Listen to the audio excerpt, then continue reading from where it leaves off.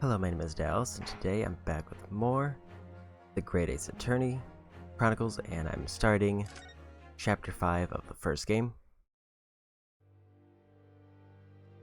which should be the last chapter.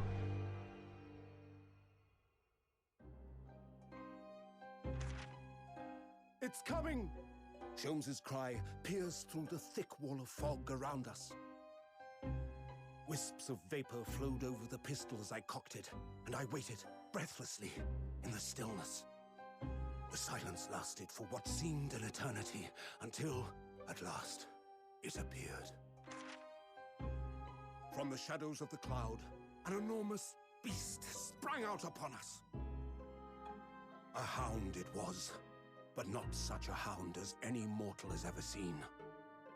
Its eyes glowed with a smoldering glare. The whole of its ox-sized body was outlined in white-hot flames. Its rumbling pant and hideous howl, so terrified was I that I began to tremble with fear. "Look well, Wilson," Sholmes declared, gazing upon the mystical beast. "For this is the diabolical hound of the Baskervilles."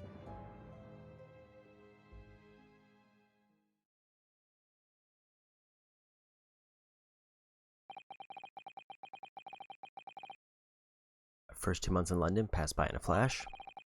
And that disconcerting courtroom experience we were first thrown into on the day we arrived in the country. And a Psychosound's terrible ordeal that had followed closely behind, we had emerged victorious. However, there then came an abrupt end to our opportunities to appear in court. Which is hardly surprising, of course, since I was nothing more than an amateur, an unknown student of law from a faraway land. So life in our little office was very quiet. That is, until it was shattered one day by that fateful telegram.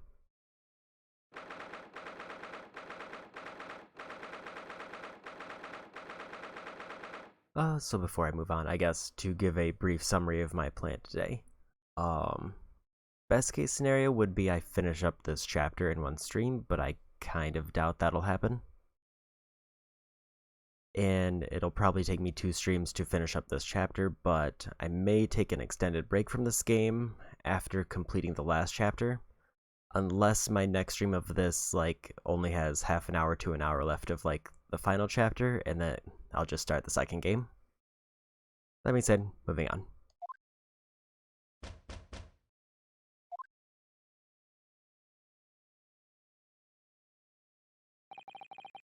That morning, I was woken by an unreserved knocking on the door by the telegram boy, but after he'd gone, Susato-san's behavior became very obviously strange. No, Susato-san? Yes. Is it time to leave for court already? Let me see. What case is it today? I don't think I'm scheduled to defend anyone at the moment, am I? Oh no, of course not. How silly of me. But I think Iris said she would make us breakfast this morning. Shall we go down to Mr. Sholmes' suite? Yes, Iris makes the most delicious breakfast food.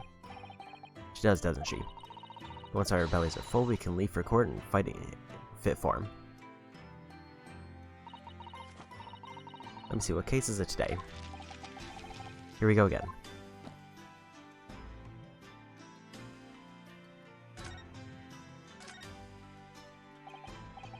So what was it about?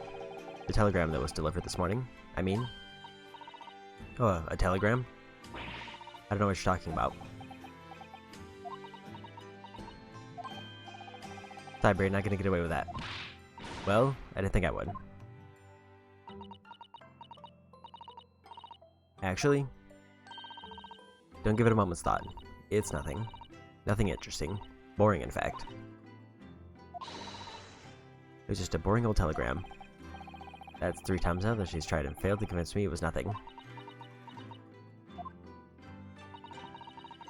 I promise that I'll tell you about it at some point. Alright, I understand. I suppose Seki-sama will have arrived back in Japan by now, won't he? Yes, I should think so. He left immediately after that terrible ordeal. Which means he should have completed the voyage already, or be just a few days away. A fortnight ago, we had that very long telegram from him, do you remember? Complaining of seasickness. But by and large, it seems the voyage has been going well.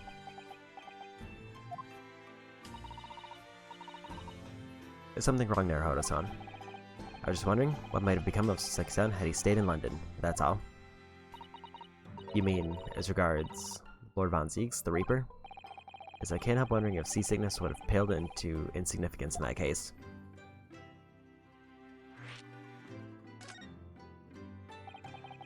What is it they say, that no one who stands on the dock can be saved from the Reaper, right?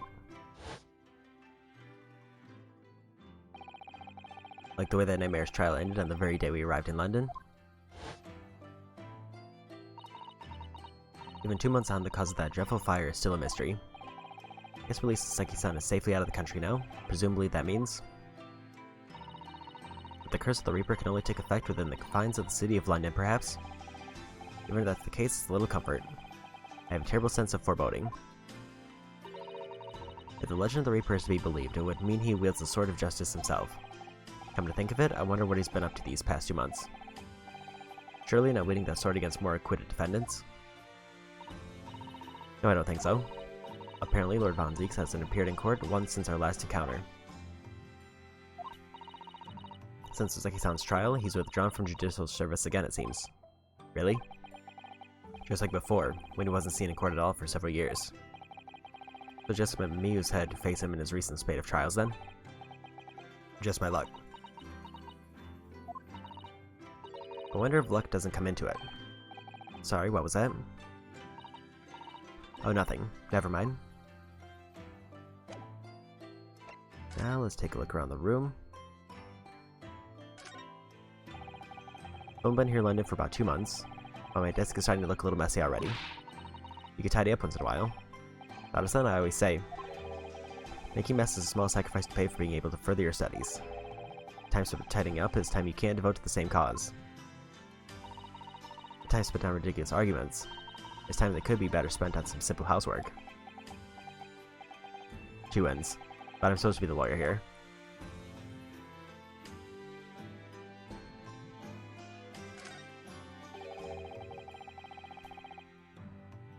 The spade has been in here since we started renting the place. Well, that's not a spade now, Hoda-san. It's a shovel. No, shovels are for digging. That's for scooping up loose material. It's a spade. No, spades are for digging. That's for scooping up loose material. It's a shovel. I don't want to dig a hole for myself, so let's leave it.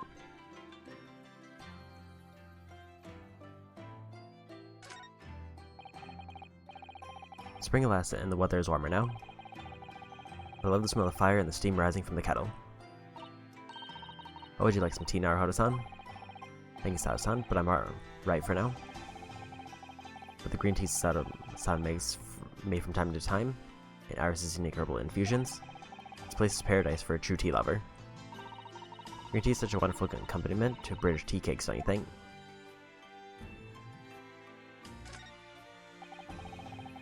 So this is the tea set that Sao-san brought with her from Japan. Hope she hasn't noticed me slipping sugar and milk in my cup when she makes it. It's just so bitter. Tea is a drink to be enjoyed now, Hoda-san. You really don't have to force yourself to drink it, you know. I don't like to see you screw up your face, though.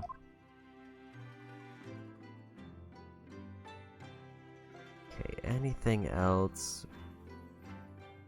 Presumably before we move downstairs, there is another section over here. We're rather lucky to find that old aquarium left behind here. The prawns we put in there are doing rather well, and the anemones too. It's a wonderful invention, isn't it? The sea behind glass, inside your room. Another example of greatness. Having to clean it out and change the water isn't so great though, is it?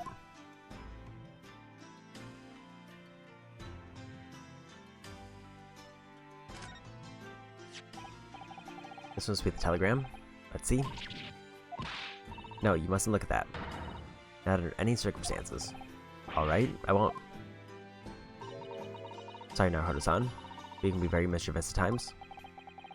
Put the telegram away if you don't want people looking at it. Do you know I've never seen inside your room there, Susato-san? I've never even peeped inside. I should think so too. Young Maiden's private chamber is a place of bittersweet secrets, you know. Whatever you say, young maiden. The Dharma I borrowed with me from home, still with only one eye colored in. I said I colored the other eye once I won my first court case here in Britain, but you have one, haven't you? Twice, in fact. Because it feels as though I'm still lacking as a lawyer. I can tell you what, why don't you color the other eye in once you think I'm a proper, fully fledged lawyer? If you insist. Okay. Down to the suite.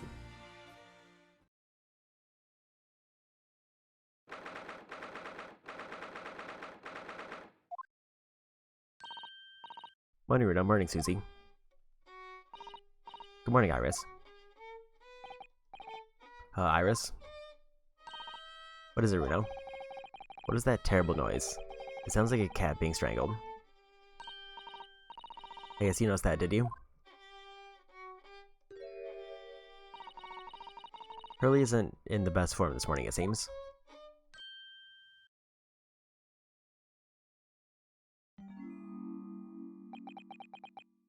Hello. Hello, Mr. Sholmes. Good morning. Good morning to die, perhaps. Has something happened, Mr. Sholmes? You look miserable, and the way you're playing the violin before. My analytical mind is dead. Music is dead.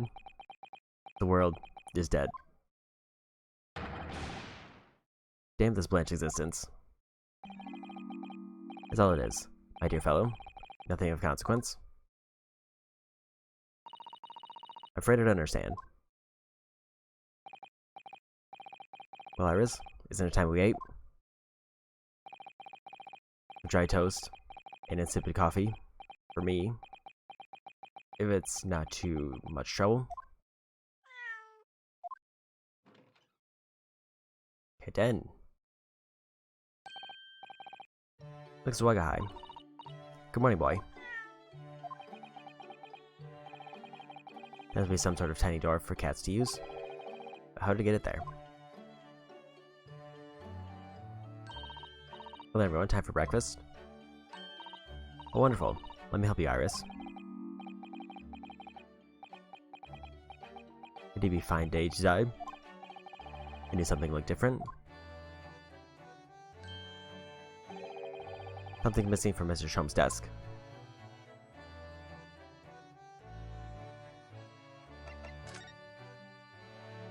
Take a look around. Fire's burning comfortably in the grate again today. It's a very different feeling to a Japanese hibachi somehow. Look at that photographic print of the lady displayed on the mantelpiece. Could it be? Yes, it must be. It's the woman. Oh, how exciting. Is that supposed to mean something to me? Okay, apparently there's a trophy for that. These are all memories of Mr. Sholmes' past case, I think. If been involved in any case, I would wonder if the beef steak from the La Carnival would be on display there. Mystery shoe, a curious hammer, some mysterious dancing men, a bust of Napoleon. What an entrancing collection. It looks like an untidy assortment of junk to me, rather like what's on my own shelves. But you really have to learn to keep your things in order, Mr. Naruto. No favoritism here there at all.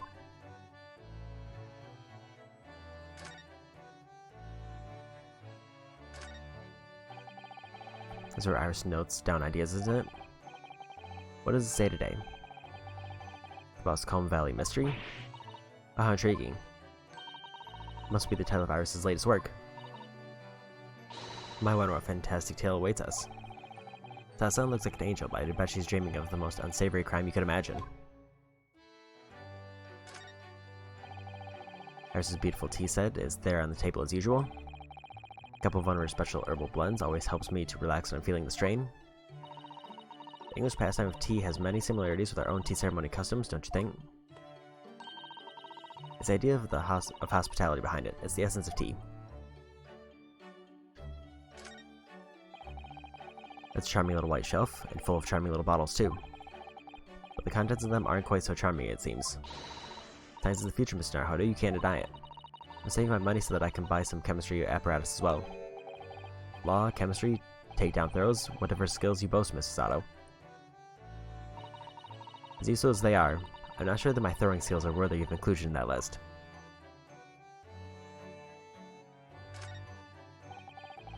Come to think of it, I haven't seen Iris doing much writing recently. There's paper already set up in the typewriter. Look as though she's about to start. That reminds me, when I mentioned that Iris was in the process of writing a full-fledged novel, Mr. Natsume was most impressed. It's Mr. Natsume.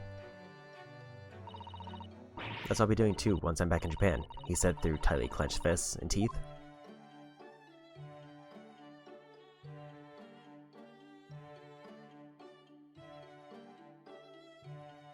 I don't see anything else over here.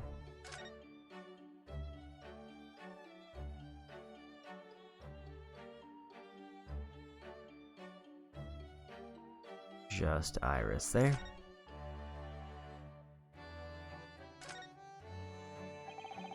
Mr. Natsume's cat seems to have settled into his new home then. Oh yes, and I've become very attached to the little waggy. It appears his previous owner is completely forgotten to him. Cats are unfeeling creatures. Their muse is empty as the hearts of the muses. If Mr. Natsume had no intention of taking Waggy back to Japan, I wonder why he kept him in the first place. I expect he would have taken him if he could.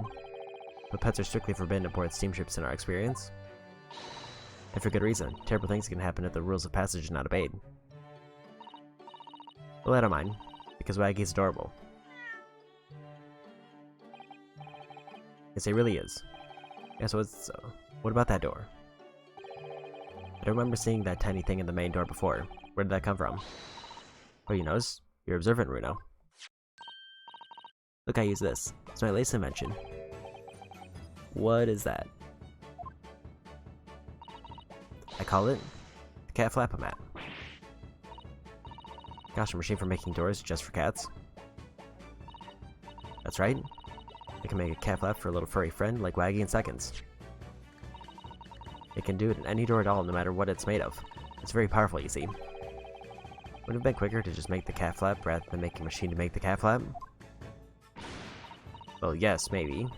But now I can make cat flaps anywhere I like. I think that's wonderful. Looks like one first on the door of our office upstairs, Iris. Surely knows how to come up with unconventional inventions. This girl?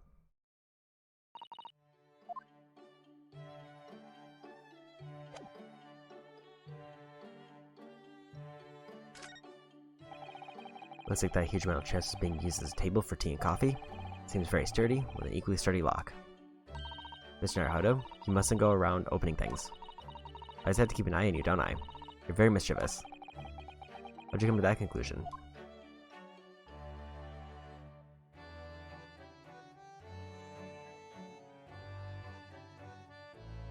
Should be everything over here.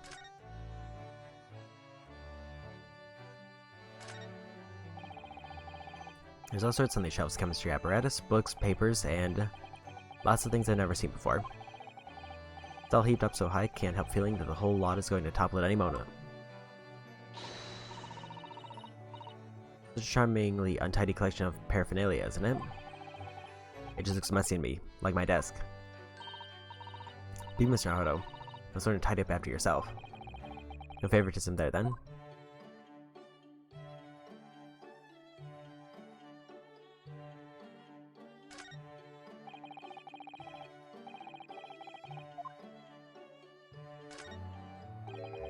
Look at Mr. Shum's desk, it's completely clear.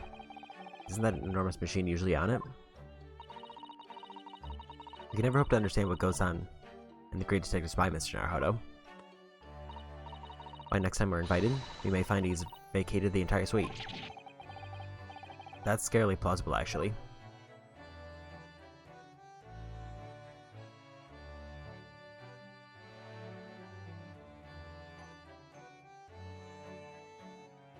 It seems like that's everything. Time to talk to Jones. You seem to be very unhappy this morning, Mr. Sholmes. What's happened? It used to be the case that in my hands, this violin sudden like the dawn of chorus, its melodic tones would make flowers bloom. It would.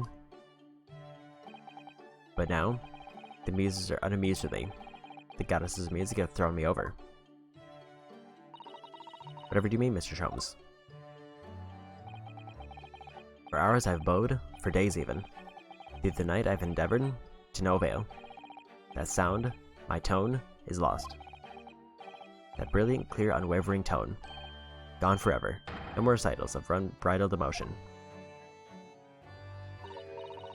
Well, you haven't been practicing much lately, have you, Hurley? Don't worry. I'm sure it'll continue back to you and it will come back to you in time. Heed my words, Mr. Naruhodo. The goddesses of the arts are fickle. One day they bestow genius on a man. The next, they unmercifully withdraw it. Oh dear. Why is this happening to me? If they take the turn I have for violin away from me, what is left for pity's sake? What is left? Deduction perhaps? Isn't that what you're known for?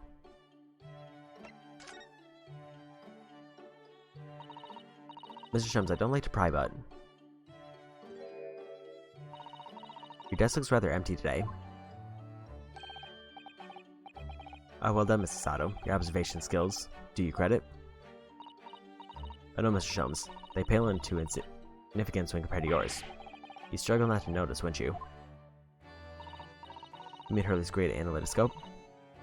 That's at Windibank's now. Sorry, it's at Windibank? No, Windibank's. The pawnbrokery. Pawn? What? You mean to pawn that enormous machine of yours? It has some considerable value, you see. Quite undeservingly. But isn't it a very important machine for your work? I do wish you could consult us if your situation had become so desperate. I should have gladly passed what little income I have to you. Dear madam, things are far from desperate. But the pawnbroker has your wonderful machine. How can it be anything but desperate? Making use of a pawnbrokery is quite ordinary here in London, I assure you. It is? It doesn't sound ordinary at all. It would seem that neither of you fully understand how pawnbroking works. Oh, what's to understand exactly?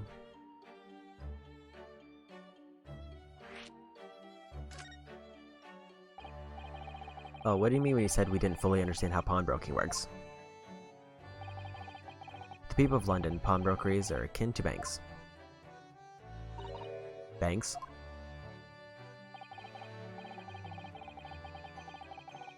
On Mondays, merchants link their finest jackets and trappings to their pawnbroker of choice. With the money they receive in return, they are able to trade happily through the week. And then on Saturdays, they go to recover their things using the money they've earned. I had an idea. This has been a fascinating lesson for us. Everyone does it, you see, especially people in inner London. And should they have money to spare, they would purchase another fine jacket. Not to wear, obviously, but to pawn. Should the need arise. Oh, how ingenious. So whenever we have something that's getting in the way, we leave it at the Windibanks, you see. A pawnbroker can be thought of as an extremely secure vault. Who'd have thought that even pawnbrokers are different here in Great Britain? Of course you have to watch Hurley with it. Sometimes he posts things he really shouldn't. Don't you, Hurley?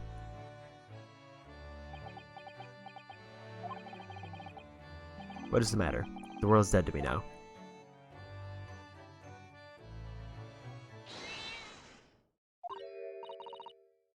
Oh, what was that? Waga High?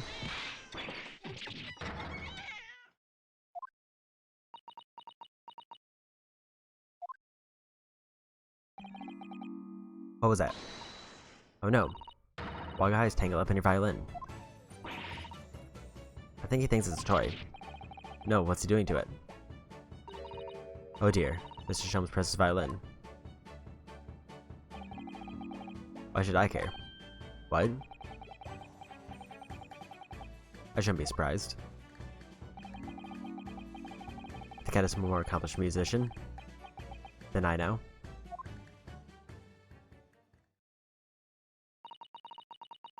Mr. Jones really is in poor spirits, isn't he?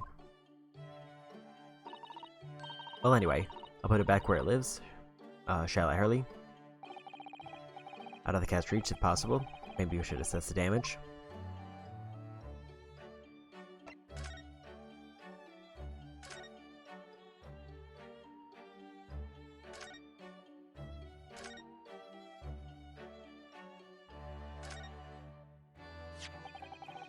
So this is a violin, is it? It's a Stradivarius, one of the finest violins in the world, made by the renowned Italian luthier Antonio Stradivari. Oh, I see. It doesn't really look like anything special to me.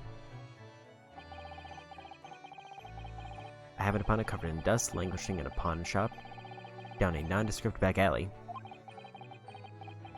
Broker had no idea of its value. I was able to purchase it for a mere 55 shillings. How honorable of you. And until today has been my faithful companion in every Gray Paganini-inspired performance I've made. I ask you, is there a reason to live in a world devoid of music? To tolerate this blanched existence? No. There is none.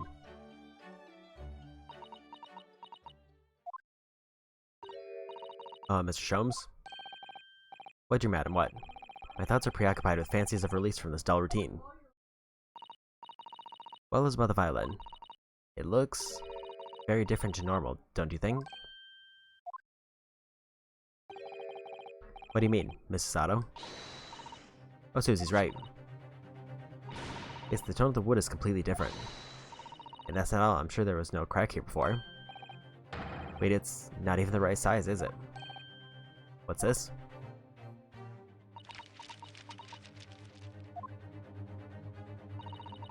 I'm terribly sorry to tell you this, Mr. Sholmes, but that instrument isn't a violin at all.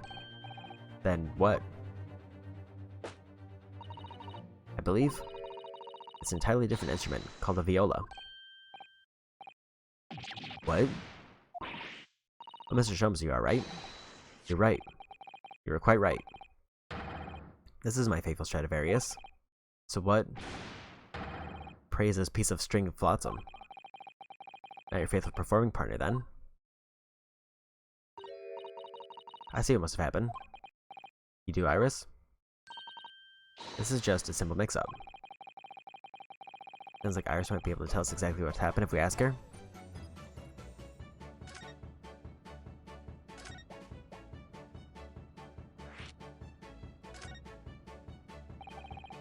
What do you mean by a mix-up, Iris? Well, you see, this violin... Sorry, this viola, I mean. Was at Windibank's until last week. At the pawnbroker's. Not Mr. Shum's beloved musical partner. There's a proverb from the East, with which you are no doubt familiar, my dear fellows. Always let beloved child travel. Yes, indeed. To send your beloved violin to the pawnbrokers in the hope that it would experience personal growth. What a wonderful idea. Last week I pawned my great analytoscope in order to release my precious instrument, but it appeared Mr. Windibank mistakenly furnished me with this tawdry fiddle instead. But my ears cannot be deceived by the hollow timbre of this piece of timber. No, but your every sense was deceived by the fact that it just had strings. A fine state of affairs, it says, and why I always say, Mr. Naruhodo, never trust a pawnbroker, they'll try to fit you every time. But earlier you told us that you could think of a pawnbroker as an extremely secure vault.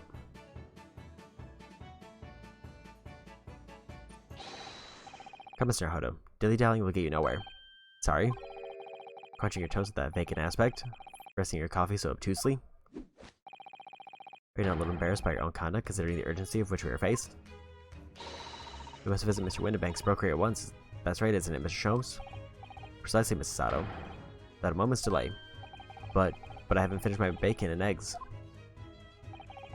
My dear fellow, surely you do not still intend to crunch your bacon with an increasingly vacant aspect to press your egg ever more obtusely? Right, say no more. Let's go then.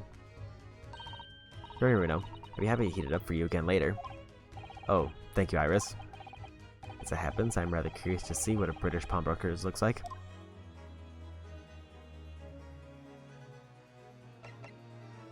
Think it's safe to just move.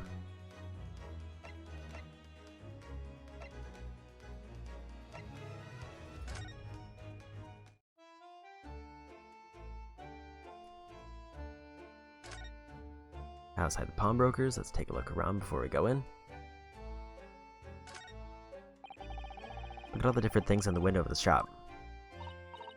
Oh, that's Winnebank's, the pawnbrokery. It looks much smarter than a pawnbroker's in Japan, doesn't it? Yes, you're right. I find pawnshops at home rather inapproachable, personally. It reminds me of tearfully parting with my favorite fountain pen. I felt so miserable. What doesn't kill us makes us stronger, Mr. Naruto.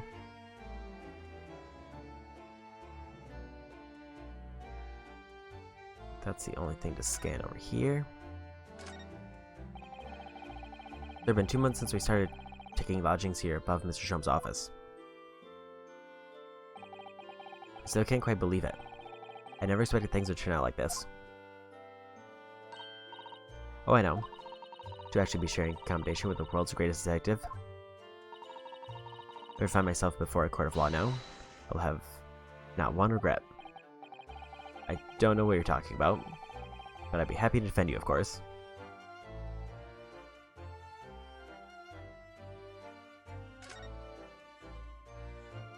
That looks like it should be everything out here, so I can head inside.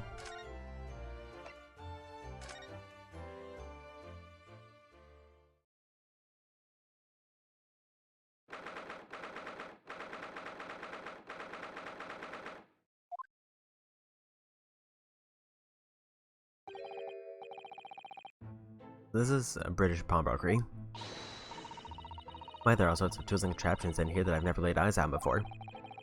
That Sato-san and that spark of wonder in your eyes. Can't wait to scour the shelves, can you?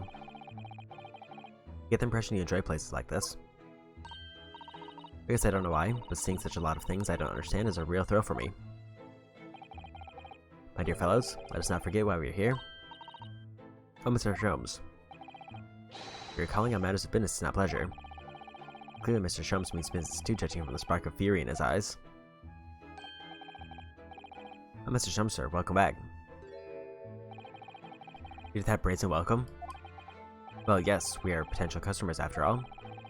We're disgruntled customers, Mr. Naruto, and it's time to inform Mr. Winterbank of our ire. Come, the fight is afoot. Take a look around first. What are you doing, my dear fellows? We're not here to browse for interesting curios. We've come to teach this broker a lesson. Oh, but there are just so many fascinating items. It looks as though we'll have to talk to Mr. Winterbank first before you can explore in here, Mr. Sato. Yeah, okay.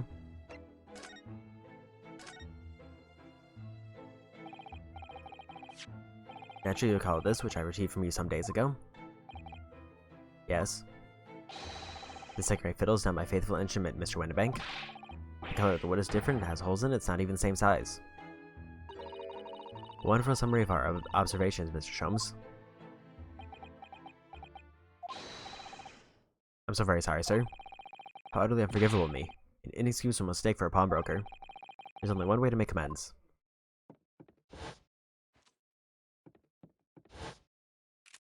I should take my own life.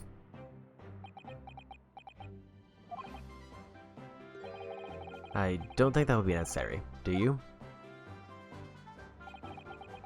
If I might just say one thing before I pop off. Ah, yes?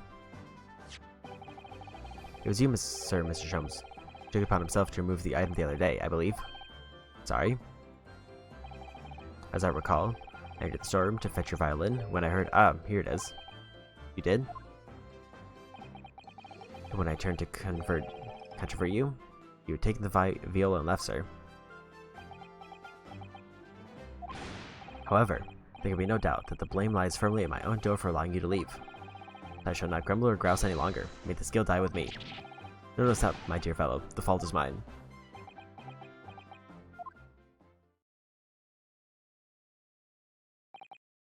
Phew. It would appear that the fight is over. I do humbly apologize, Mr. Winterbank. Evidently, my questionable disposition precipitated this tragedy. Well, you wouldn't be Mr. Herlock Sholmes without that questionable disposition now, would you? I do believe you may be right, sir. It's either laugh or cry, I suppose. You are, it must be said, one of my more challenging customers. I need to remind you of the peculiar collection of items you've brought through my door in the past. Oh, peculiar items? In the extreme, ma'am. For example, the unpublished manuscript of an eponymous work, the novels of Herlock Sholmes or some such. Oh my, a new full-fledged novel? And unpublished? A story I have yet to read, you mean? Ah, forgive me. Wait, before you die, you must tell me more.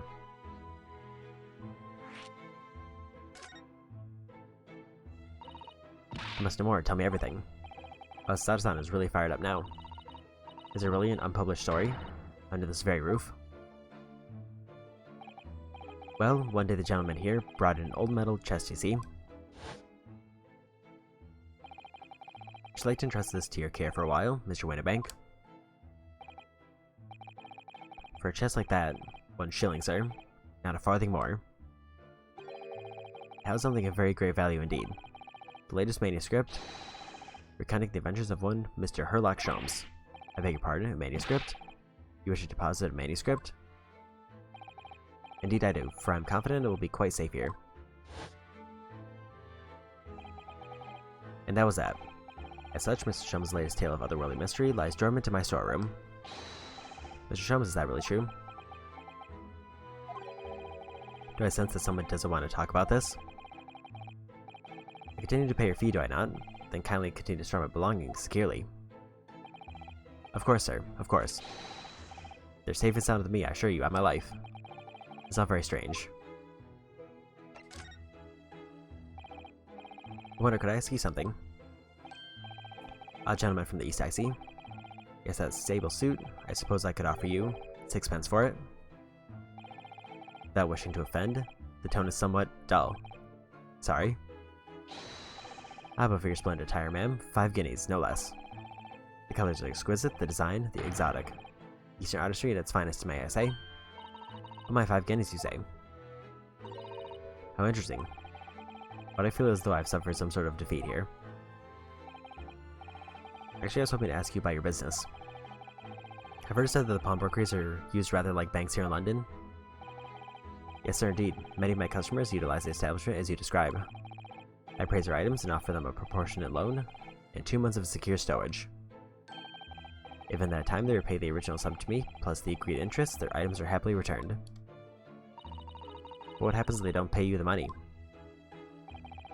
Then the items are offered for sale in my shop, as you can see on the shelves behind me. So you never sell items before the 2 months has passed then?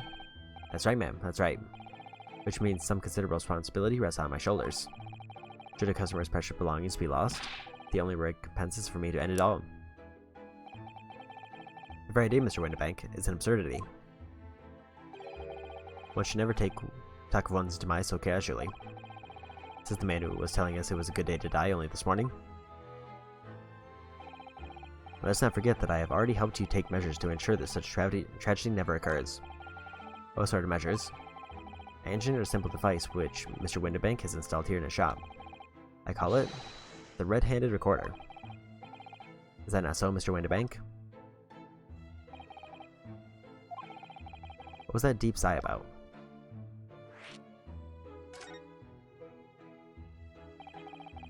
What on earth is a red-handed recorder?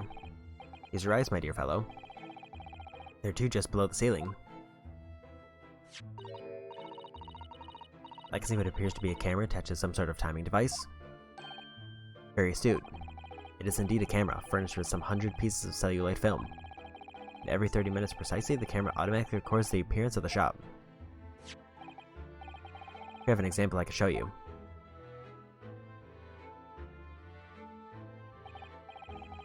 I have a print from the camera set to record the activity at the shop counter. I developed a special type of film so sensitive it produces a crystal clear image even in the darkness. Really? That's extraordinary. Yes, you can clearly see the counter and the door behind it. Look.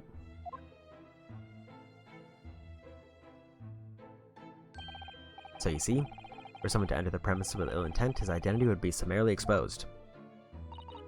But do you not say that the photographic prints were taken at 30-minute intervals? Indeed, as you say, my dear madam. Then what if the incident were to occur in between times? One can only say, that would be a cruel twist of fate. I must confess, your devices have been giving me some cause for distress of late. I beg your pardon, Mr. Windibank. Surely they're anything but distressing. Reassuring is the word. It's the cost of the film, sir. You must graciously place not one, but 2 cameras in my shop after all, which means I must pay for 9 on 100 utterly useless prints every single day. I'm afraid the cost of the film would break me before I'm very much older.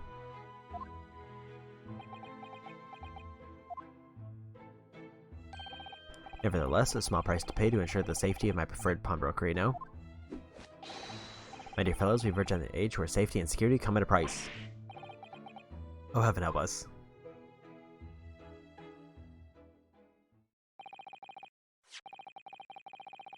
Now then, Mr. Sholmes, allow me to return your precious violin.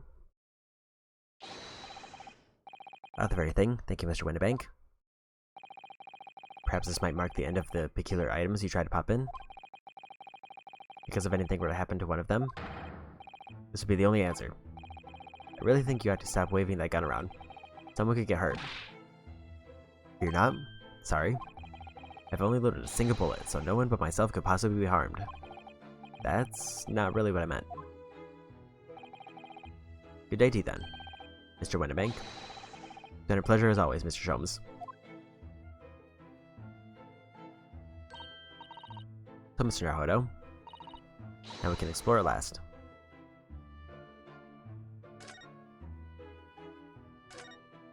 Oops.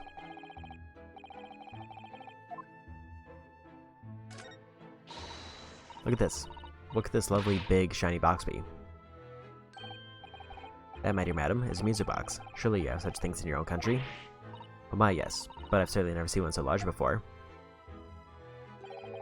Try to listen a while.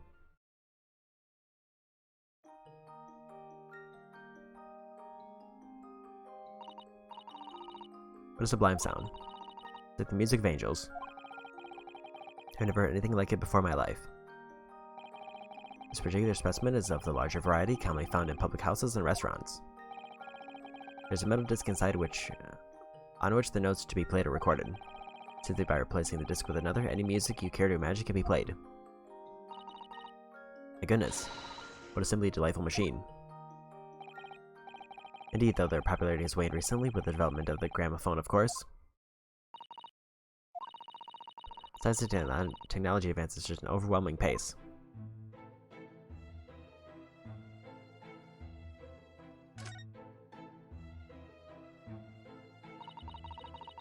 Look at that enormous ledger open on the counter there. Mr. Windibank is, if nothing else, very particular about recording the items he accepts. He'd have to be, otherwise he'd get himself into all sorts of trouble. Which might explain that thing that catches my eye far more than the ledger. This revolver here. Do not entertain even a single thought of pilfering an article herein, my dear fellow. I assure you, Mr. Windibank would not hesitate to draw that weapon with the speed of belying his portly size. Oh, you don't mean he'd blow his brains out? Indeed. Recompense for his blunder. Oh my. But in any case, of course we never did such a thing. How could you even suggest it?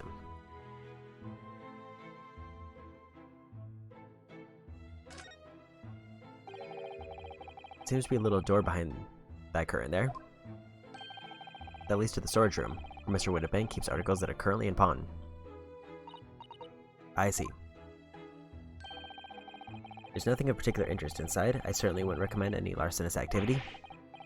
Recommend or not, it's not something I tend to do. There is but one key, and Mr. Windibank keeps it in his pocket at all times. Before he sleeps, he places it into a small pod, which he slides under his pillow. How on earth do you know about that, Mr. Sholmes? I'm a detective, sir. It is my business to know what others do not. I am frequently assailed by information that I neither care for nor wish to retain. Mr. Sholmes, you're a wonder. And the prime suspect of this pawnbroker is ever burgled.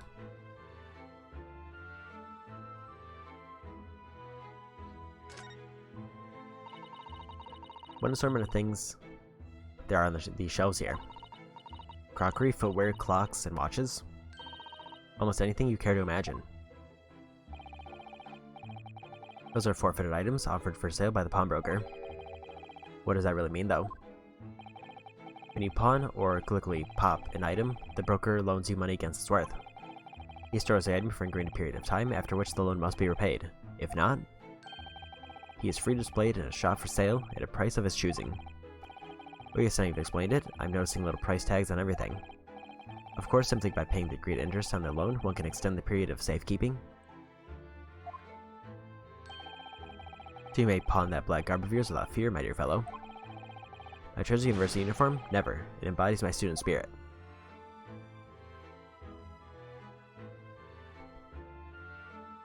That's everything over here.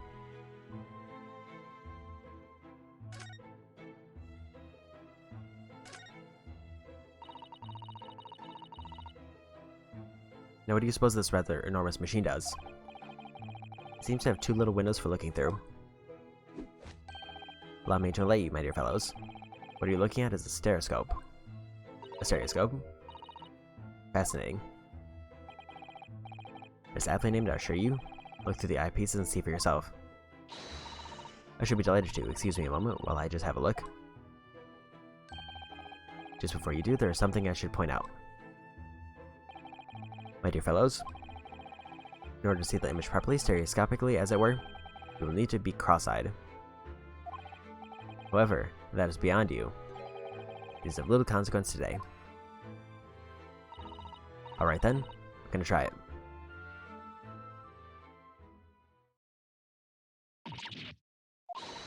Mr. Naruto, you must see. At once. Oh, alright then. I need to be cross-eyed, like I'm trying to look at my own nose.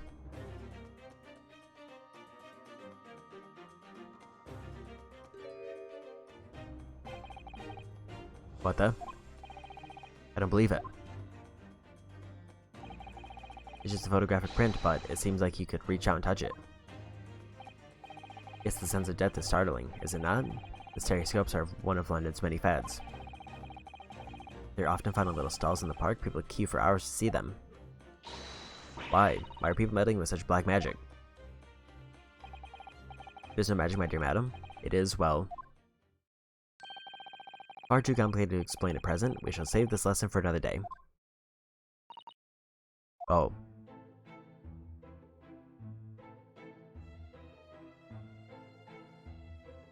Let's see, 2 items to search. That's not a calendar you could easily miss, is it? 15th April, today's date. Yes, that's not for sale, I must point out. It is an Eastern-style page-a-day calendar. Every night at midnight, I tear off the front page to reveal the following day's date. Perfect calendar for a tearaway fellow such as yourself, Mr. Winterbank. Who was it who walked out of here with the wrong violin before? Oh, when the agreed storage period is passed without repayment, articles are forfeited, you see? So I have to keep a close eye on the date. It's something of a pawnbroker's obsession, you might say. I guess I can see you're very dedicated to your job.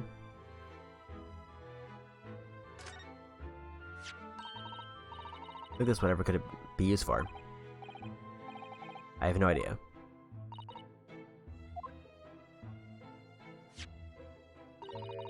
There's a small catch here, just here, look. We're gonna open it, aren't we? My, that's amazing. It has some sort of spring-loaded mechanism, which we'll never manage to put back to the way it was before. What are you two doing? What? Us? Nothing. No, nothing at all. Whatever this device is, seems to have a pair of little windows to look through. It feels like it seems like rather similar to this elsewhere. Rolling tuppence for it? That ain't fair, and you know it. The article's barely worth a penny, miss. I cannot offer more. Sounds like there's an argument brewing over by the counter. Come on, that can't be right. Have you even had a proper butcher's at it? The only need to see, young girl. Wait, don't we know? I'm sure you recognize her. Oh yes, it's the young lady from Mr. McGill's trial, 2 months ago.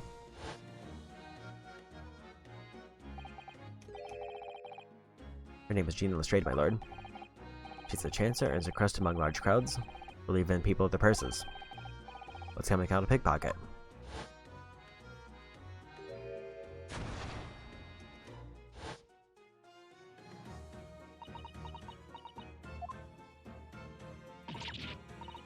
Grown penny, you lot.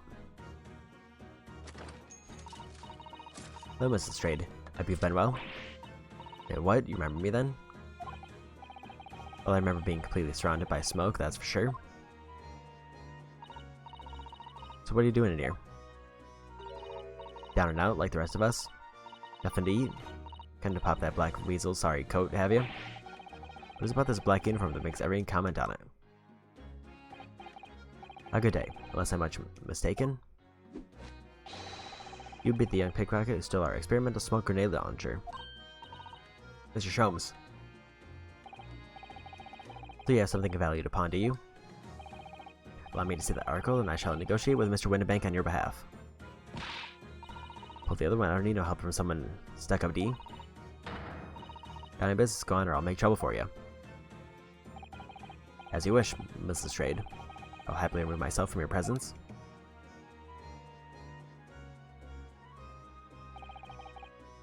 He's really done it. He's gone. I'm sorry, but as I said, there's really no room for negotiation here. What is that thing he has in his hand? Some kind of metal disc? And you, go on. Leave me alone. Oh, Mrs. Lestrade, just pretend we aren't here. You shouldn't be offended in the slightest.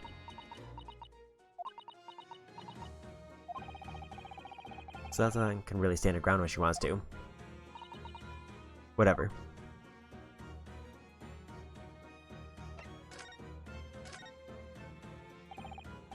Somehow I didn't really think you were the sort of person who'd use a pawnbroker, Mrs. Lestrade.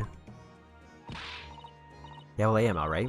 I'm a Londoner, just like everyone else. Is that a problem, is it? No, not at all. It's just that, well... Oh, I get it. I know what you're thinking. That thing probably don't even belong to her. Probably got it in the dive, didn't she? I can see it's written all over your Chevy Chase. Might have been thinking something along those lines. Not gonna die, Mr. Naruto?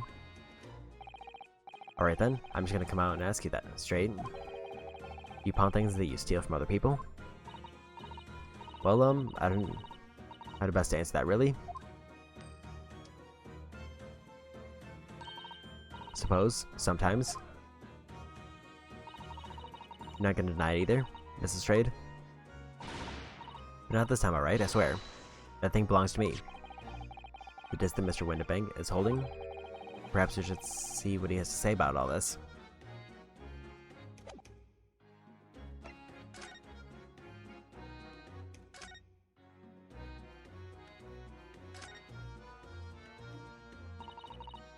Mr. Winterbank, what exactly is this metal disc that Mr. Lestrade brought in? It seems to have hundreds of tiny little bumps on its surface. Oh, this is a music disc, you see? Used inside a music box. In a music box? You don't even know what a music box is?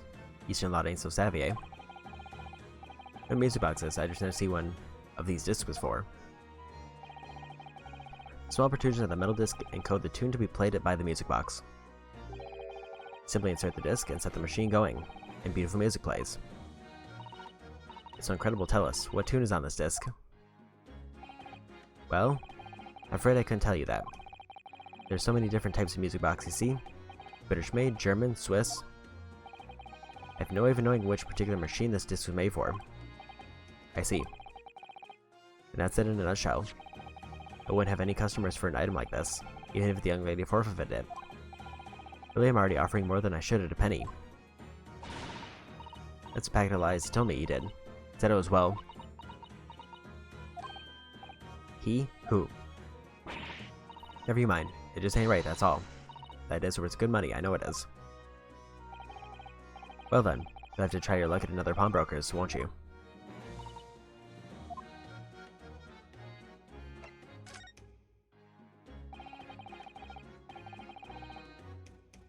She's been in before, of course, this little tatterdemalium.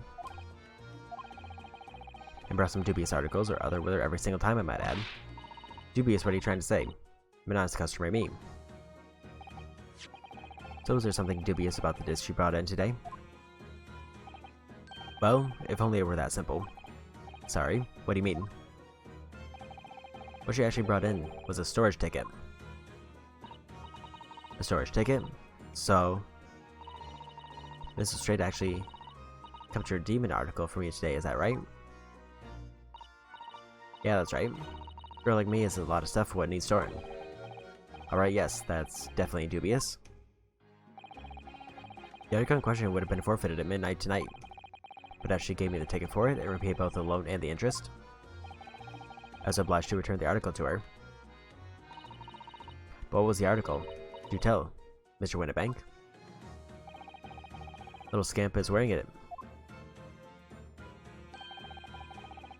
It's the overcoat that she redeemed.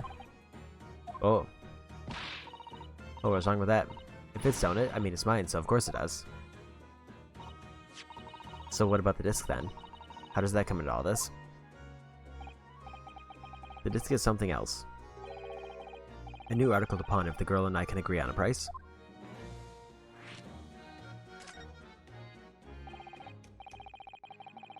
I'm confused. I thought you said that Mr. Sade brought in a storage ticket today. It's really quite simple.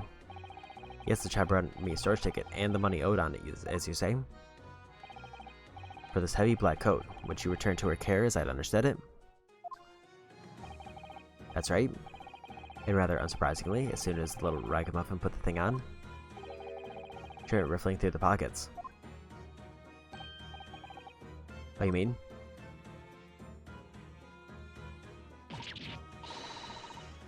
What do you know is rude to stare at a lady? I see. So it came from the pocket of the overcoat, did it? You mean this disc? Then yes, exactly, ma'am. And she immediately tried to pawn it. At quite a high price as well. It's all really rather suspicious, I think. Give it up and trying to pawn something like anyone else would. Mrs. Straight, may I ask who deposited the overcoat here in the first place? Well, me. It doesn't really appear to be your size. Me, old man, it's me. Old man's, ain't it? Is it Mrs. Straight? This is definitely all rather suspicious.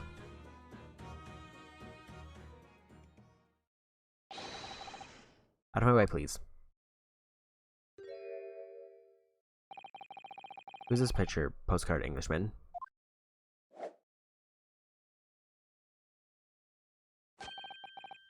Good day to you, ladies. Gentlemen. What's your problem? There's no problem, as long as you remove yourself. I have a matter to discuss with the proprietor. And if you intend to make a problem of it, I shall see you outside, little girl, for the hiding you deserve. Look, ain't it obvious? I ain't done talking with him yet. If you think you're such a gent, you should know wait your turn. Or wait in line. Well, you're an impudent little brat, aren't you? As well as a pickpocket. Who are you? How'd you know I am? The question is, how do you not know who I am? You haven't the courtesy even to remember the faces of your victims as it seems? You mean I from you? Broker? Yes, sir. I believe this filthy pocket thief has just redeemed an article from you, no? Yes, the article in question belongs to me. I demand for it to be returned at once. Oh my. Now that's a lie. What are you trying to pull? Give me back my overcoat, you rascal. It needs to say. Any music box disc too. No, you can't have it. You just can't. It's the old man's, or it was. Now it's mine. Goodness, Mr. Naoto. This is a very awkward situation. Yes, I think perhaps we should hear both sides of the story in a little more detail.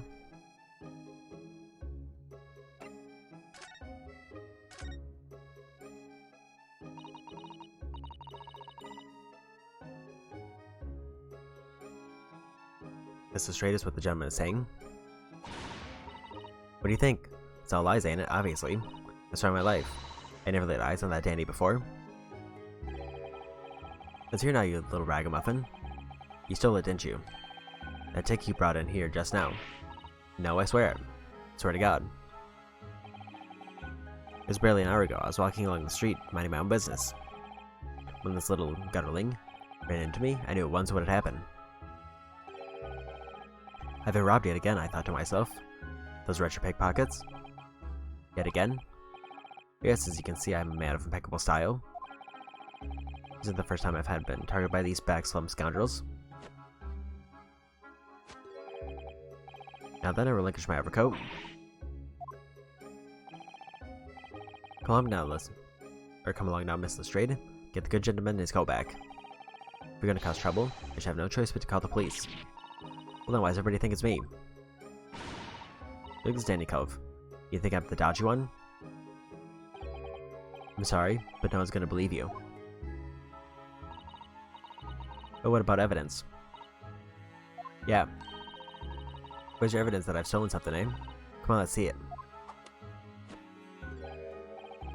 I have evidence, naturally. What?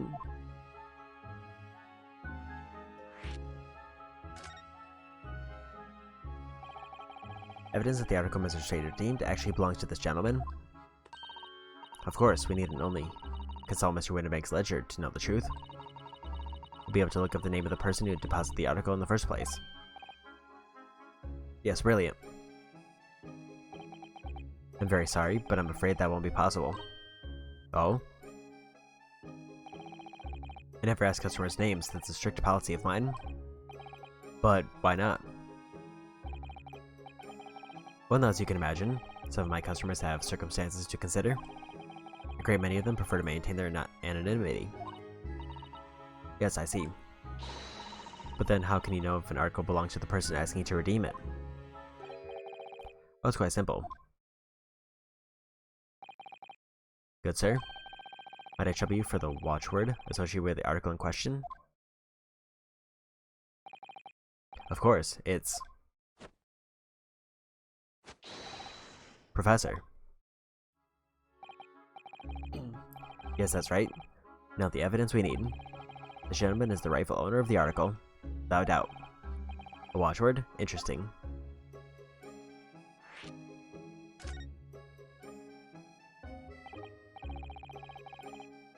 So about these watchwords, Mr. Winterbank, as I just explained, I never ask customers' names when they deposit items with me. There are many reasons why. Certain customers would like to keep their activities secret. That wasn't exactly a subtle glance at Mr. Sholmes now, was it? Great detectives have no dark secrets, not at all. Yes, well, anyway. I started to ask for a watchword whenever I accept a new article. In many ways, it's like the secret combination of numbers used to unlock a vault. The date of deposit, a description, and a watchword uniquely identify each item. And of course, then I give the storage ticket to the customer. If someone comes to redeem something, I ask for the ticket and the watchword. And if that someone tells you the correct watchword, you return the article. That's right, sir. Yes, just as soon as the requisite fee is paid. And I supplied you with the information you require already. Or for the avoidance of doubt, the article in question is an overcoat, deposited 2 months ago on the 15th of February. The watchword of Professor. All perfectly correct information, sir. But how? Really, it's beyond a joke now. There's no further room for doubt.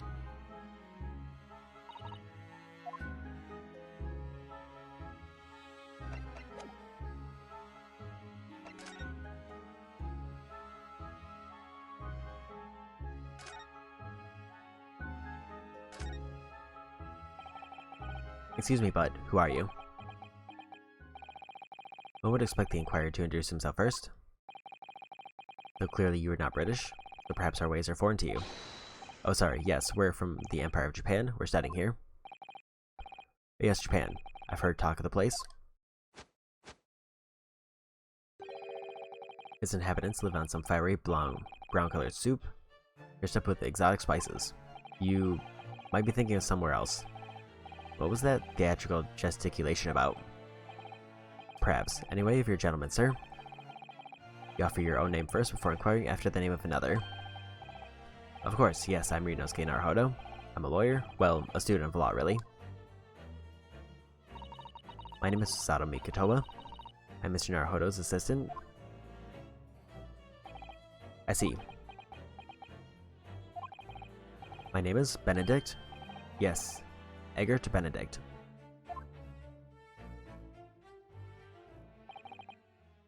Enchanted. He's so refined in how he holds himself and how he speaks, but that name is suspicious. Now to the matter at hand.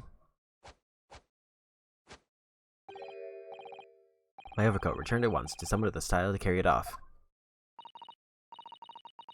Every move he makes, every breath he takes, I can't stand watching him.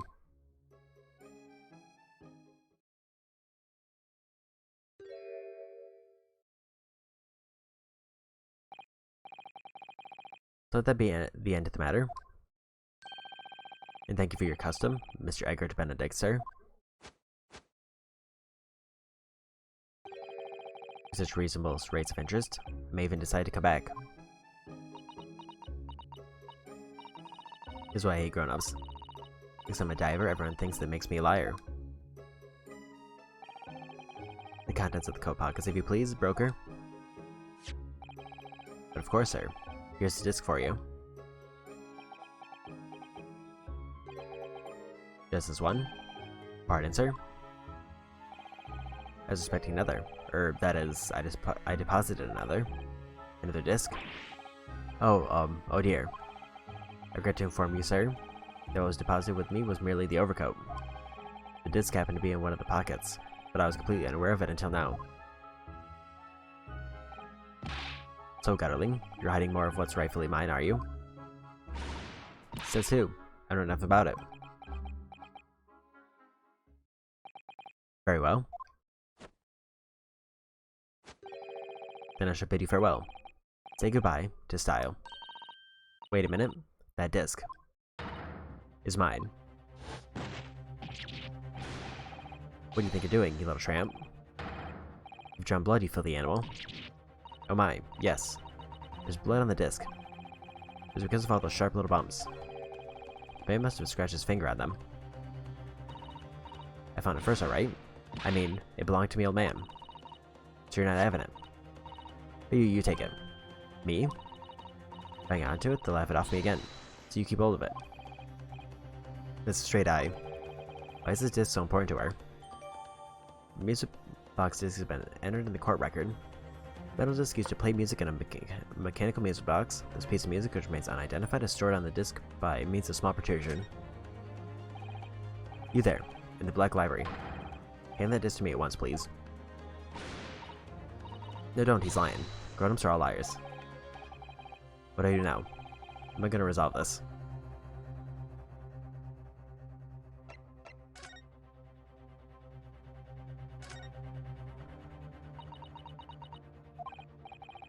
Wow, Mr. Strange is really looking daggers at that mysterious gentleman. We need to do something to calm things down before he loses control and attacks him again.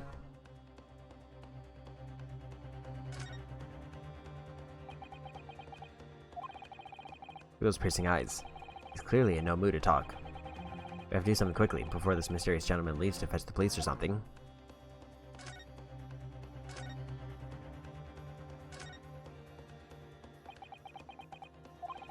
Mr. Winterbeck is clearly at a loss here. We have to do something about this before he reaches for that revolver of his.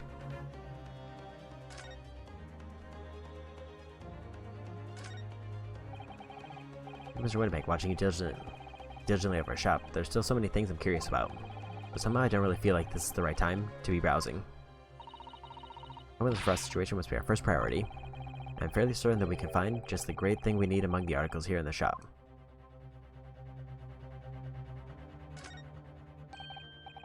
Mr. Sholmes? What are you examining with such keen interest there?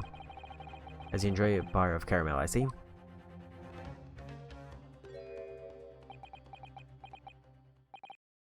So, you found me at last, Mr. Naruhodo.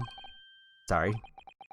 After that young pickpocket sent me on my way, I was forced to lurk in the shadows, cruelly ostracized as the rest of you partook in the jovial atmosphere of fellowship.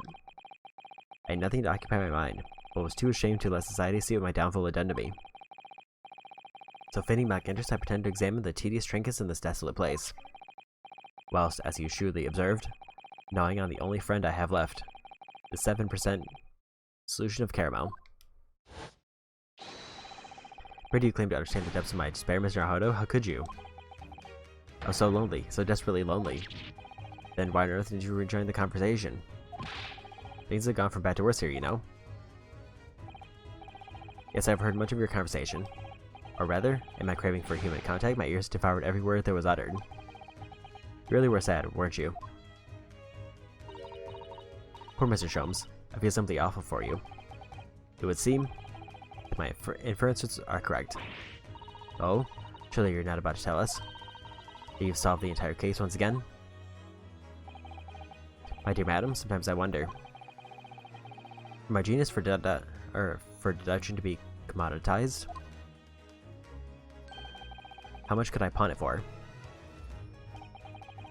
It seems Mr. Sholmes has had another of his flashes of inspiration, but who knows if it will help to resolve the situation between Mrs. Straight and the mysterious gentleman.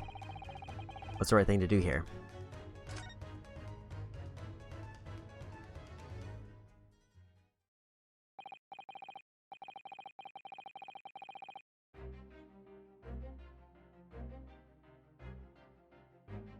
Well, Mrs. Straight, it would appear you find yourself in something of a predicament.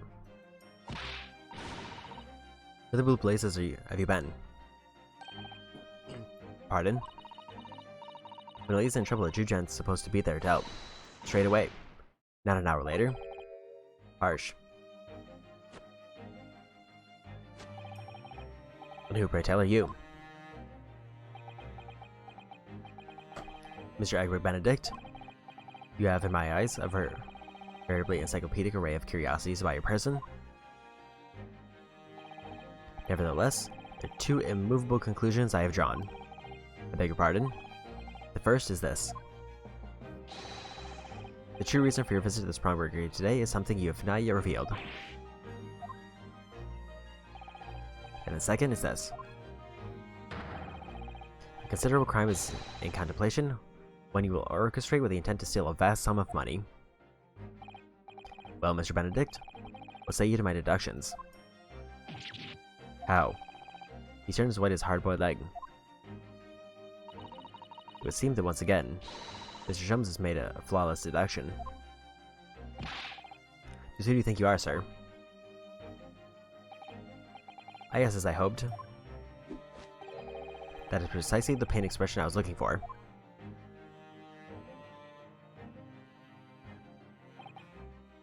So, shall we begin? The time has come for yet another Herlock Sholmes. Logic and reasoning spectacular.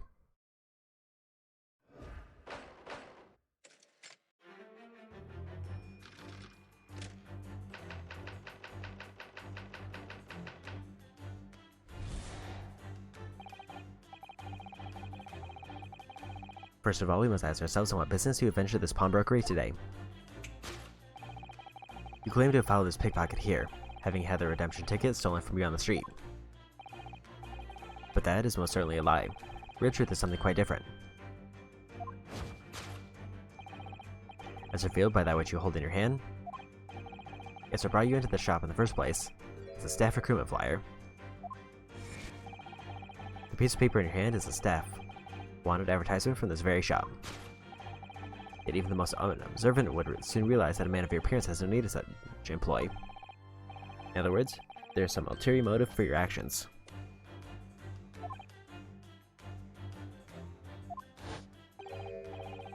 The cane which you unwittingly clutch to your person exhibits an incontrovertible contradiction.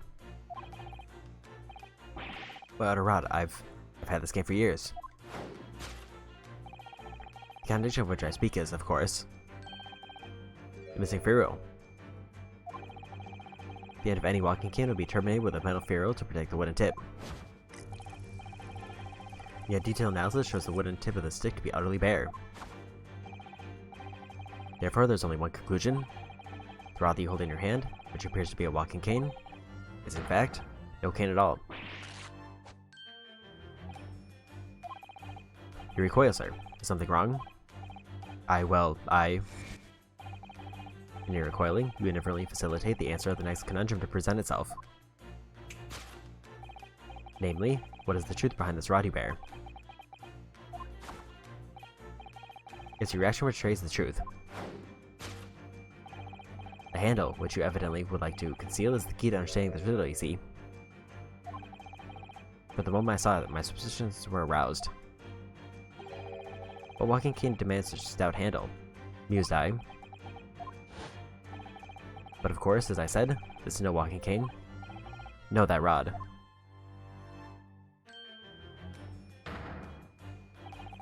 Is a broken handle of a shovel. What? Are you insane? Now, having determined this undeniable truth, the conclusion is clear. Your true motive for coming here was to take employment at the establishment in order to excavate the ground beneath the premises. What a calculated crime you've conceived, sir. A wickedly calculated crime.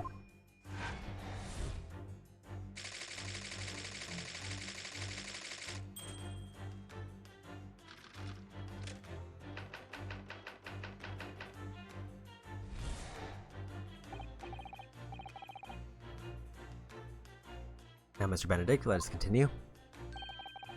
We must expose the details of this elaborate crime you have in the planning. This is utterly absurd. You suggest that I, gentlemen, intend to excavate the ground beneath this pawnbroker with a broken shovel? What on earth do you propose I could expect to find there? Some long-forgotten treasure, I suppose? Save for such fanciful theory, what possible reason could I have to do as you say? Oh, but there's ample reason. As you're only too well aware, Mr. Benedict. And your furtive glance is more telling than I could have hoped. What? Let's consider what would motivate a man to infiltrate a shop such as this and covertly dig beneath its floor. The answer is revealed by the council notice on the counter to which your eyes are inadvertently drawn. This letter gives notice of public works to be carried out in the local area. And according to the enclosed plan of the upcoming sewage works, beneath the shop runs a sewer that adjoins another, one that runs under the bank on the opposite side of the road. This man has entered the sewers now, has it? By excavating the ground beneath our feet, you would gain access to the waterway. That flows in a very close proximity to the great vault of the financial institute opposite. What are you? In summary, sir, you devised a master plan to pull off an elaborate bank robbery by dint of the underground tunnels. Master plan? Which brings us at last at the final chapter of this lurid scheme. The plunder did the thief hope to make off from the underground vault of the bank? Are you quite serious? Having consulted the Scotland Yard some days ago, I happen to know the answer. But naturally, the answer is no secret to you, is it, Mr. Benedict? I have no idea what you're talking about. Allow me to present a rather interesting piece of evidence. You see, this picture postcard tells us all we need to know. A postcard of the Great Expedition? I'm afraid you've quite lost me. Currently in the final stage of preparation, the Great Exhibition will soon be underway. And the government has provided extra funds to complete its centerpiece, the Crystal Tower.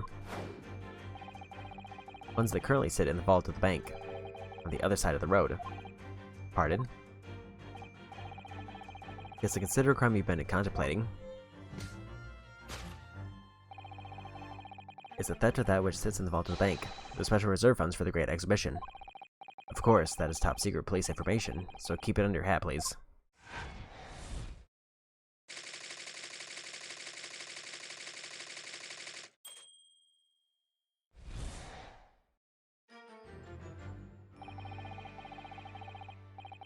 This concludes Herlock Sholmes' great deduction of this pawnbrokering puzzle.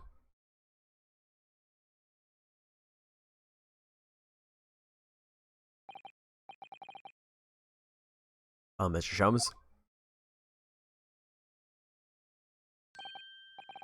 Oh, Mr. Naruto? An impressively upbeat deduction for a detective racked with loneliness, would you not agree?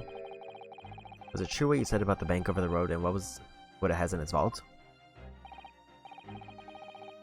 Indeed, the few know of its existence is one of the government's most closely guarded secrets. Gregson told me, and they did it strictest confidence. But you just announced it to everyone here, rather loudly in fact. Ah, and it's such a big secret. How would Mr. Benedict have come to find out about it? There can be but one explanation for that. Clearly it's because the man is a criminal. But what if he didn't know anything about the money in the vault? If he is a criminal, as you said, then buying a brand new shovel is sure to be the first thing he does now that you've revealed the secret. Whoa. Or if he doesn't, maybe Mr. Windibank will. He already has plenty of shovels here after all. My life, I assure you, you're not so unscrupulous. Well, hopefully this has taught you a valuable lesson. Sensitive information must be handled with utmost of care. One can never be sure that someone privy to secrets won't disclose them, and once the word is out. Perhaps I'll think twice before confiding in you next time, Mr. Sholmes. An excellent idea, Mr. Naruto. An excellent idea. Well then, Mr. Naruto, you know what to do, I'm sure. Yes, let's listen to that great deduction again, and see if we can massage it into shape.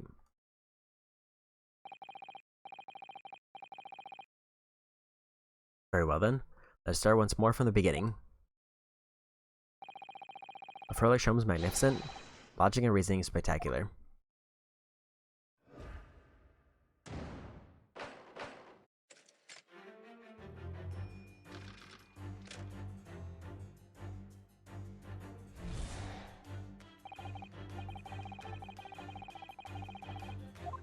Whoa.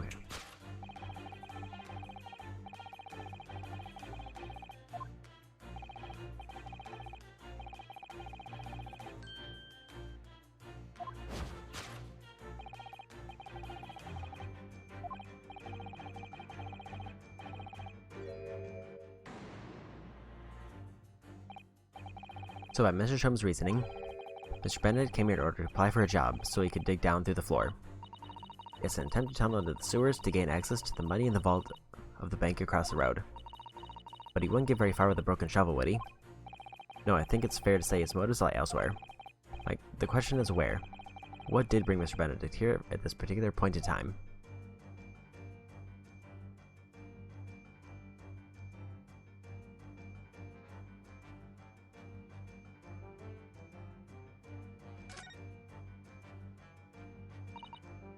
Oh? Look at that scribbled notes in the back of the flyer here. I don't believe it. What is it? Listen to what it says. Name, Gene Lestrade, height 5'2", green cap, scuffy waistcoat, curly white shirt, blue satchel rugged. It's a detailed description of Miss Lestrade. Goodness, there's even a sketch for her hat and all. Although she showed it to her, she'd fire that smoke grenade launcher in his face for sure. And look, the details of the shop have been written down here too. Windibank's Pawnbrokery, Baker Street, redemption deadline, 15th April, which is today's date. Why would Mr. Benedict have all that information scrawled on the back of that piece of paper?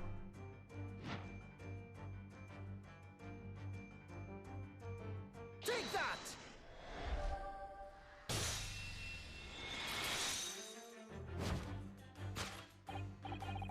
Yes, what brought you to the shop in the first place is the info about Miss Lestrade. Why so, my dear fellow? It would appear that the writing and sketch on the first of the flyer pertained to the pickpocket Miss Lestrade and to Mr. Windibank's pawnbrokery here.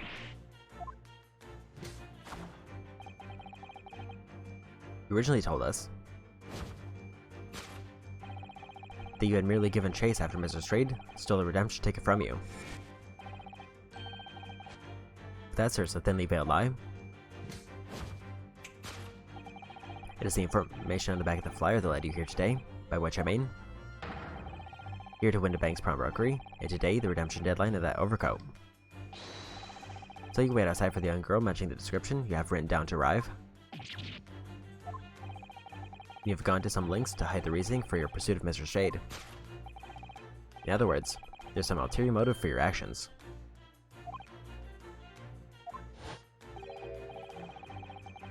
The cane which you unlink. Okay. Getting back into repeat text.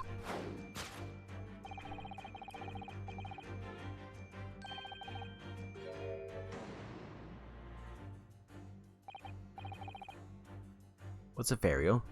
Farewell? Is the metal cap commonly found on the end of a cane, Mr. Auto? The bit that makes a nice clacking sound on the pavement? Yes, exactly. Mr. Shums is right. It appears to be missing on this cane. But it doesn't actually look broken, does it? No, it doesn't. But the gentleman certainly did recall that Mr. Shums identified the cane as suspicious. In other words, there's some secret about this cane that Mr. Benedict would rather we don't know. Probably those initials.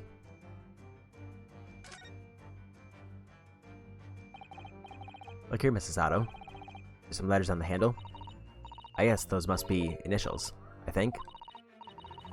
In the West, it's customary for people to engrave their belongings with the first letters of their names. So Herlock Shums would be HS, you mean? That's right. The initials on this cane, obviously. Oh. AG? Why does it feel as though that's not quite right? Take that!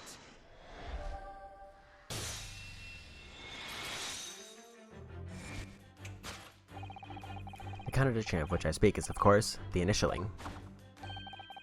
Most astute observation, wouldn't you say, Mr. Egbert Benedict? You're led to believe, sir, that your initials are EB. Yet, in a most possessive manner, you have in your grasp a cane bearing the initials AG. An incontrovertible contradiction indeed, would you not agree? No, you're wrong. This cane isn't. You said before that you had the cane for years.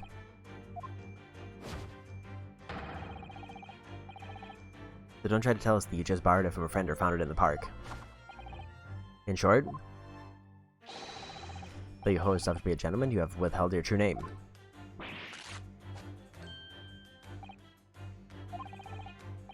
Your request, sir.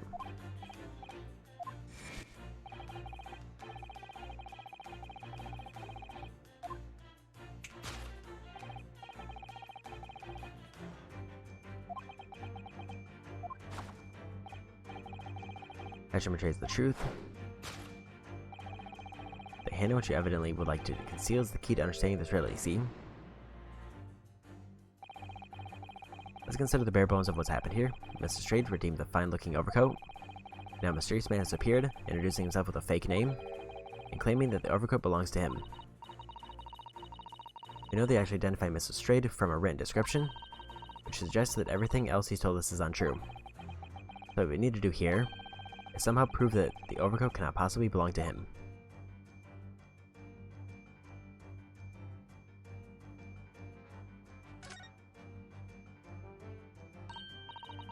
Oh, the seam on the shoulder there is coming apart. Look. So it is. Do you know? A moment ago, Mr. Benedict was surprised by something that was said. I thought I heard him make a rather strange noise. It sounded a bit like a tiny growl. And I think it was probably the sound of the seam ripping open.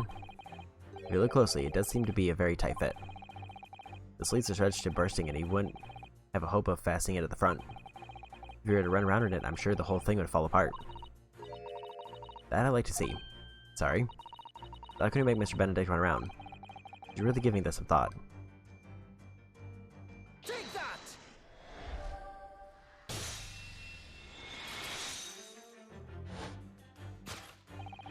The split seam, which you evidently would like to conceal, is the key to understanding this riddle, you see? Yes, because the overcoat is rather obviously a poor fit. Having forced it over your broad shoulders, the seam is already breaking apart. My suspicions were aroused from the outset. When you so boldly lied about your name and so boldly waylaid this pickpocket. The catalog of untruths has all been for one very specific purpose. To steal the article, the young girl redeemed for Mr. Winnebank.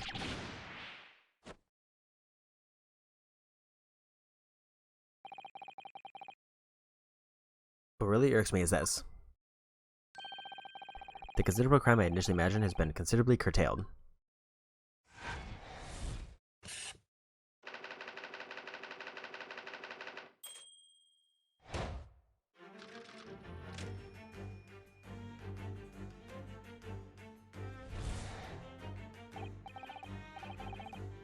Now, Mr. Benedict, let's continue. We must expose the details of this elaborate crime which you've been planning.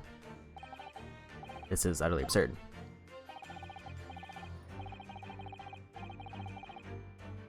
It's just that I, a gentleman, designed a wheeze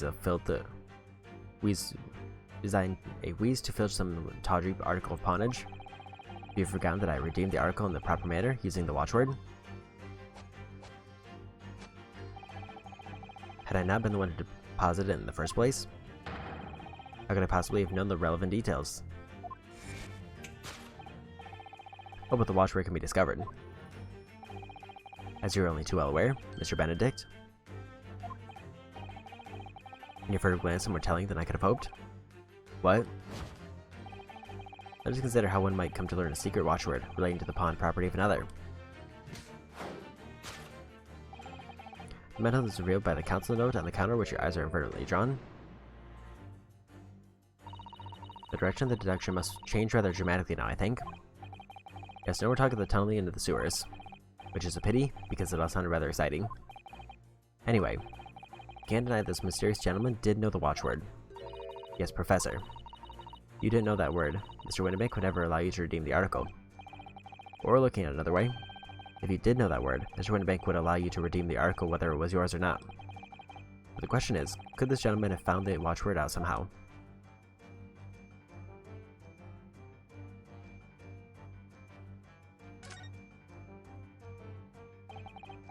Look at this, Mrs. Otto. It appears to be a memo that Mr. Winnebank has scribbled to himself. Let's see. What does it say? Professor.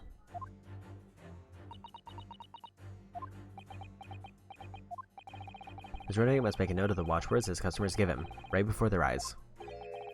In an alarmingly clear script as well. Oh dear. I don't know where to look. Who knows what other secrets I might see?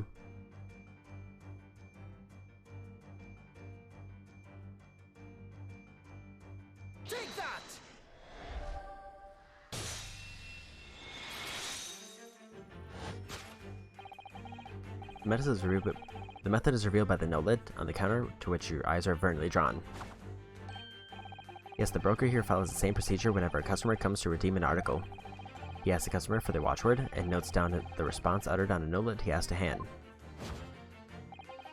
Then he consults the ledger and confirms whether or not the watchword matches that of the article in question. I would expect nothing less of a diligent pawnbroker, but his diligence clearly has its disadvantages. What are you talking about? It is increasingly apparent that you were present in the shop before your accusation against Miss Lestrade.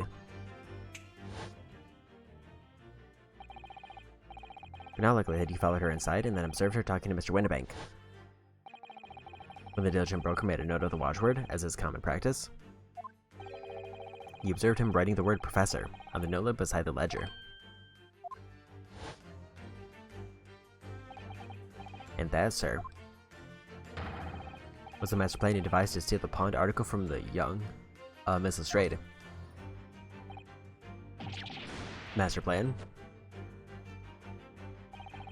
Which brings us, at last, to the final chapter of this lurid scheme. Why would you go to such lengths to redeem that particular article from this pawnbroker? For an ill-fitting overcoat hardly seems to justify the effort, much less a worthless music box disc. But naturally, you had a very good reason to make them yours, didn't you, Mr. Benedict? I have no idea what you're talking about. Allow me to present a rather interesting piece of evidence. This picture postcard tells us all we need to know. The articles we're talking about are the overcoat and the music box disc that was in one of the pockets, which, according to Mr. Winnebank, isn't even worth a penny. And yet this man went to such lengths to steal them. Why? I wonder if perhaps we already have the evidence we need to explain it, Mr. Naruhodo. Could we? Really? I better have a thorough look through all the evidence we've collected so far.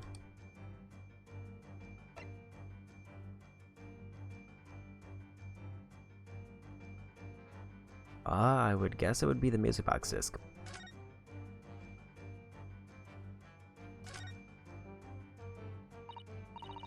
Or here's a little scrap of paper stuck onto the reverse side of the disc. Look. And it scribbled a word or two. It looks like somebody's name. For Mr. McGilden. Or for McGilden. McGilden it couldn't be. But it is Mr. Naruhodo. A name I shall never forget. For as long as I live. But why? Why is his name on this? Music box disinformation has been updated. Take that!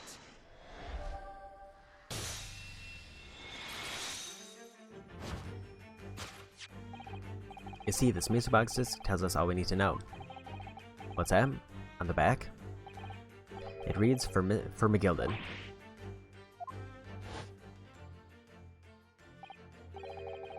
Mr. Magnus McGilden, the unfortunate philanthropist who perished in curious circumstances at the Old Bailey 2 months ago. A prominent man in London, though his loan-mongering demonstrated a distinct lack of scruples. So, you're an associate of his, are you? Or perhaps a subordinate? Mr. McGilden was a man of unusually small stature, in fact. He was precisely the right size for that overcoat that you squeeze yourself into. Your true identity remains shrouded in mystery, Mr. Egbert Benedict. But the final conclusion here is crystal clear. The reason you came to the pawnbrokery today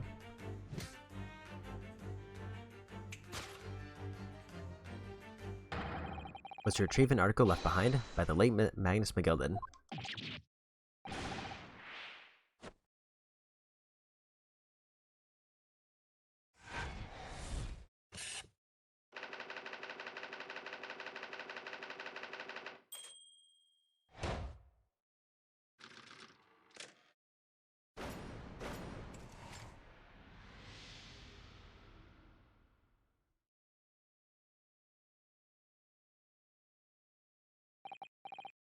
Well, Mr. Magnus McGilden. Not a name I expected to hear in these circumstances.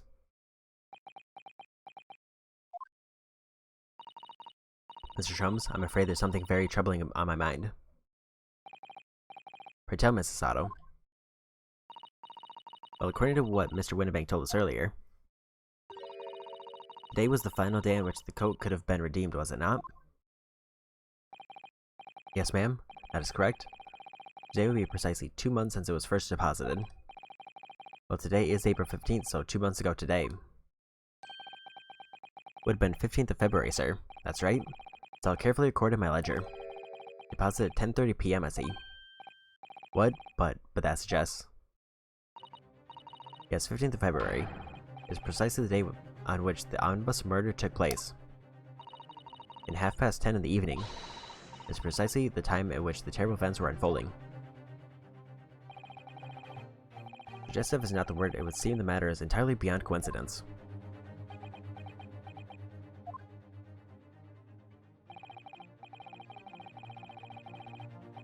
You are of course at liberty to make whatever outlandish deduction you choose, however. I must insist you hand over the music box disc, now. It would be a terrible shame for you to return to your native land in a box. What do I do?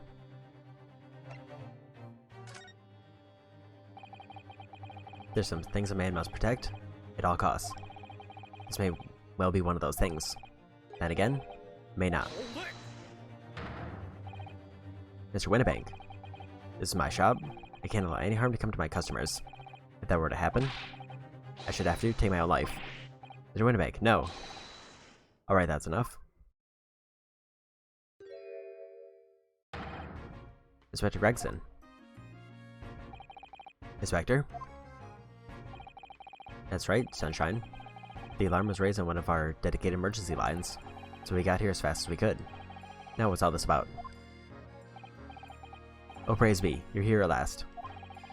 I was moments away from forfeiting my own life in my very own establishment.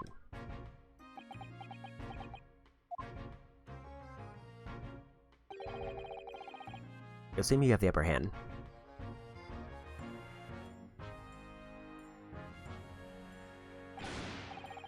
Right, you lad, I've got some explaining to do. I don't appreciate being bothered with some petty argy-bargy. Petty? Mr. Winnebank very nearly met with his end. Yeah, by his own gun, as far as I could tell. Oh dear. And the whole of Britain could meet with its end, if I don't get to the bottom of this case I'm supposed to be working on. What? What on earth is the case, Inspector? Bring no detail, Gregson. I might have said a little too much. No matter. It's nothing to do with you lot.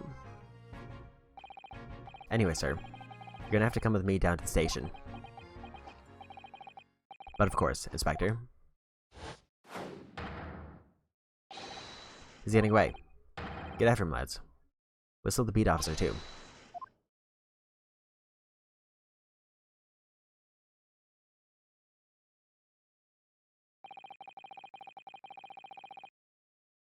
There's been a spate of thefts at pawn shops around here recently. They've hidden emergency buttons underneath the counters for brokers to let us know when there's trouble. Oh, Inspector, I was very worried there for a while. Very worried indeed. Now then, Mr. Permanently in Morning. Oh, yes. I'll be taking that whatever it is of Miss McGilda's down to the yard. Thank you very much. So hand it over. Oh, yes, of course. No, don't. Don't give it to him. It's mine, that is. Mine. I'm sorry, miss. But anything belonging to McGilded has to be taken as evidence now. As evidence? If the police demand something as evidence, my dear fellow, we have no choice but to capitulate. It's all yours, Inspector.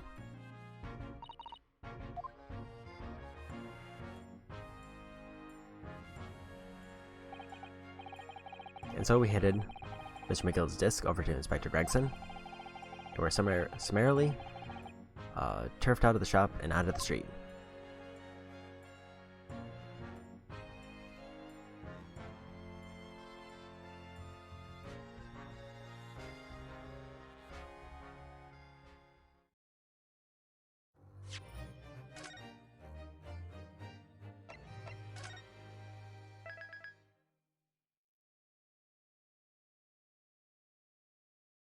Part 2 of the investigation.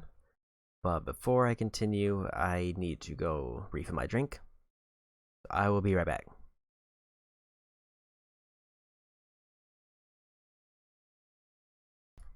Okay, I'm back.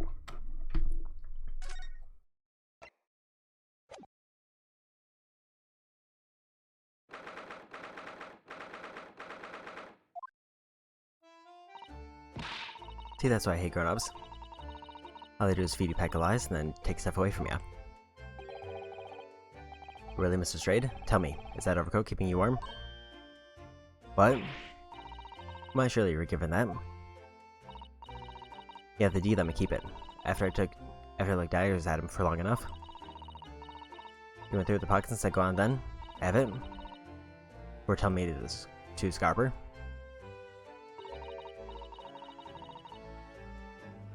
Always pays off, giving people a look like you hate him.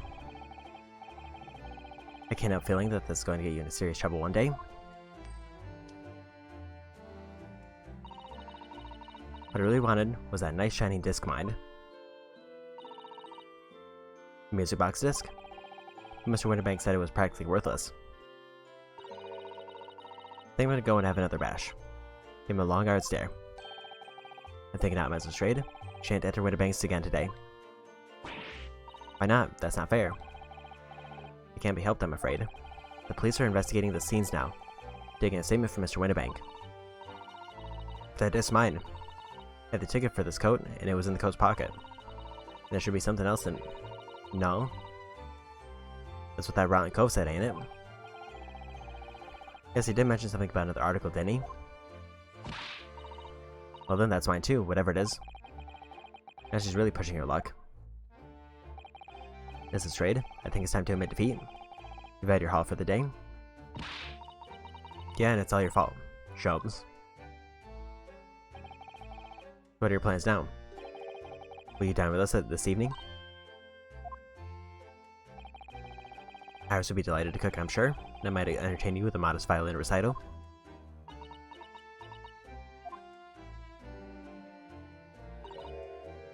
No. No? Why would I come around to your place? If you lost your head or something?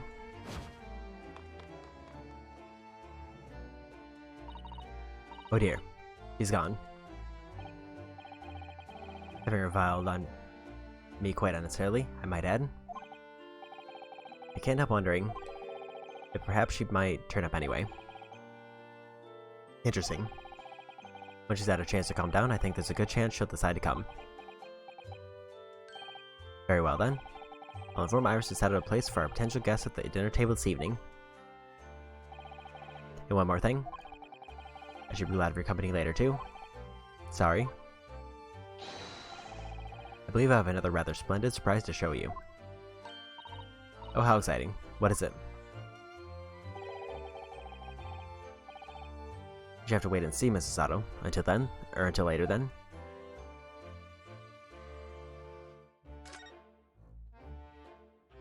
To see if there's any new checks. If not, then I will just head straight in.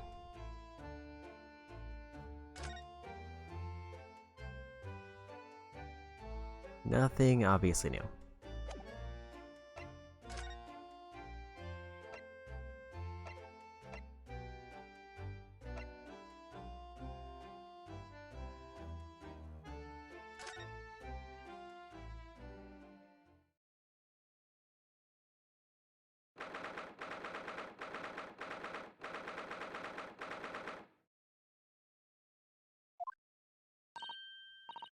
Susie and Runo. Come in, come in. Good afternoon, Iris. Thank you so much for breakfast this morning. Oh, don't mention it. Goodness, look at the time already. Busy as always? I am. I'm preparing everything for dinner this evening. Already? You're obviously cooking something special, are you? Oh yes, after all, we have a special guest joining us. Guess who it is? Go on. You'll never guess. Those little eyes are shining. Oh dear, it is awkward when you already know the answer, isn't it? It's Ginny, isn't that exciting? Oh, what a surprise. Yes, that's wonderful news. Oh, Iris seems overjoyed at the idea. I can't wait to learn some pickpocketing tips from a real professional. Oh yes, that does sound like fun.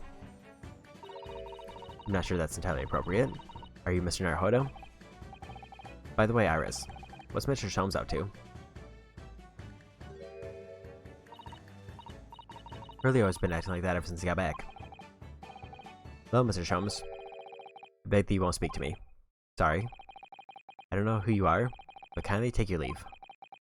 As you can see, I'm not here. I don't know how to respond to that. I do apologize. When he gets like this, he's completely oblivious to everything. Yes, I see. Hurley behaves just like a child sometimes. Hurley does. Mr. Jones and Iris have something of a parent and child relationship, don't they? Yes, it's so that Iris is clearly the parent here. Come to think of it, I wonder where her real parents are. What's the matter, Runo? You have ever such a funny look on your face. Oh no, it's nothing. I know what it is. Why does the little girl live here with Mr. Sholmes, you're wondering? Am I right? How did you? Runo, I can read you like a book. This girl is dangerous. Don't worry, you can ask me anything, I won't mind.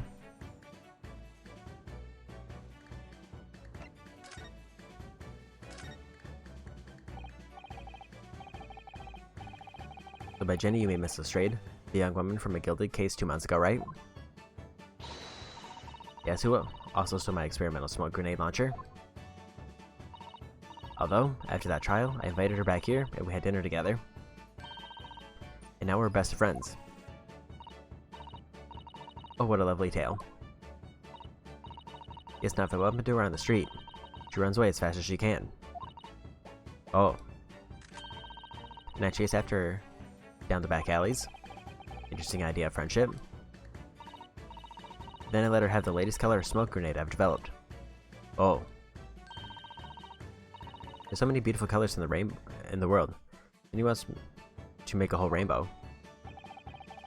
I suppose this means you've let Mr. Lestrade keep the smoke grenade launcher, have you? Yeah, that's right.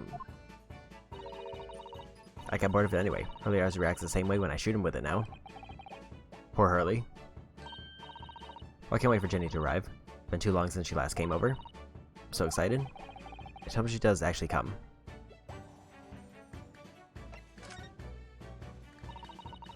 I'm sure you've been wondering, why is it Why it is that I live here with Hurley, haven't you? Well, it has crossed my mind. That and where are your real parents? My mom and daddy aren't with me anymore. Mommy passed away when I was born, and around the same time, my father, Hurley, had to go to a faraway land because of one of the cases he and Hurley were working on.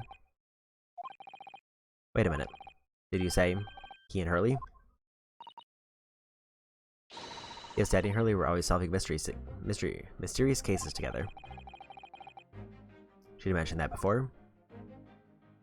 He wrote them all up in his diaries. That's in the metal chest over there. Really recorded them all. So you mean it's true? Mr. Sholmes really did have a partner with whom he tackled some of his most taxing cases? Well, yes, I mean, it's always nice to have one, isn't it? So Mr. Sholmes' partner was your father? Exactly. Hurley told me I wasn't allowed to look in the chest.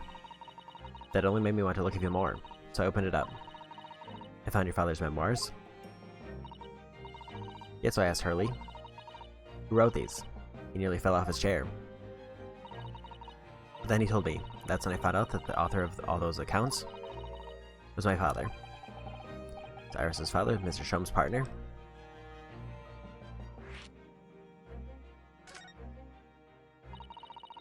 I practically lived with Hurley all my life. I was tiny when he took me in. So it came as quite a shock when Hurley told me he wasn't really my daddy. I mean, he must have done what Mr. Sholmes chose to tell you at such a young age. This is because he wouldn't have been able to hide it from me. Oh? Well, having lived with Hurley all these years, you might say that his ways have rubbed off on me. There's some things I can just see. Especially lies. I must know when people are lying before they open their mouths sometimes. Right? Anyway, I was so fascinated when I read Daddy's diaries. That's what inspired me to write The Adventures of Herlock Sholmes, actually. I'd always assumed Mr. Sholmes simply told you all those thrilling stories. Oh no, Hurley's hopelessly like that. Or hopeless like that. He forgets everything as soon as he solved a case, it all but vanishes from his mind. Oh, I see. The other day was so embarrassing. As usual, he totally forgot about the case he just solved. So the very next day, he gathered together all the people involved, and proceeded to solve the case again. It was quite a shock for everyone. You say that again? You share your father's surname, don't you, Iris? That's right, Wilson. Daddy is Dr. John H. Wilson. I learned from his diaries that he's a doctor of medicine. That's what prompted me to study and study, so that I could earn a doctorate as well. Iris's father, who went to some distant land, and is a doctor by the name of John H. Wilson.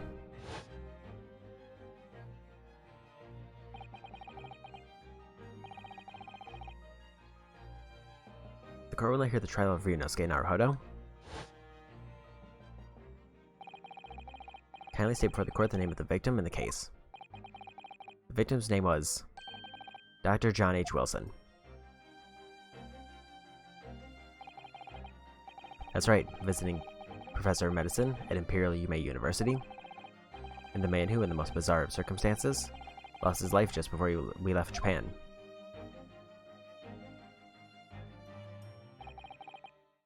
Miss Osato? Yes? Perhaps we shouldn't pursue this conversation any further at this time. I think that would be for the best.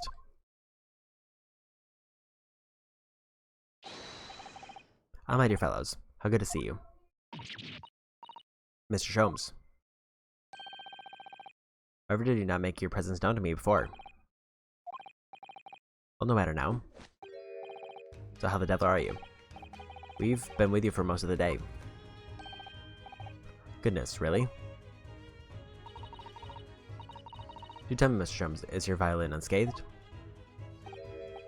My violin? Whatever you're talking about, my dear madam. Oh, never mind that now. I have something far more interesting to show you. Behold, my dear fellows. Oh, another mystery box disc. No, not another disc, Mr. Sato. This is the one that Gregson demanded we hand over as evidence, Mr. McGill's disc. Oh my. Then, what's it doing here?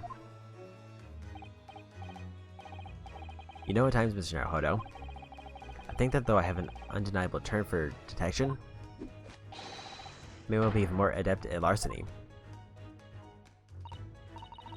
Although it would be wonderfully exciting, I'd be your pickpocketing assistant.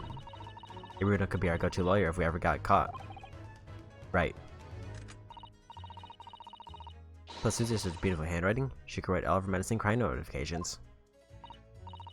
Yes, I'd be delighted. I'm just gonna pretend this conversation never happened, I think.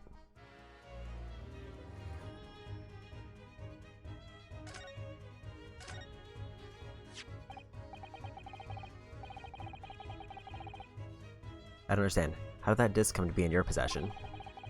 I thought Inspector Gregson took it back to Scotland Yard. Quite correct. And that sort of uncompromising attitude is precisely why I was carrying some of this. That's a bar of caramel, Mr. Sholmes. Your one and only friend in times of loneliness, if I'm not mistaken. If you'll humor me, my dear fellows, cast your minds back to when the good detective confiscated the disc.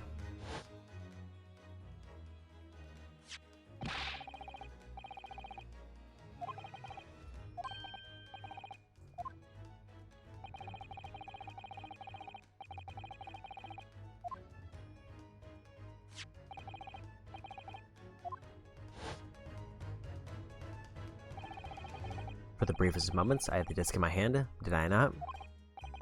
Yes, you did, but I still don't understand. It was at precisely that moment that I summoned my one and only friend into action. I pressed the disc into a pair of bars, like this. That's amazing. The disc and all the minuscule protrusions have made an image in the caramel. Indeed, this caramel is quite exceptional. I developed it myself, you know. Suitably soft for making impressions, but resistant to melting, the result of a precisely controlled solution. How extraordinary. Carrying a pair of these on one's person frequently proves very useful indeed. Take a house key, for example, a simple press, and its unique form is duplicated. I can enter anyone's property at will, and never without high sucrose nourishment. Yes, it sounds illegal. From the image, I was able to create this. I confess I was most curious to know what manner of music would issue from the disc when played.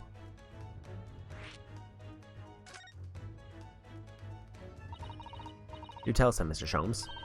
What music does the disc play? Well, unfortunately, I have no idea. No idea? None whatsoever.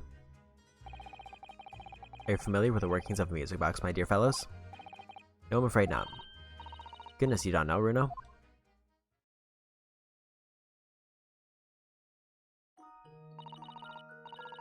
Inside a music box, there's a special metal piece called a comb. That's what produces the sound. Small protuberances pluck at the different teeth of the comb as they rotate past it, making the different notes. The first music box to be invented used a rotating cylinder with protuberances on it.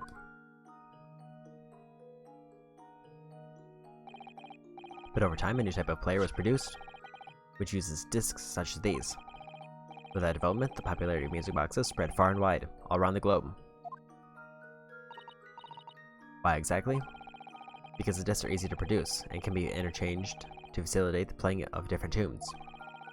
There are a great many firms in Europe, and manufacturing music boxes as a result. It is wonderful to be able to enjoy music, even when no performer is present. But it is the very success of the invention that means we are now presented with an insurmountable problem. What do you mean? As you may imagine, the construction of one firm's music box does not match that of another. We have no way of knowing in which music box this particular disc was designed to be played. There is no resolution to this problem, I'm afraid. It is quite intractable. I see. So that's why? Naturally, I tested the disc in those few music boxes I have at my disposal. But as you can hear, to no avail.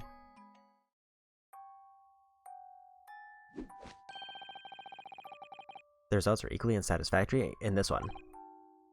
So, I am presently engaged in inquiring an example of all the music boxes ever made in Europe. Every single one. That's early for you. I was taking things too far. My dear girl, an unsolved riddle is quite repugnant to my constitution. But surely all the different types in Europe will amount to a huge volume of music boxes, won't it?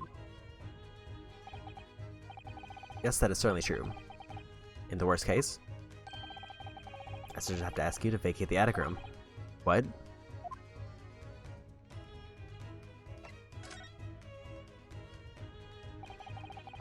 Unspeakable, not a name I expected to hear again so soon. Yes, it's only been 2 months since that grisly case.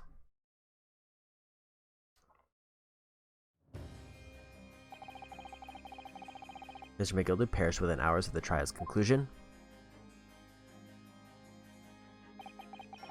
Was it the curse of the Reaper? No one knows till now. The omnibus was reduced to a pile of ash. Not a shred of evidence remained. And with the man's death, the truth about the murder in which he was so intimately involved was buried.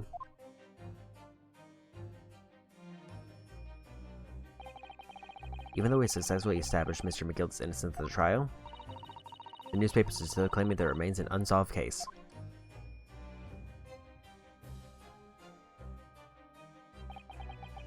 The murder of the brickmaker, Mr. Thrice-Fired Mason.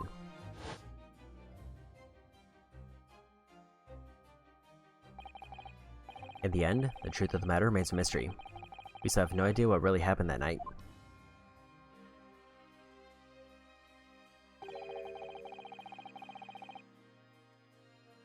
And although Mr. McGilder was found not guilty through my defense, I still don't know if that was the right judgment or not.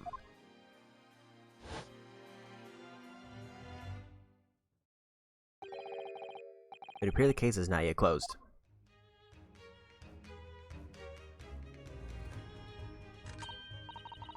Well, it's time I started getting things ready for dinner, I think. Dinner will be here before long. Thank you, Iris. Well, you must let me help you then. Of course, Susie. There's plenty to do. I think I shall investigate the condition of my faithful performing partner. Now then, where did I leave it? Let's be a lesson to you, Mr. Sholmes. Never leave anything too precious with the pawnbroker. Yes, you may be right. Oh, that reminds me of something Mr. Windibank said before.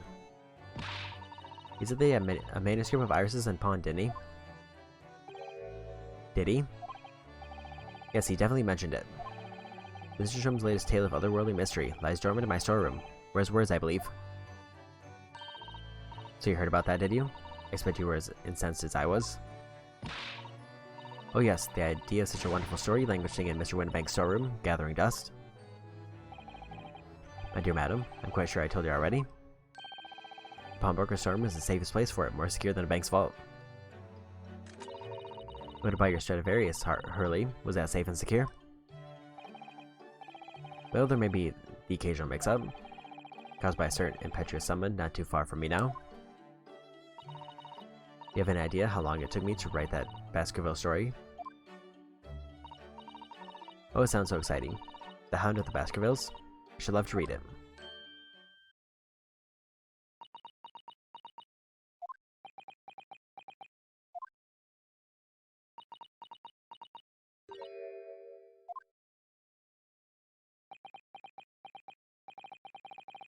What's going on here? Why does it feel like an icy chill just swept through the room? Susie, what did you say? You said The Hound of the Baskervilles? But how could you know the full title? Well, that's because Mrs. Sato is such a great fan of all the stories about Mr. Sholmes, of course. Bruno, The Hound of Baskerville has never been published. What? When I showed Hurley the manuscript, he told me that I wasn't allowed to publish it yet. I don't understand. That's why I said that he'd keep it safe. Until it's the right time for the story to be made public, you see? That's why the manuscript is at Windibank's. And yet, how could Susie here know its title? Well, Hurley, what's going on?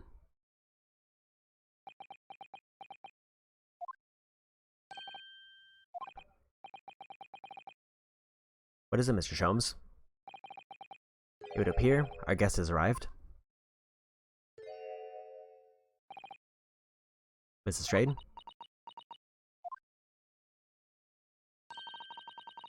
This was a bad idea. I knew it. I weren't welcome. I'm going. No, wait, Mrs. Strayed? We've all been eagerly waiting your arrival. Haven't we, Iris?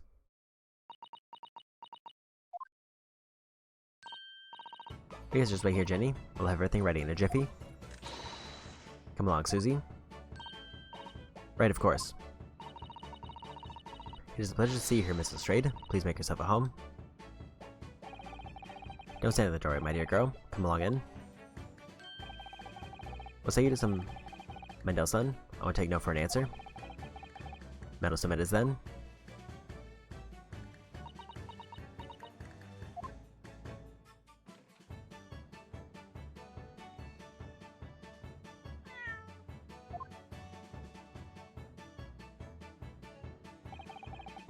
That evening, Iris prepared us all a meal that was even more delicious than usual.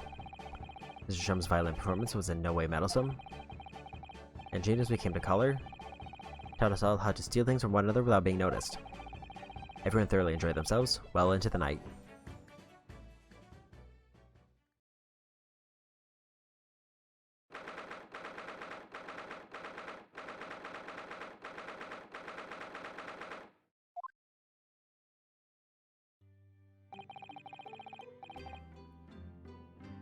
It was a very enjoyable evening, wasn't it? Miss Iris's cooking was truly divine. And I feel as though I can still hear the enchanting strains of Mr. Shum's violin even now. Best of all, I bet I could steal the glasses from his lordship's face next to him next time we're in court.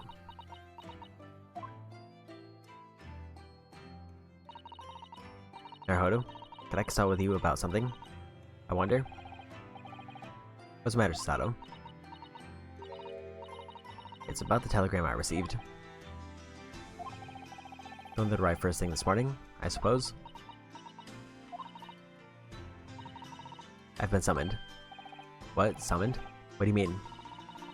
The telegram is from the Lord Chief Justice's office. Lord Strongheart has asked to see me.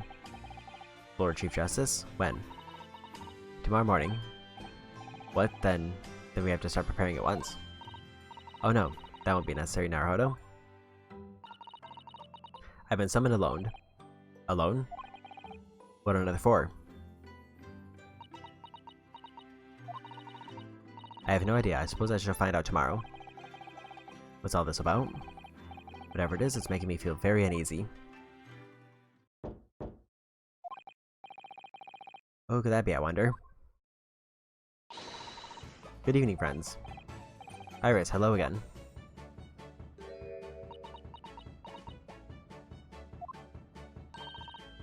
And Gina too.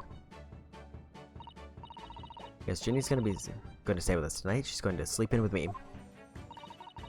Isn't that right, Ginny? Well, yeah. How lovely. Let me make a pot of tea.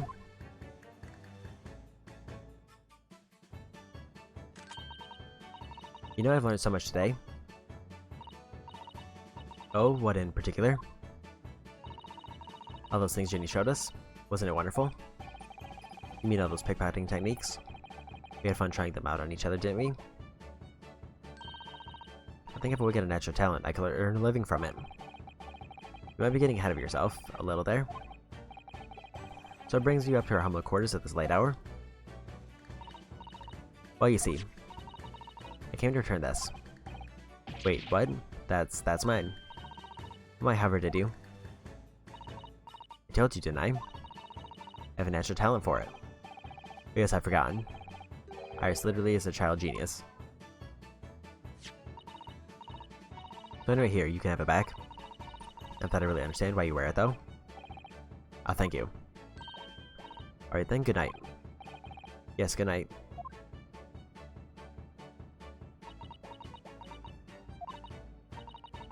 This is your office, is it? What do you think, Ginny? I think I wouldn't fancy my chances with a lawyer who lives in a place like this. Yes, me too. Seems as though Iris here still has something she'd like to talk about. I suppose. She probably wants to talk about the manuscript. Yes, I suppose she probably does.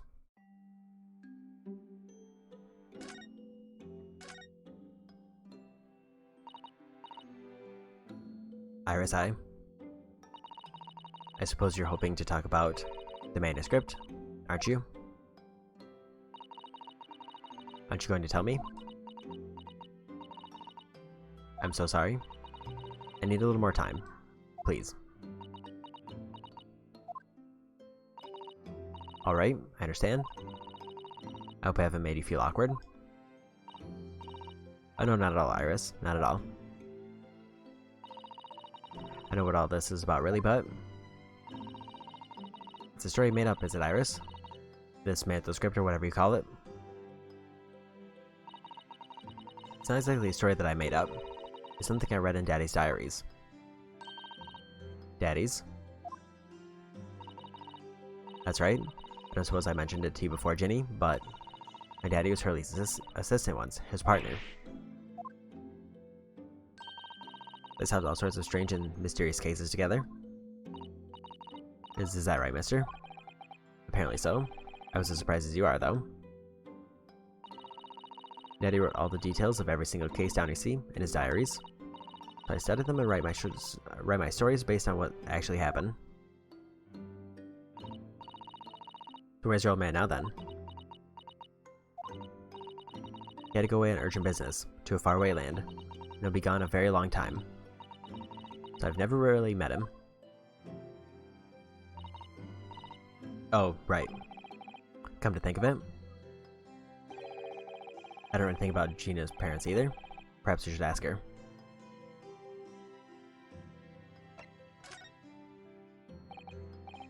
Iris, this Hound of the Baskerville story?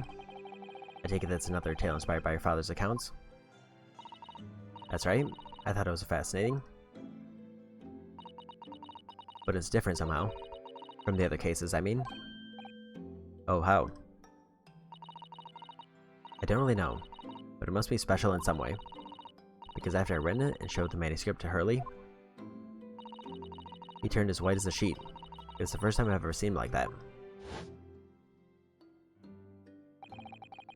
Pains me to have to say this after you've toiled over it for so long, Iris. But this story must now be published at this time. Under any circumstances. Why not is one of my best works.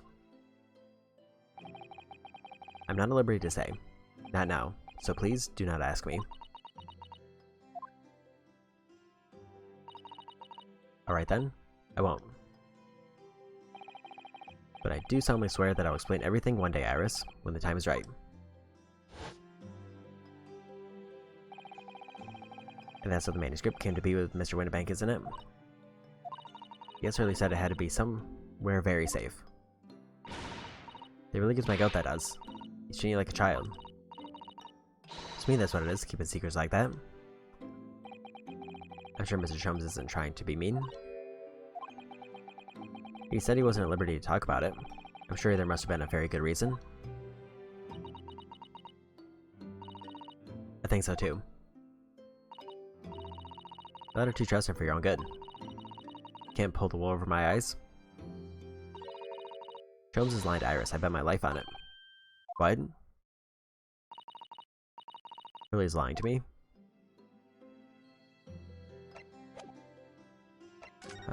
Before I talk to Gina, just see if there's any new items. What are you doing? Look, I'm not gonna steal nothing, alright? It's all junk anyway. Charming, I suppose I should engage, I guess, in conversation, really? Okay, so it's just a general area thing.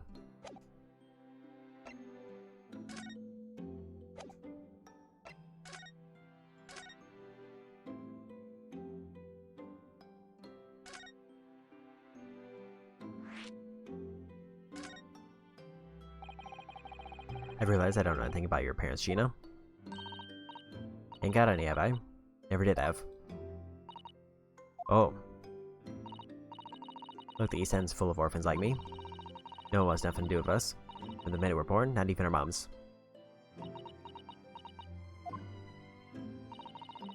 But we all stick together. The older ones go after the little ones, and make sure they get by. So that's why you're pickpocket.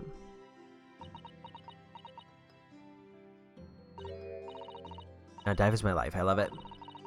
Get a kick out of it every time I lift some pompous idiot's perps. And that's all we all afford to eat. Like grabbing it, eh? That's how I see it. Oh, Gina. I do think about it sometimes. It would be like to have parents, I mean. I started to make everything alright. But I haven't listened to what Iris just said. It sounds like having parents ain't always easy either. I mean, if you know you never had them, you don't feel like you're always wanting to meet them. It's true. I do want to see Daddy, so much. Oh, Iris.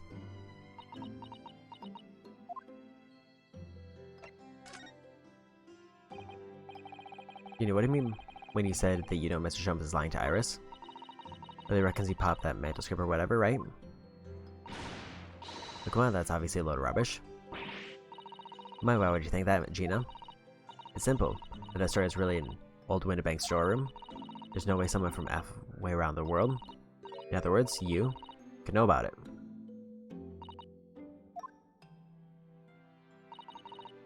It's Iris, but if you ask me, he sold it. Without telling you. But Hurley would never do something like that. I'm sure of it. Grown-ups do a lot worse than that, believe me. Bare-faced liars, a lot of them. You just ain't realized it yet.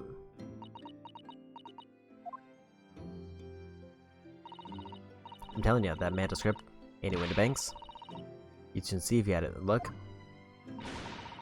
Even you think you can trust him, I don't. That Shums is a liar, like the rest of them. If I'm honest, I've wondered if Hurley is telling me the truth sometimes. See? Oh, but I don't mean that I think he sold it. I mean that I sometimes wonder if he might have hidden my manuscript somewhere. Somewhere I don't know. Even though it's wrong of me to doubt him. Doing too hard and stuff, Iris.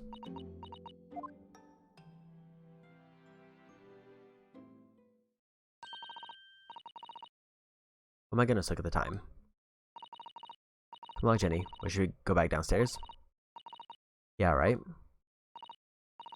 Please don't mention any of this to Hurley, will you? No, of course not. Good night then, Iris. Good night, Gina. You want somebody to make breakfast for you tomorrow morning, I insist? Oh yes, please. Can't wait, Susie. Good night then.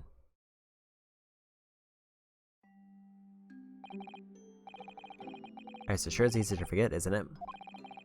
Sometimes she speaks just like an adult, but deep down, she's still just a child. Well, I think it's time that I turned in for the night, too.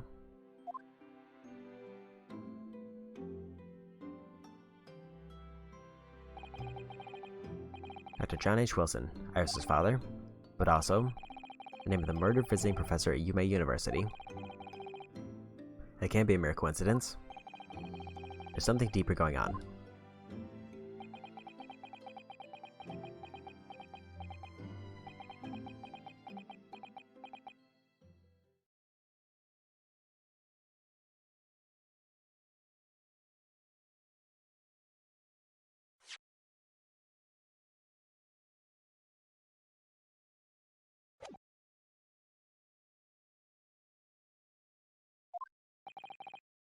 Mr. Naruhodo?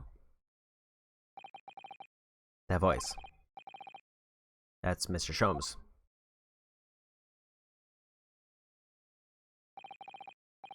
What's going on in the middle of the night? It's Mrs. Strayed. She's gone. Gina? She's supposed to be sleeping in Iris' room, but her bed is empty. Well, she's an independent young woman. She probably decided to go home, no? I think not. From speaking to her before she retired, I received the distinct impression that she was looking forward to breakfasting with Mr. Sato. I don't believe the girl has gone home, but I've been waiting for over an hour now. Over an hour? Oh. If you'll indulge me, look out of the window, my dear fellow. What's this about?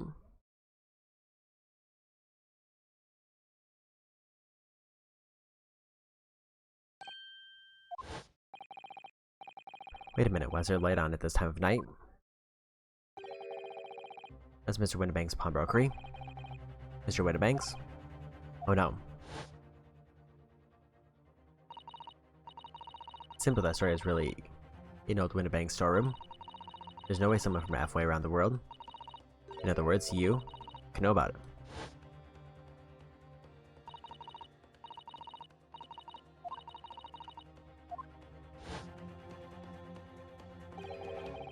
Could Jean have gone? It seems you have some knowledge of the situation, Mr. Naruhodo. Sorry, oh, no. No, not really. Well, anyway, we must investigate. At once.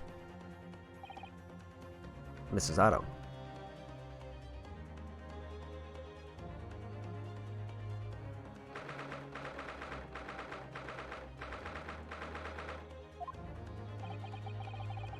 Door to Windibank's. It's open.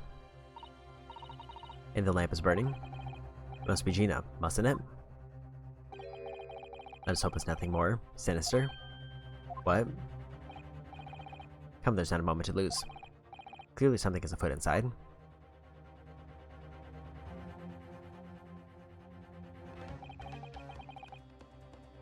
There's no one here? Oh yes, there is.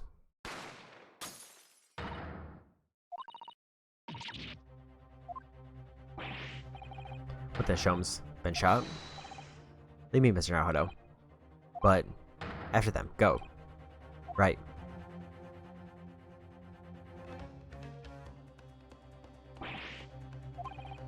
I've lost them. Oh, what have we here? I was just raised from this pawnbroker, sir. We know something about that. Officer, come with me. It's my friend, Mr. Shomes. He's been shot. Shot? With the policeman close behind me, I ran back to Windibank's.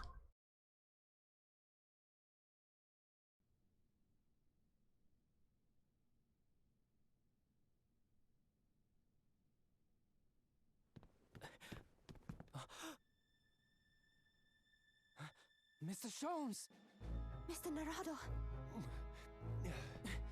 How bad is it? Never mind me, but there's much at stake. Behind that door. In the storeroom. Hurry!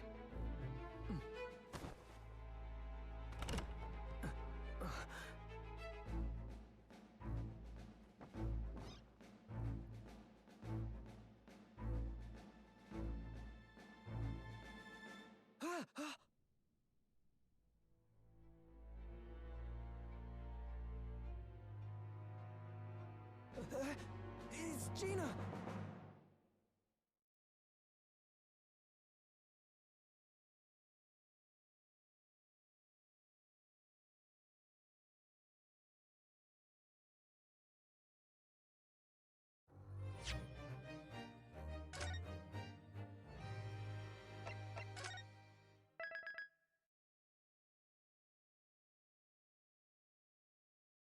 And part 3 of the investigation. So it does seem like this is going to be a real long chapter.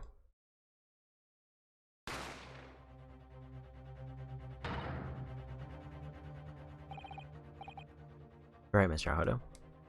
I was just repeating.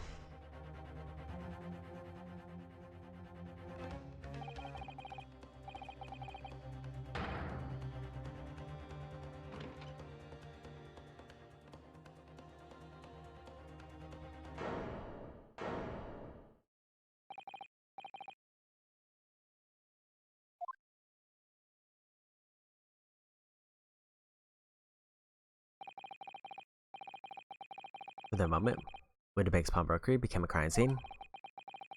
Everything that followed happened in a whirlwind of activity.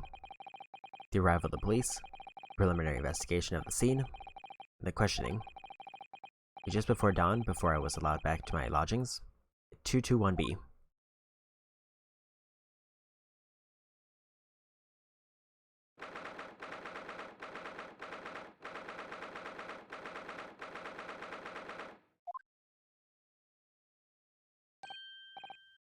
Oh, Iris. The telegram came, but all it said was, "Wait at home." Oh, yes, we asked one of the policemen to have it sent. It's simply impossible to come back. When I woke up, I was all alone.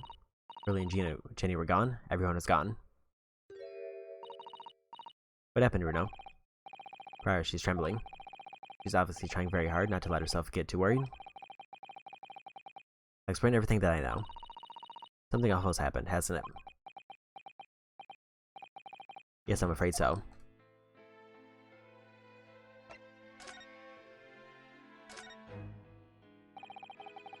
I'm sorry to tell you this, Iris, but Mr. Winterbank is dead.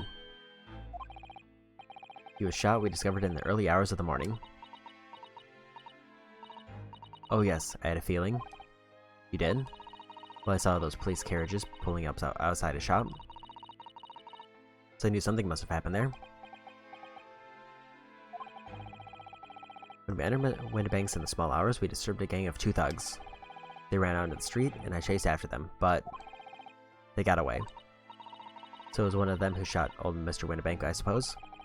I don't know, but that's not what the police believe at the moment. Oh, why not? They've arrested someone else as their prime suspect, you see? Gina. Ginny? But why? Well, the thing is, Ginny wouldn't do something like that. I know, none of us think she did it. Then why have they arrested her? I'm sorry, there was nothing I could do.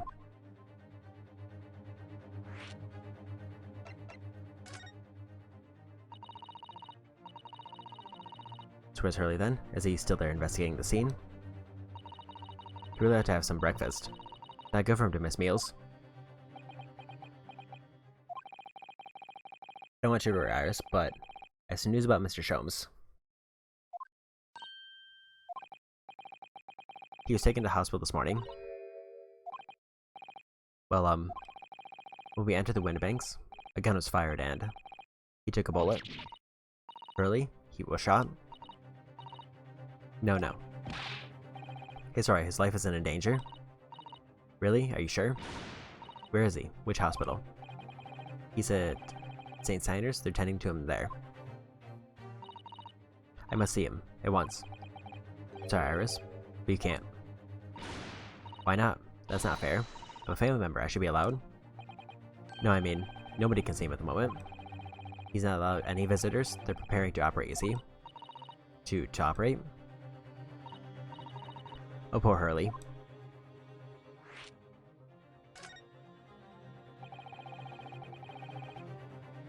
Here's the 2 thugs who were in Mr. Winterbank's shop.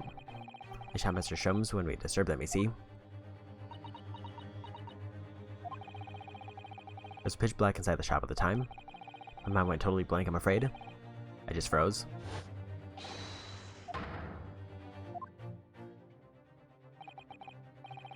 After that, I ran out into the street, but, well, they were long gone. I shouldn't have hesitated. I'm so sorry. It's my fault. I let them get away. I think that's a very good thing. Sorry. Well, if you'd seen which way they went and chased after them, you might have been shot as well. On top of everything else, I couldn't bear that. Oh, Iris.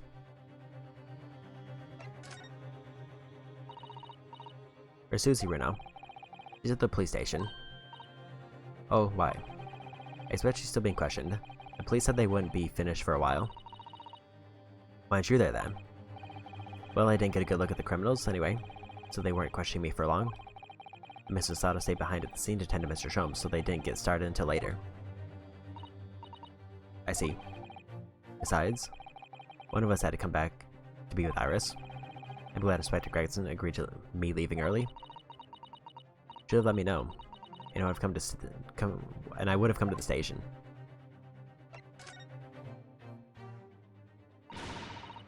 understand why they arrested Ginny. It's not fair. What about the two thugs that were at the scene, and why aren't they the prime suspects?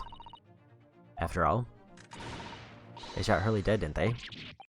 No, I mean, Mr. Sholmes isn't dead, Iris. This is also horrible. Thing is, Mr. Winnebank was found on the floor in the storeroom, where he keeps all of the deposited articles. And the storm door was locked from the inside. I see. But he wasn't alone in there. Gina was found next to him on the floor as well. And according to the detectives who investigated afterwards... Don't tell me there's no one else in the room? Yes, exactly. How did you know? What's the only explanation? Yes, the only explanation, indeed. What do you mean by that, Bruno? Well... what can I say? I'm damned if I agree, damned if I don't.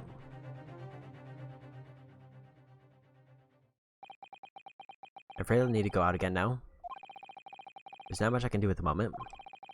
But I can at least try to find out how Mr. Sholmes and Gina are getting on.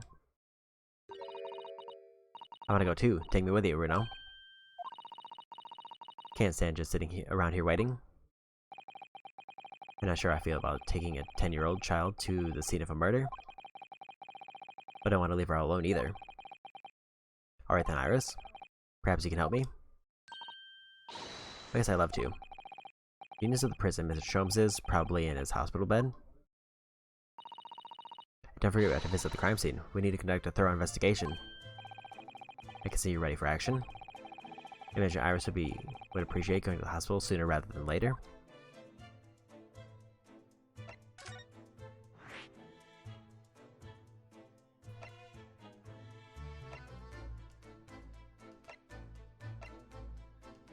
I'll probably want to go to the hospital first.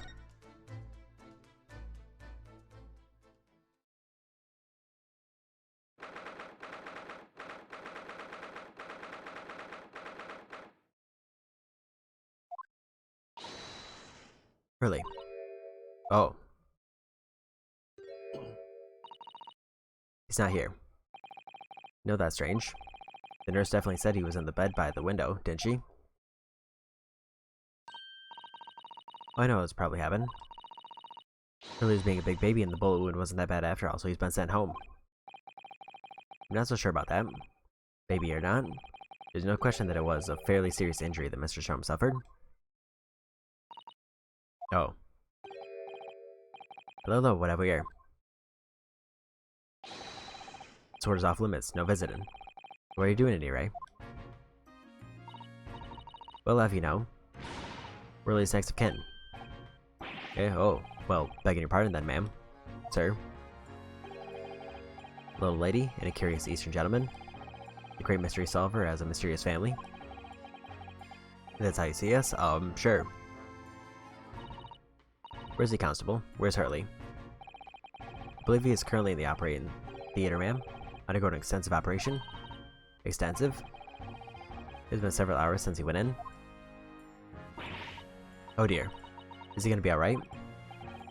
Well, it doesn't appear to be working, you see. The anesthetic, that is. Oh. I heard a report that gentleman claims he may have had a little too much to drink last night. Coffee, that is. Anyway, I think it would be fair to assume that he won't be back here for several hours. I see. Thank you, Constable. Perhaps you should leave and come back later. Oh, poor Hurley.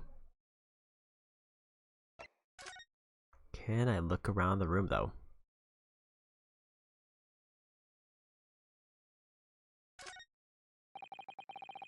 Say Mr. Sholmes' bed. Poor Hurley. I know it looks as stiff as a board, doesn't it?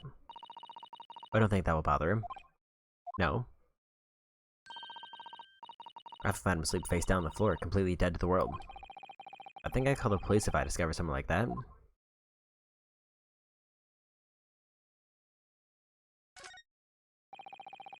There's a notice board on the wall here, look. See, what does it say? Thought of the day, on seeing any vermin, calmly and discreetly inform, matron. I guess they have rats and mice in hospitals like this, that love to feast on all the medicine. If you don't deal with them, there's nothing left to treat the patients. Rats and mice? Oh, I see. This is a rather old building, I suppose. the doctor is all very good, I hear. I certainly hope so, for Mr. Chum's sake.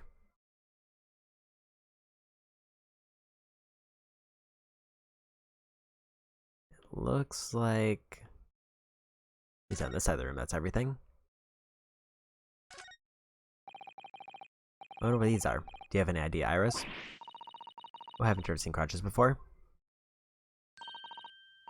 Let me explain that for people with leg injuries, to help them walk, you hold the one under each arm, you see? Ah, right. I thought they were weapons of some sort. Why would there be weapons in a hospital? I thought maybe a fighter had been injured in a battle contest and had been brought here along with his weapons. That's surprisingly plausible.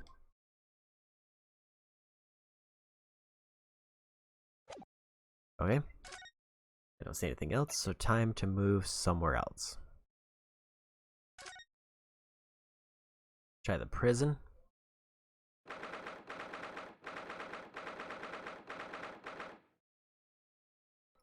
I feel like we're gonna end up going to the prison last anyway.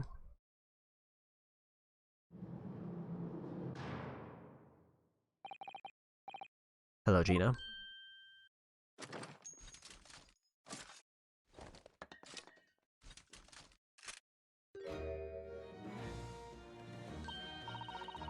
We set the grenade launcher Hurley and I made. I wish you wouldn't point it at me all the time, though. What are you here for? Ginny, I have a feeling it's because of us that you've ended up in trouble. So we think they might be able to help you. Well, you can't. Sorry. You heard. Get lost. Don't be like that, Ginny. I know you didn't do it. You never shoot someone. I should know you wouldn't. You think you know me? Pull the other one. Oh? You got the first idea about the likes of me. I'm a thief. I pinch people's purses when they're walking down the street. That's how I get by. When I saw me a chance, I sneak into a pawn shop any day of the week. Just see what I can lay my hands on. Get it? That's the kind of person I am. But Ginny, I'll be in court tomorrow, they said. Some Cole came by before and said he'd be a lawyer for me or the like. Said it was my right or something. But I told him to get stuffed. I don't need no lawyer. I don't need one. Couldn't be staring at me any more obviously if she tried. Why are you being like this, Ginny?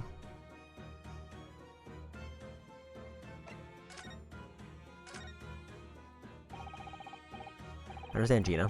Why'd you send the public defender away? You wanted me to sign some papers, representation papers or something like that. It's all gonna be rigged anyway, the whole trial. They'll pin on me because I'm a kid. That's what grown-ups always do. Why do you think that? That's how it's always been for me, growing up in the back slums, my whole life. If you do what the grown-ups tell you, you'll get your mates dragged off by the coppers or worse. I've had it happen to me before and all. Been sold out and nearly snaffled on the back of it. Can't trust no one, that's the point. As soon as you do, you're gone to grass. Gina, listen. If you like in tomorrow's trial, I could forget it. Ginny, don't you trust Runo? No, I don't. Look, I'll ask you nicely now. Just leave me alone.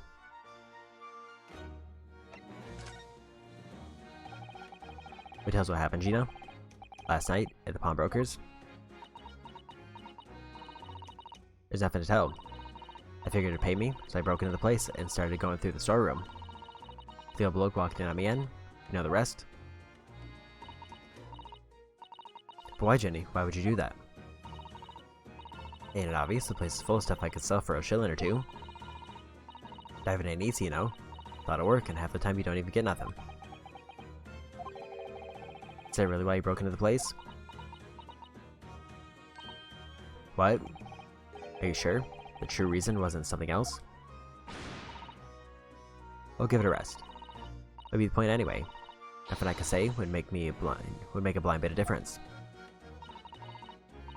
Please tell Jenny, we'll believe you, whatever it is. Believe me? Don't be daft, you can't believe nothing. Everyone lies all the time. You know what? When it comes to liars, I'm the biggest one of the lot. I've told some unforgivable lies I have. What do you mean by that? What unforgivable lies.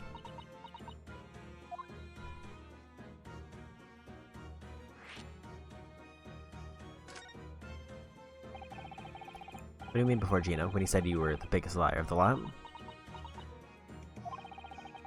Why'd you tell us what these unforgivable lies you've told are? Maybe we can help. Sorry. We're out of time. They're gonna want to question me now. Ginny, please. Oh yeah? I wanted to give you this. Something to remember you by.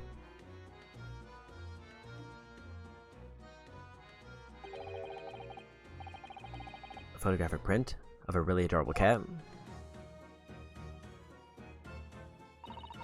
I found it in one of the pockets of this coat. Ain't no point in me having it. I wonder what a little photograph like that was doing in a pocket of that overcoat. Anyway, don't bother coming again. Oh, Ginny. The white cat photograph has been entered in the court record. A photograph depicting a sweet little white cat obtained from Gina while interviewing her in her prison cell.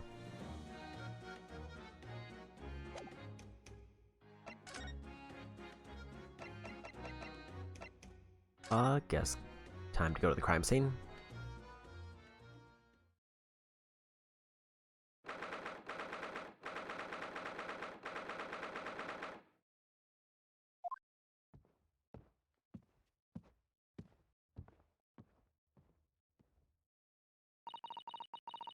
This is where it happened then.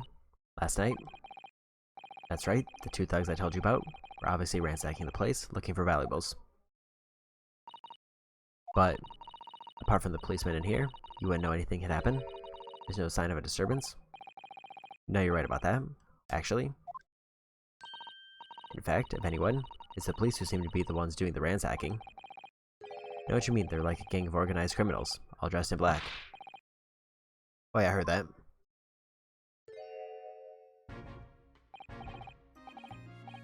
Oh, Inspector, good morning. I suppose I had to thank you for your vigilance last night. Got to the scene before I was disturbed, at least. Shame that the two rogues get away mine. Yes, I'm sorry about that. I thought you'd assign extra men to the beat around here, Gregsy. Now look what's happened. Hurley's been injured because there weren't enough police on duty. Your ladyship. Don't tell me you were coming. I expect you to take full responsibility for what happened to Hurley and see he has the very best medical care. Of course, your ladyship. The very best doctors in the capital are tending to him as we speak. I don't think it's Runa's fault that the rogues managed to get away, is it? Chasing criminals is the police's job. Absolutely, your ladyship. As you say, ma'am. As you say.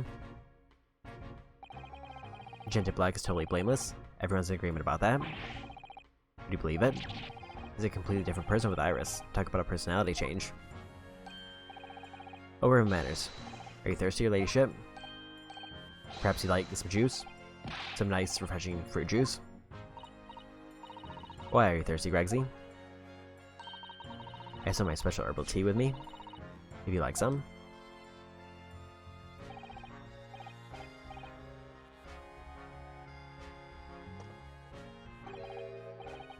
Lovely. Thank you very much. That really hit the spot, your ladyship. I don't even recognize him like this.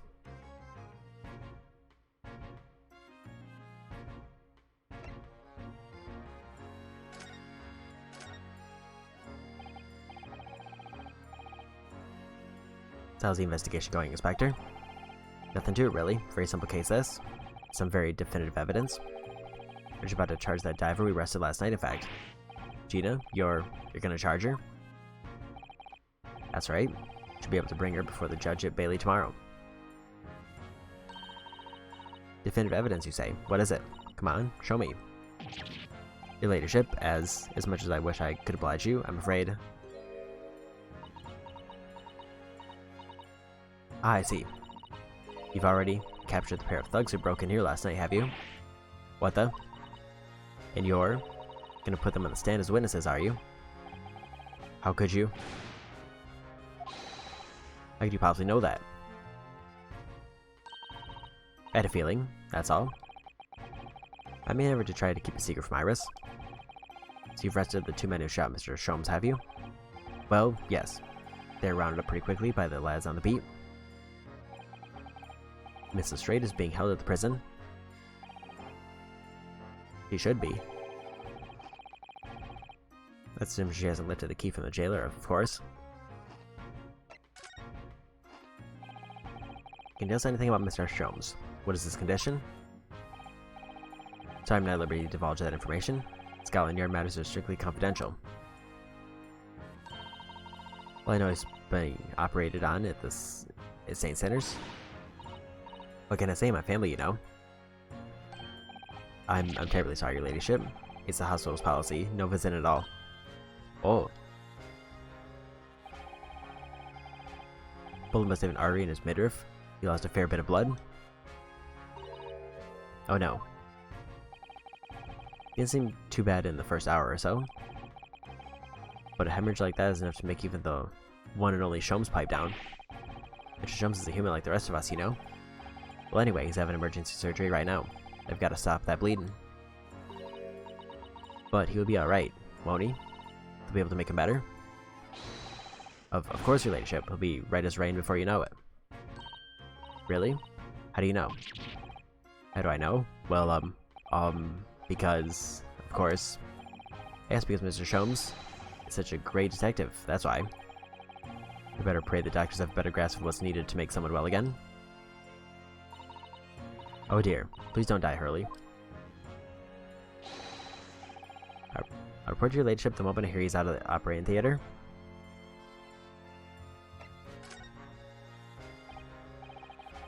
Couldn't help noticing, Inspector. What out with the sunshine? Well, there seems to be a marked difference between the way you talk to me and Iris. Watch that, honey. I'm Copper. Way to go in for favoritism. But he's right, you do treat us differently. It's because of his adventures of Sherlock Sholmes. Stories, that's why. Oh. I crop up in him, don't I? Inspector Tobias Gregson? Oh, well yes, because you're an acquaintance of Hurley's. What do you write about the Inspector, Iris? I don't remember, really. It was one of the Sholmes lines. Gregson's the smartest of Scotland Yarders, is how I put it. Oh, did I write that? You know what that line did for me? The very next month, my pay doubled. Doubled, I tell you. Oh, that's amazing.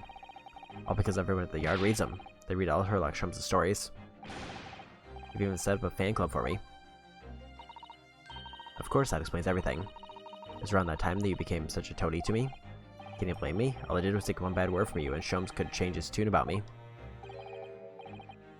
Gregson, no. The great detective will say. He's getting quite overrated these days. Think what would happen to my salary if that came out in print. The whole thing gives me the willies. Can't tell you how many nights of sleep I've lost to worrying about it. But that would never happen, Gregsy. Every month when the new Rance magazine comes out, my hands are trembling as I turn the pages. I'll offer for you. Here, have some of my tea to settle your nerves.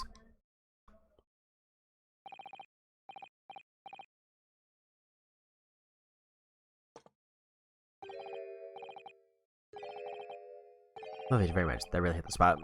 Your ladyship. Oh, yeah, there's something I was supposed to talk to you about, actually, Mr. Naruhodo. Yes, what is it? I've got an important message for you. I clean forgot about it until now. An important message? I wonder what it could be.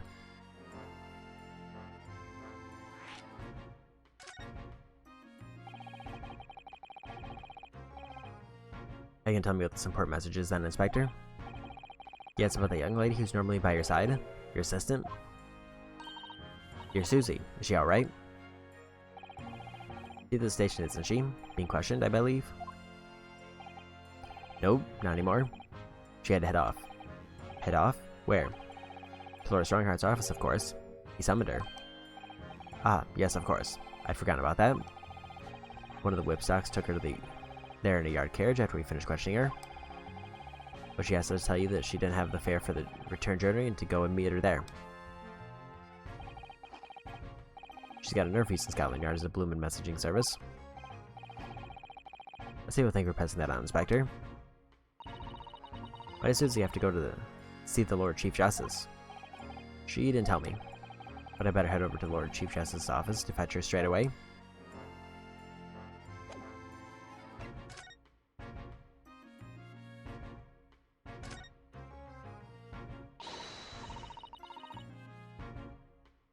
Alright then, let's see what we can uncover. What do you think you're doing? Can't touch anything in here. Oh, but we were hoping to investigate. There's a crime scene, for Pete's sake, no touching. There's a problem, Gregsy. Bruno's a lawyer, you know that? I'm ever so sorry, your ladyship, ever so sorry. The rules and regulations are a thorn on my side. Of course, Mr. Naruto was to have been properly appointed by the accused, that'd be another matter. The accused? You can show me some representation papers, I'd be only too happy to let you know it's around. Did you hear that, Bruno? Need Ginny to sign some representation papers. Looks like presenting the detective here with the correct paperwork is the only way.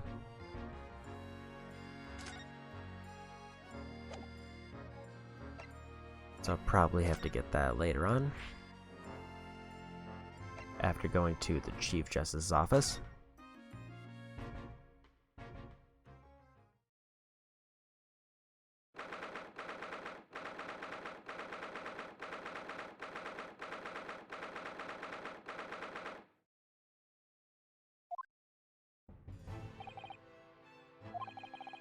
Yes, no matter how many times I come here, I always get the same sense of oppressiveness somehow.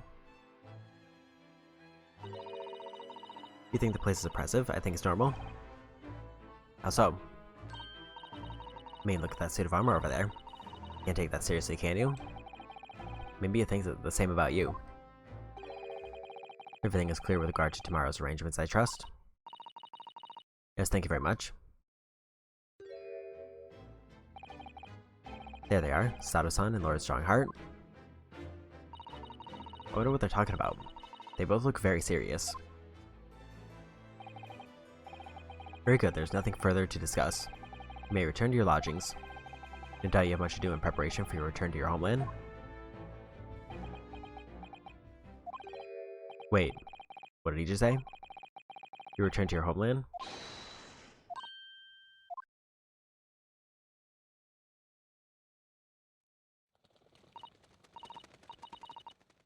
Oh, Mr. Naruto. What was all that about?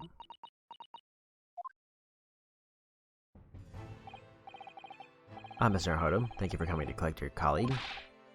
What's this all about? Why are you talking about Miss Susato returning to her homeland? And tomorrow?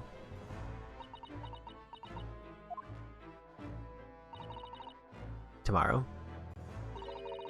What about Ginny's trial? You mean? She's been formally charged now? Oh dear.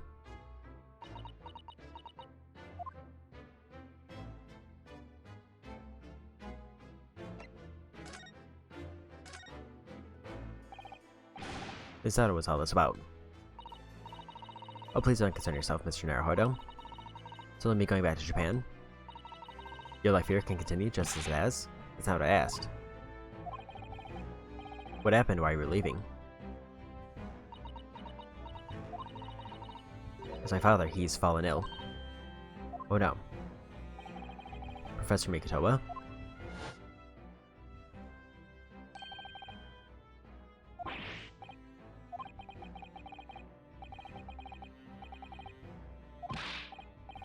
Since this is a flashback, I'll just skim over this.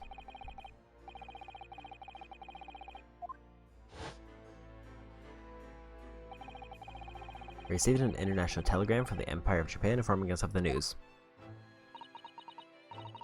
10 days ago, Father collapsed with a fever. The cause is apparently unknown. And it seems he grows weaker day by day. I don't believe it. As you're aware, the voyage from here to your country's capital, Tokyo, takes some 50 days. I thought it would be prudent to hasten Mrs. Sato's departure as much as possible. Yes, absolutely.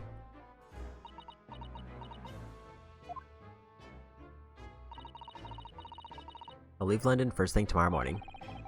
Can't believe this is happening.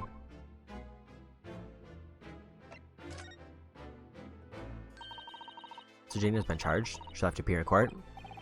Yes, she was formally charged a few hours ago. The day of the trial has already been set for tomorrow. No, not even 24 hours later. Gina, the illustrated girl, and the murder of the Baker Street pawnbroker, yes.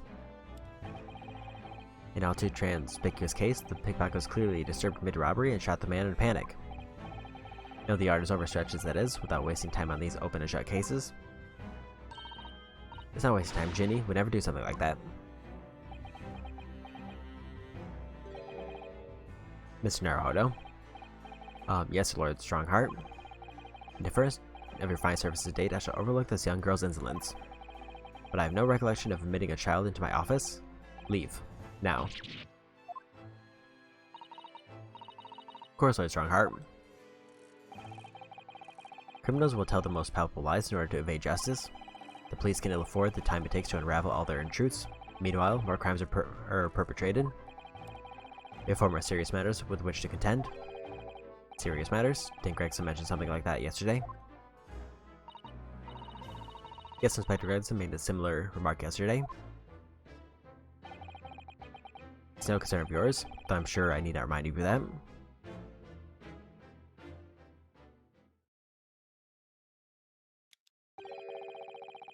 "3 minutes precisely until my next meeting. You must excuse me. There's just one more thing, Lord Strongheart, which is Miss Lestrade's trial. I wonder if you might permit me to defend her." A timely suggestion. Sorry. The girl currently has no representation, but that's not fair.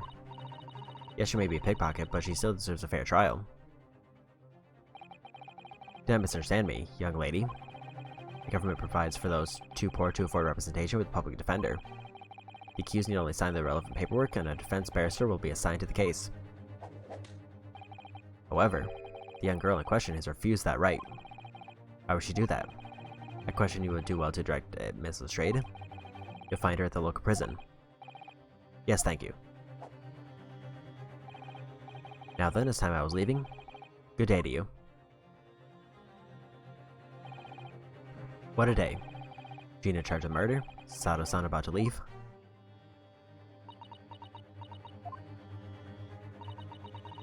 Come, Mr. Naruhodo. Iris, we must make haste. But, Susie, you're leaving for Japan tomorrow morning, aren't you?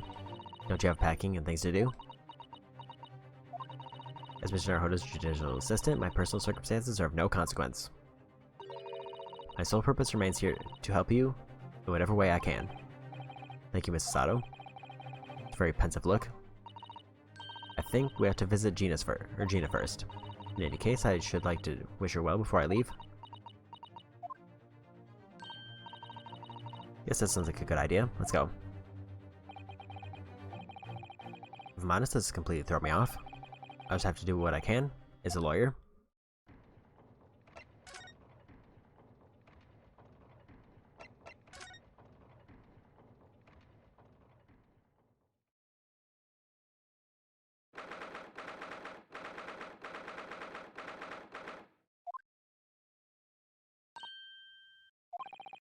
Hello again, Gina.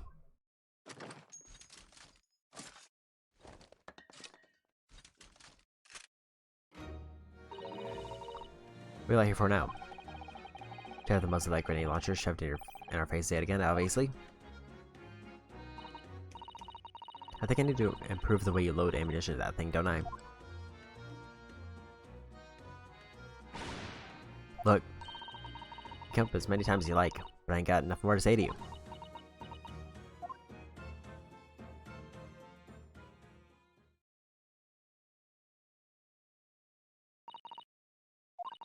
Gina, I wonder if you might hear me out. There's something I'd like to say. What? I'm sorry to say that I must reluctantly bid you farewell. Yeah, farewell. Tomorrow I must begin my journey back home, to Japan. Everyone may never meet again. Oh, right.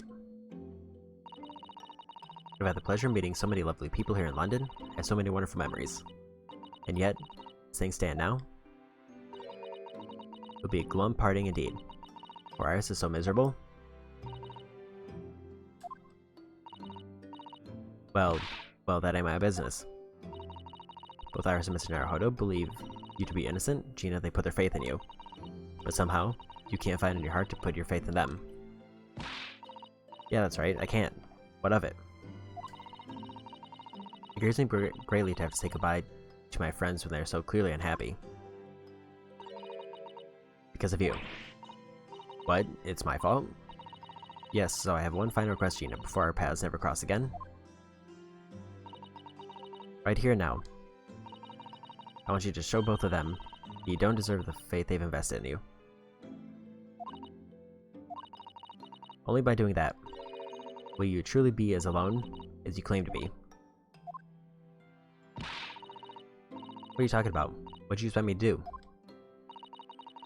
He tells us that everyone lies. So prove it by admitting one of your own untruths. What you said before, Ginny? He says something about unforgivable lies. I must tell Mr. Naruhodo and Iris the truth now. That is my last request before I leave. My last request is a judicial assistant. No, I can't. Whatever these lies are, they're obviously weighing very heavily on Gina's mind. Gina, I could be wrong, but is it something to do with what happened 2 months ago? Something about that trial. The one in which Magnus McGilded was acquitted? The case of that mysterious murder that took place inside the omnibus? You were called as a witness by the prosecution. Is that what this is about?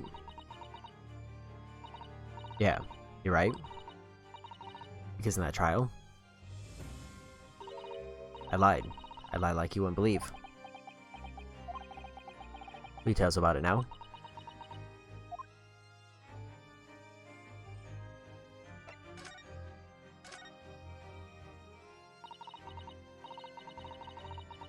Like you said, it all happened 2 months ago. The coppers got hold of me, shoved me in the witness stand. Based on your testimony, Mr. McGilded was declared innocent. Yeah, well, the thing is, I lied about a whole bunch of stuff. I knew it. What sort of thing did you lie about? I was under the seat that night. That was the truth. It was pitch black in that little cubby hole. I couldn't see a thing. And then I heard that loud thud, like someone falling on the floor. And that's when Mr. McGilded discovered you? Yeah.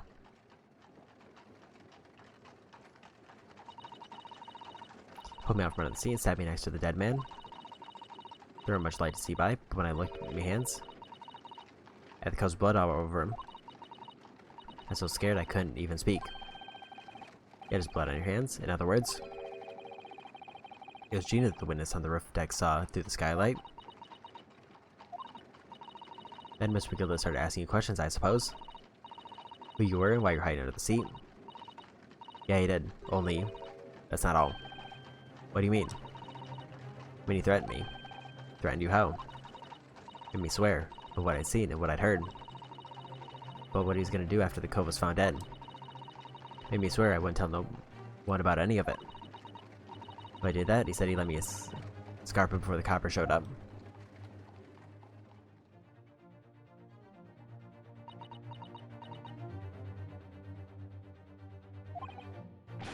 Gina must tell me what he swore you to secrecy about. What you saw, we heard, everything.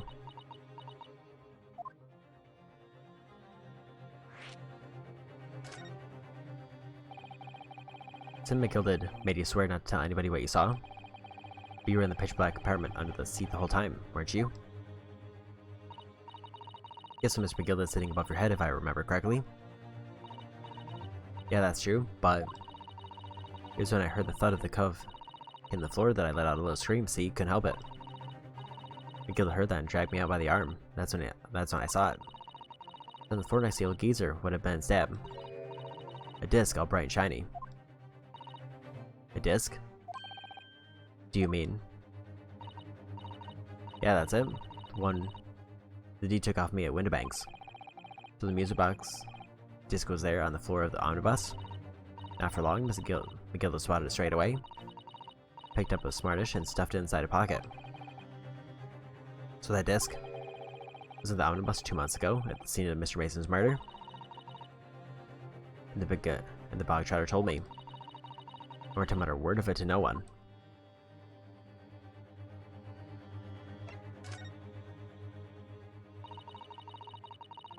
So dark on the seat in the cab, I was straining my ears the whole time. After a while, I heard the door and footsteps inside the cabin. Presumably that was McGilda getting on board.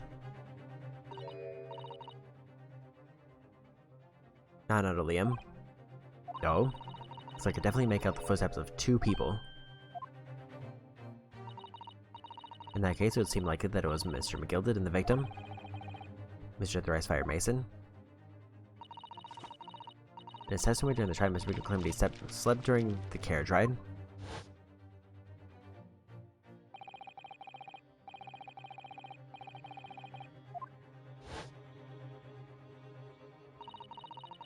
You know, testimony, Gina, supported this.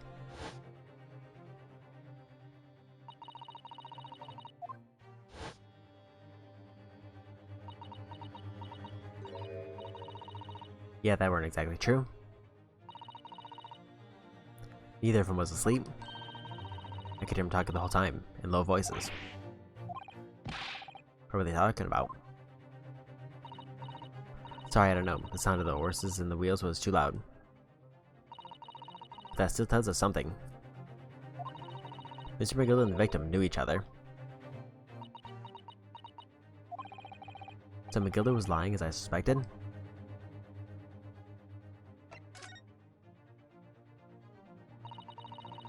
I knew we were gonna take long before someone raised the alarm that the bloke had been killed. Yes, you were quite right. The other passengers on the roof deck noticed very quickly. So when the cab came to a stop, McGilda told me to hide back onto the seat again. Climbed in and waited. The 2 cops from up top ran off to get the coppers, Mr. Fairplay and Mr. First. And after they gone, McGilda asked the driver to do him a favor. A favor? Other fellow, what I need to do is take this coat of mine and deposit it with a nearby pawnbroker. And for your troubles, let's see now. Give you 10 guineas. Nearby pawnbroker, you mean on Baker Street? Yep, you got it. It was Windibanks. The coachee snapped up the money and ran off to pop this coat as fast as he could. Then there was no left in the carriage. McGilda opened the box under the seat and let me get out of there, but not without the conditions. I see.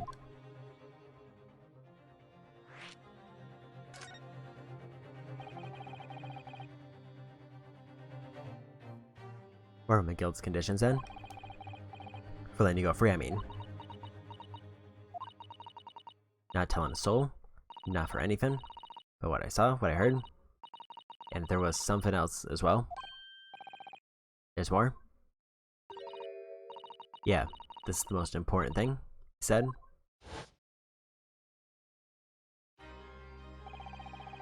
I'm after sending the coachman a little errand for me, with some small change in his hand.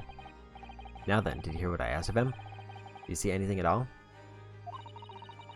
You asked him to go pop your weasel, right? The fiend's taking me overcoat to deposit with a pawnbroker hereabouts. I want you, lass, to take the redemption ticket for it. You understand? You want me to have the ticket? That's right. And I'll come fetch it from you later, sometime within the next 2 months. You're to hang on to until then, is that clear? Whatever you do, don't lose it. Alright then. In a case I might happen to be delayed at all, you're to go to the pawn shop, win a bank so it is, and you're to extend the loan the 2 months is up. If you forget, the article will be forfeited, and any old fiend could come along and buy it. But I ain't got that kind of brass. Here's £5. That should be enough. Do you understand each other, lass? Don't try anything funny now. If you go against me. Yeah, I get it. Good, one more thing. In a few days from now, you'll be visited by the police, I have no doubt. The coppers. They'll come asking you to take the stand in court, testify as a witness. Let's have a wee chat about that, shall we? What is it that you might say? What is it that you won't?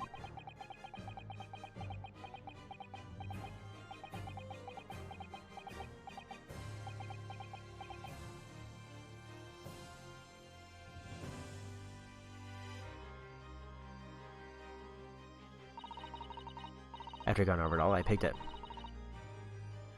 Got as far away from there as I could. The bomb broke against some bushes near the scene. Went to fetch it the next day once it got dark. So McGilda planned it. And of course Gina giving a false testimony.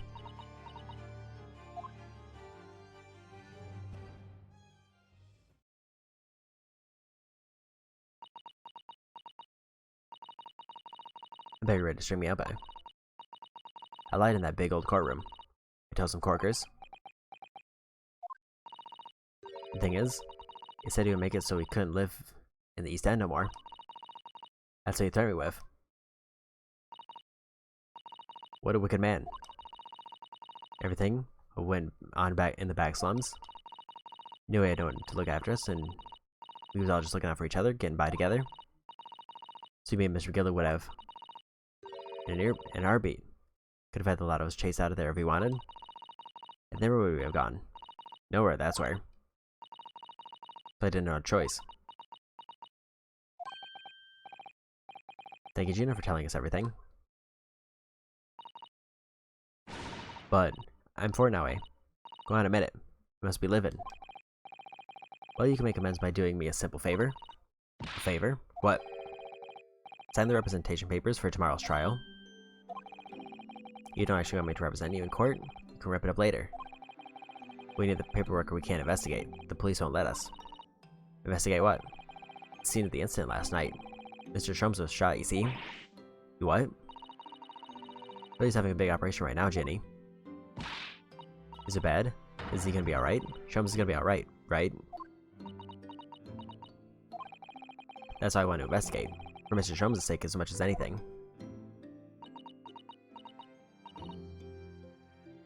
Right.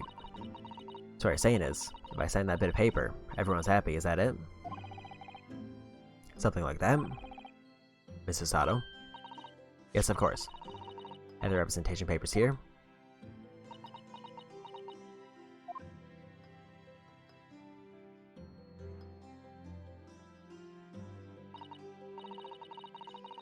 I need no one to stick up for me, though. No lawyer, nothing.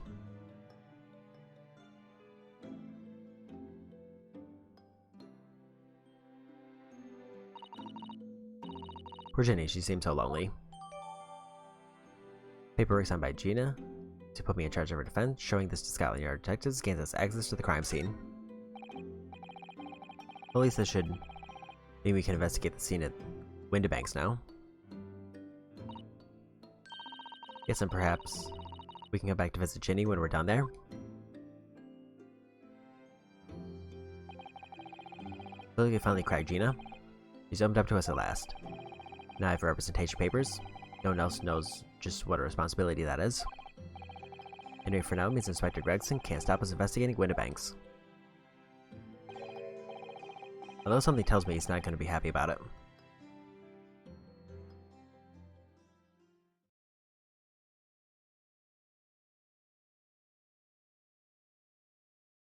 Part 4 for the investigation.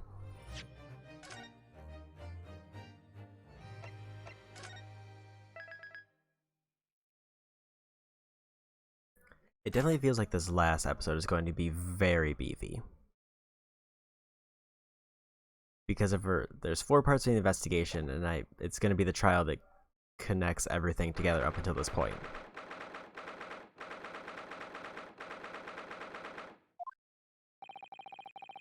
Here again at the scene of the crime. I'm going to thrust these representation papers in Gregson's face to see what he makes of them. Hello again, Inspector. Do you have a minute, please? What is it now? You should go home and get some rest. Here you are, Gregsy. Here are the representation papers. Your ladyship. I don't believe it. How the devil you get that stubborn little rag of ash to sign that? I see you, that is good work, that is. I see you've been very busy here as well. I want some tea, a special blend. It's time to relieve fatigue.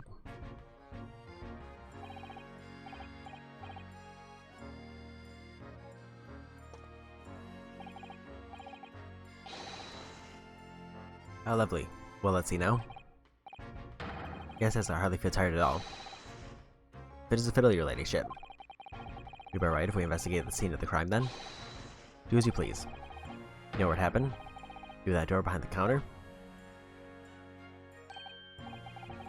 It's the storeroom. That's where I discovered Mr. Winterbank. And Gina.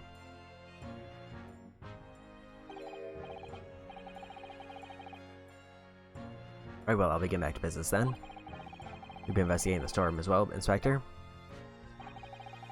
I'm perfectly honest. You need to wrap this up before long. Can't afford to spend too much time on it. There's so many articles to go through, it's taking forever. Even the lads are working around the clock. Which is a problem, because there's another case the yard needs to investigate urgently. This would be what Lord Strongheart meant by far more serious matters before. What I'm saying is, don't get under my feet, sunshine. Let's not waste any time.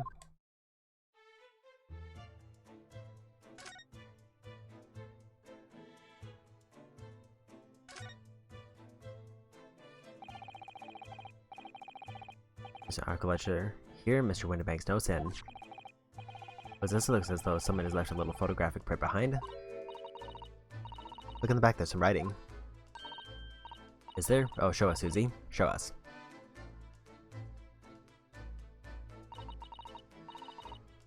February 10:30 p.m. Article deposited. 1 gentleman's overcoat.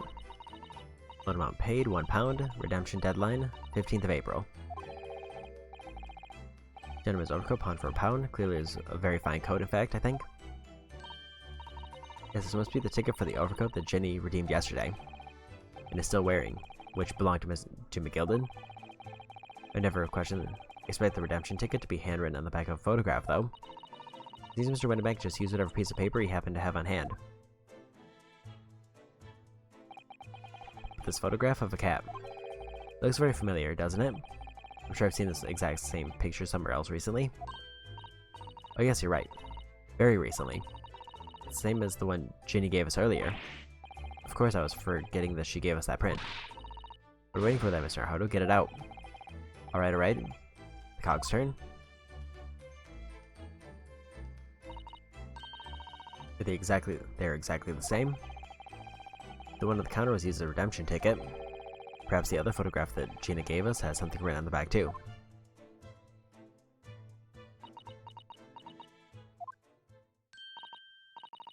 I've got it. These 2 photographs hide an amazing secret. A secret? What does she mean? You must tell us, Iris, at once. Do you really want to know? Yes, we need you to tell us all you know about this pair of photographs.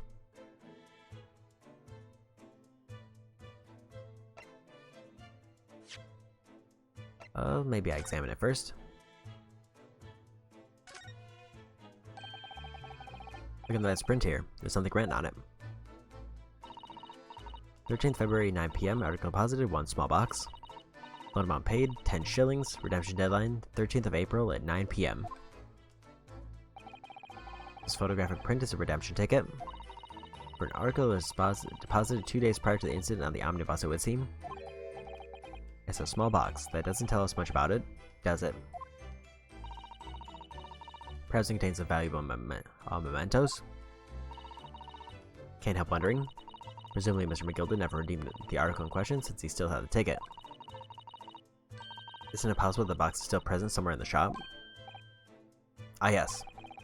If it's something McGilden deposited, we need to investigate.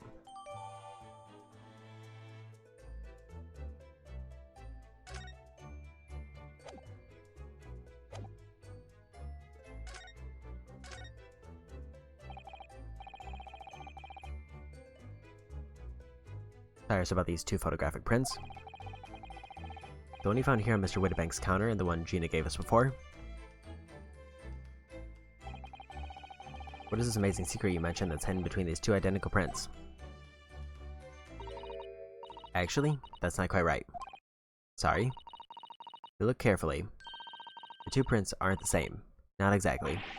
They're not. Having a look at them now.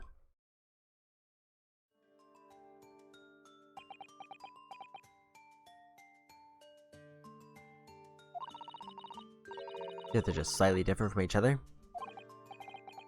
I think so. It's very subtle though. What's the reason for the subtle difference between the two prints?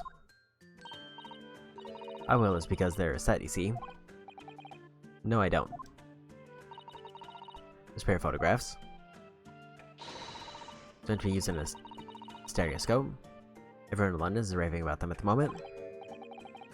Stereoscope. Why do I feel as though I've heard that word before recently? Oh yes, that's what Mr. Shome showed us yesterday. See, there it is. It's just over there. I guess, of course. That magical machine that makes pictures look almost real enough to touch. Well, actually, it's quite possible to see the same depth in pictures even without one of those contraptions. What? Really? No pair of flat photographic prints can appear to have any depth in the first place? No, I have no idea. Oh, wonderful. Then I'll be able to tell you. She's over the moon, bless her. To better explain, though, we really need to carry on investigating the scene. I, for one, simply have to know.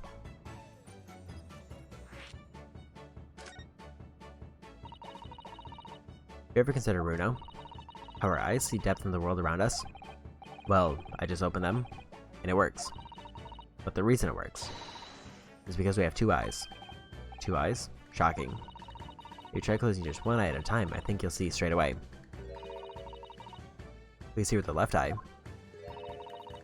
We see the right eye. Are ever so slightly different. You get a different view with each eye. Yes, the position of objects seems to shift slightly. Exactly in your head, your brain uses that shift to estimate the depth as it merges the two views into one. That's how we can sense depth in everything we see. My brain really is amazing, isn't it? It does so much without telling me. I think I see the pair of photographs consists of a left eye view and a right eye view. Is that right? Oh, well done, Susie. You're so quick. So if you can persuade your brain to merge the two pictures together in your head, you'll be able to see depth in these prints. Yes, Runo, you're beginning to understand. And a stereoscope's function is to act as your brain and allow you to do just that. Yes, but as long as you have two images, two eyes, and one brain, you can actually do it yourself without needing a stereoscope at all. You can? Really?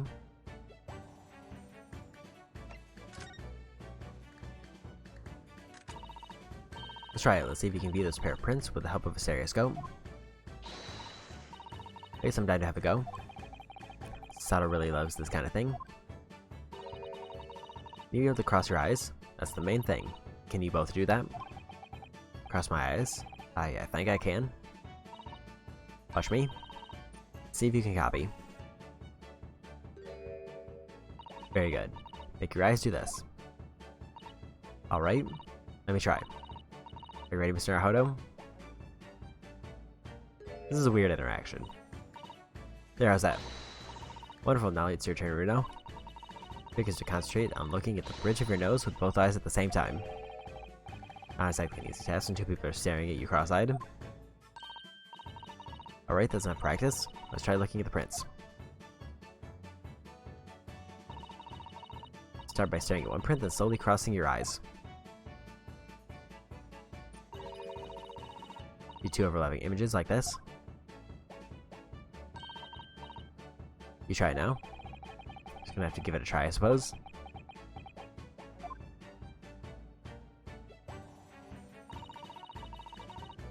Did the print split into two images for you? Now to the next step.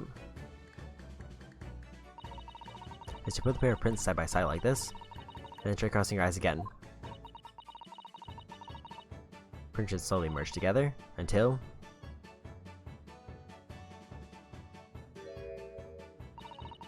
they form a new single image in the center. Oh yes, Naruto works. can see it in the middle now. It looks so real I could look at it all day. I wouldn't advise that. Your eyes might start to hurt. Your turn, Runo. Then you're looking through 2 pictures. Slowly close your eyes. Keep adjusting the position of your eyes until the 2 images overlap exactly in the middle. Like, this is it.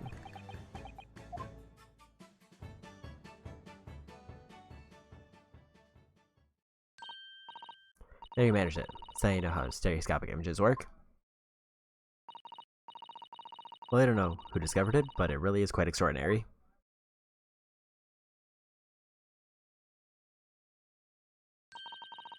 What do you think of these stereoscopic prints then? Certainly amazing, but it isn't easy to get the knack of viewing them properly. You know, some people find it easier than others. That's why traps like this exist, for people who find it tricky. I recognize that. We saw it over there yesterday, didn't we?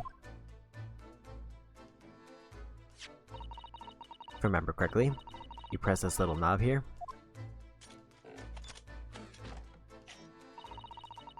Set a pair of photographs in the stand in the back end.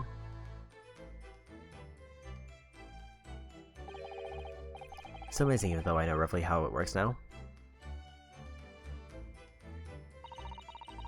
Well then, it seems to agree with you. Stereoscopes are very popular at the moment. You can find one of these folding contraptions in lots of households in the capital currently. These little machines are so affordable. Really, there's no need to go around staring cross-eyed at pictures like you hate them. But it's much more satisfying to be able to see the effect with your own eyes. Well, I think so in any case. Stereoscopic pictures? Never heard of them until yesterday. Certainly learned a lot about them, but I wonder if it's knowledge that I'll ever actually need. Second white cat photograph has been entered into the court record.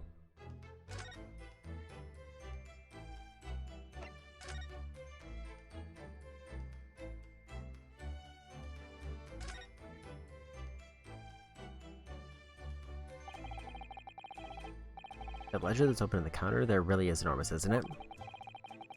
It's been an awful lot of work to keep track of all these hundreds of items in pawn. It's too much to think about. Better to sell it all and have a clear head if you ask me. But clearly Mr. Windibank was very careful when it came to the articles in his care.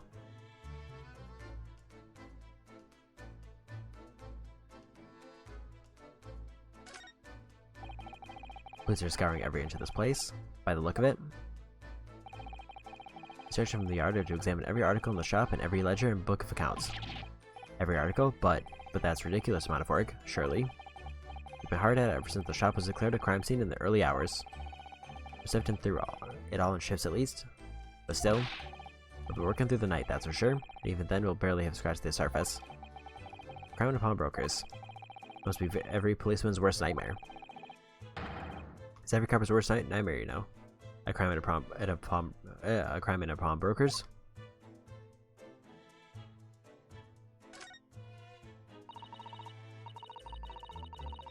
That's a music box. Yeah, that's where we come from, Runo. Yes, but I've never seen one as large as this in Japan. This will be a treat. Should I have a listen? Seems like it might repeat some dialogue, except swapping in Iris in place of Shomes. Do you think it's a pretty sound? Beautiful sound, yes, but it's a little hard to enjoy without the policemen in the room are giving you fierce looks. Never mind that. If anyone doesn't say anything, I'll tell Greg Z to have a word.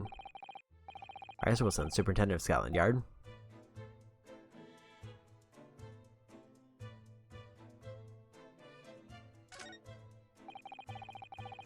Oop.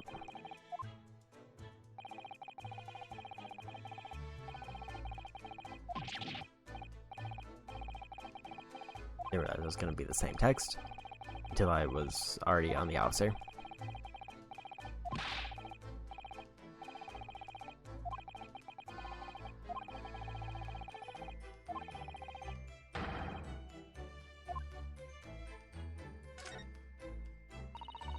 These tabs are where the pawnbroker puts articles that have been forfeited on display for customers to buy. It's a really strange miscellany, isn't it? I mean, who would buy this horse statue, for example? Well, sometimes you can find some real treasure among all the junk, you know. Are you right, Runo? Oh, it's just, well, it looks like a collection of useless junk as a whole, but when you pick out individual things, you end up wishing that you own them. Even the horse statue. That's exactly how the pawnbroker works. They're very clever.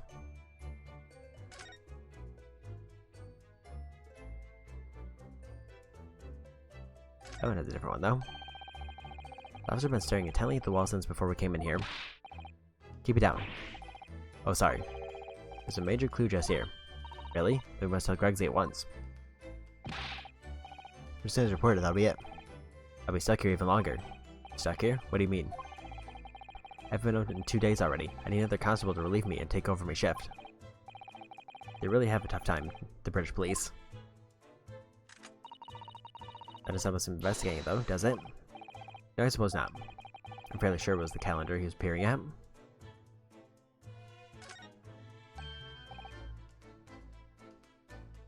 Ah, look here. It's a bullet hole. See, the bullet is still lodged in the wall. I presume Mr. Winterbank wasn't practicing with his revolver in his spare time. Ah, well. Mr. Jones likes to practice in his drawing room whenever he can. He's very patriotic like that. Sorry. It's all there in the Adventures of Sherlock Holmes. You know? Is that right, Iris? Did I write something like that? Partly in jest, perhaps. In jest? Well, he doesn't do it often. It is quite a dangerous pastime. He doesn't do it often. He shouldn't even do it once. Forget that for now, right now. Let's examine this bullet. What's that around the bullet hole? Is it blood? A suspicious red stain on the calendar? We'll be able to help with that. What? There's nothing like the sight of blood to get the blood pumping as Aruno? I have a feeling I'm not as bloody-minded as you, Iris. I'm afraid the sight of blood makes my blood run cold. There you have it, you see? When it comes to blood, we're all different types. Yes, what a scientific observation. So you need this. Oh no, what is that scary-looking thing? Curly and I haven't actually come up with a name for it yet, but as soon as you see it in action, you'll understand what it does. Watch.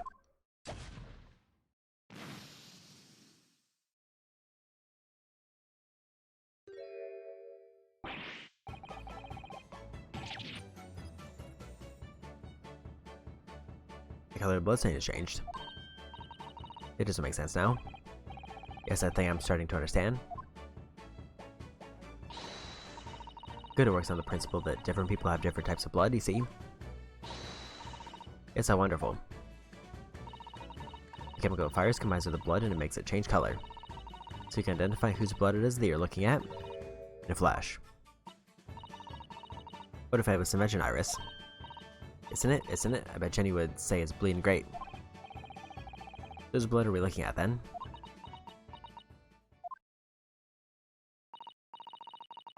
Well, the chemical does turn the blood a different color, so just find someone whose blood turns the same color, and you'll know who it belongs to. In a flash. It's more like 2 flashes, really, isn't it? 1 flash or 2. This could well turn out to be a very valuable clue. We must make a note of it in the court record. Blood sample's been entered in the court record. Sample blood analyzed with a special chemical indicator developed by Mr. Sholmes. Different people's blood turns different colors. Let's keep testing and adding the results of any other blood analysis to the portfolio. As long as I have reach and left, sure.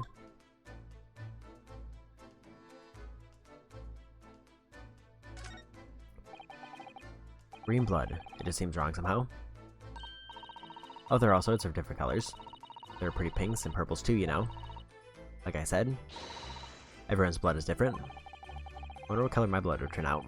Actually, I don't want to know.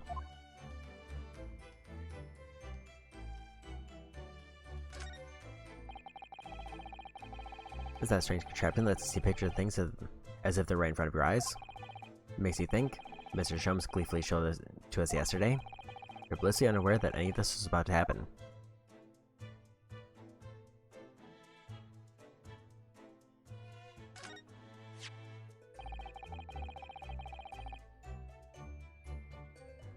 I'm fairly sure this contraption was here yesterday as well. Here we are. I'm not confident I can get closed again. Oh yes, that's a folding stereoscope. Really? This is a stereoscope? Mr. Shum showed us a picture yesterday that you were supposed to be able to see in 3 dimensions. But for that, he used the great big contraption over there. Oh, well, that's for use in public houses and places like that. It contains a carousel with all sorts of pictures inside. But this little thing is a much simpler design for use at home. There's a special shop selling prints that you can use in them. I have a little collection myself. Wonder if I can make money out of these in Japan. It would be keeping my toilets where I can clean anyway.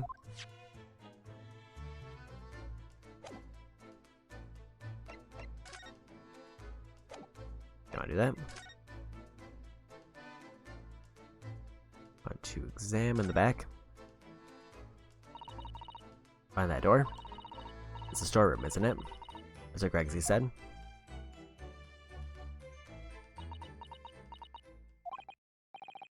Guessing that's where I saw that dreadful scene last night. Through that little window in the door.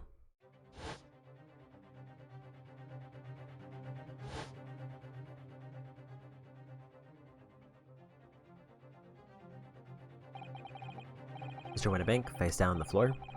Regina beside him. Is the accused legal representative? You have the right to examine the scene, Mr. Naruhodo. Make a thorough investigation. Yes, of course. We will. Behind that door, that's the real scene of the crime. Don't worry, if there are clues in there, I'll find them.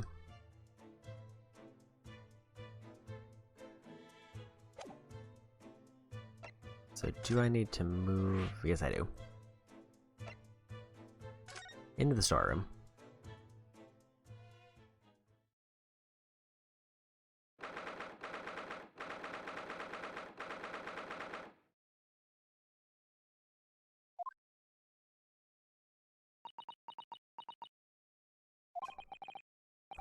Poor Iris, she's clammed up completely.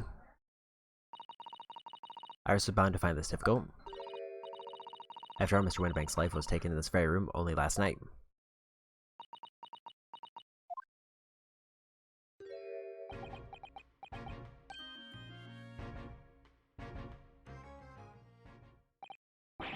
Wait, Inspector. What is now, Sunshine?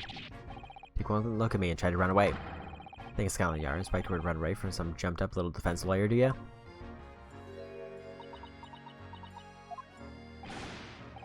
Well... I've never seen her relationship looking like that before, is the thing. I didn't know what to say to her. You're running away from me? You're running away from a 10-year-old?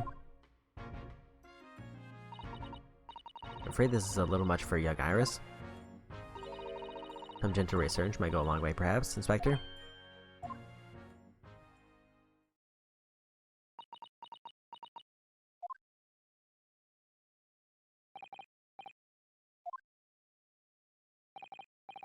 Don't trouble yourself unduly, your ladyship.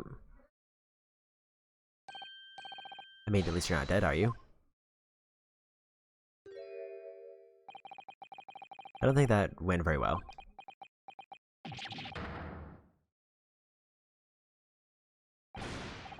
Look, I'm in the middle of an investigation here, Sunshine, and I told you not to get under my feet.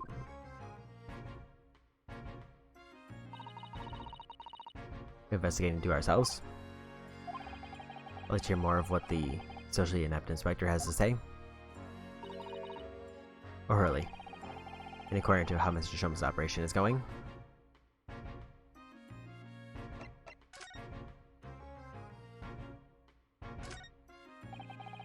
Hurley's articles that have been deposited, the room is stuffed full of them. I can't believe how many there are. Bicycle, gramophone, and musical instruments. Even some enormous paintings, look. Pieces of different people's lives quietly gathering dust in here together. Something very peaceful about the atmosphere in here. At least there would be if it weren't for the chalk outline of the floor and the policemen shuffling around. Not much I can do about that, Sunshine.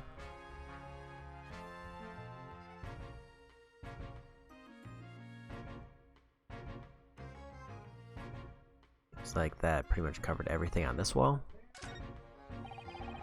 Out of all the articles in the storeroom, this is the only thing that shows any sign of being ransacked. What is it, Iris? That's the box file that my manuscript was being kept in. Iris's unpublished story, The Hound of the Baskervilles. Sure, that's not what all this is. Cyrus, but if you ask me, he sold it. This is a flashback. Let's check inside the box at once. Oh, yes.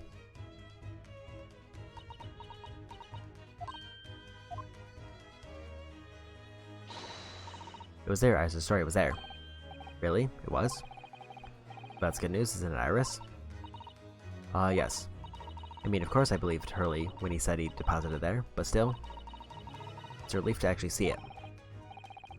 Really, because that's not a very well-hidden frown.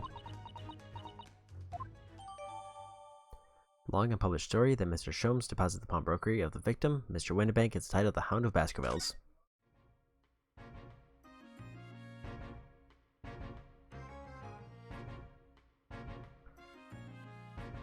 So I could also included this wall with the left one. This is a revolver, a real one. And quite possibly the murder weapon used to take Mr. Windibank's life. What's the matter, Susie? You really look like you were about to faint. Well, it's just that I've rarely seen a gun in the flesh, and I've had issues with guns in the past. But anyway, we saw Mr. Windibank with us yesterday, didn't we?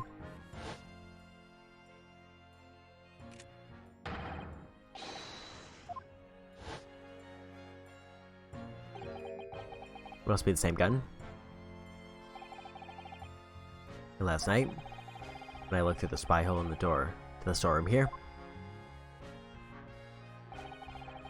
that was the same gun I saw in Gina's hand.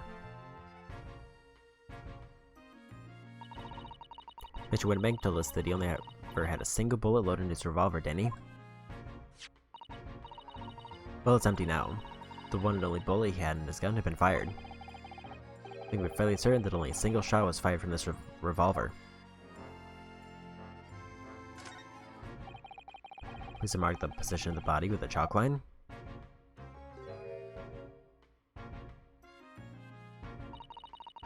Poor Mr. Windibank. He was a nice old man. Only a shot just once through the heart. Most likely the fellow died instantly. He wouldn't have felt a thing.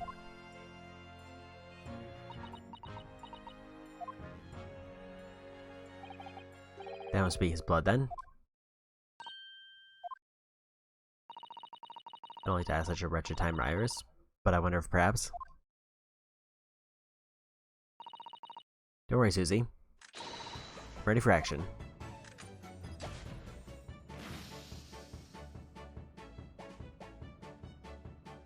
Oh. So now you know the color the chemical turns when it reacts to Mr. Windibank's blood. And it doesn't match our analysis of the blood stain we found at the main shop. No, but let's add the sample to the others we've already collected anyway. Blood samples portfolio has been updated in the court record. 2 samples of blood analyzed with a special chemical indicator felt by Mr. Sholmes. Different people's blood turns different colors.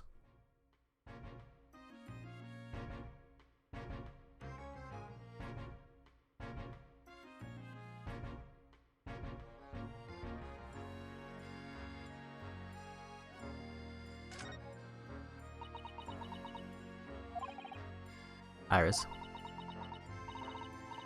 Don't worry, am I right? But we must find the true culprit.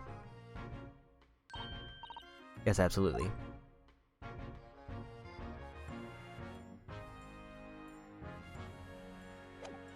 Okay.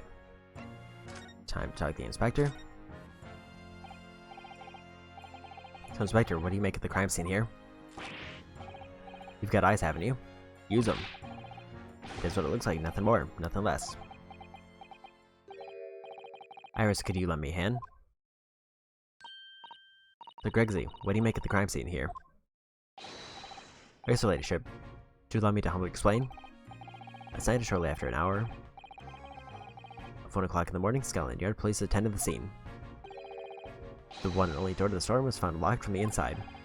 It was locked from the inside. The lock appears to be broken now, though. Is that the police officer's doing? Quite right, ma'am. Quite right. We took the liberty of smashing the door in, as humbly as possible. As you can see, the victim was discovered prostrate on the floor. Thus wise. And next to the aforementioned body, we discovered the vile gutter child. Are you talking about Ginny? She's my friend, you know, Inspector. Mrs. Raid, the hapless girl, was curled up on the floor, dead to the world. Still alive, you know. Yes, when I saw her, she appeared to be unconscious. I'm afraid to say, she had the gun that was used in her hand. Presumably it's the gun that's still down there on the floor now. In her pocket we found the key to the door as well. Key to the storeroom. And you say, the storeroom had been locked from the inside, Inspector? Correct, all of which leaves her ladyship's friend. It's something of a sticky situation, I'm afraid.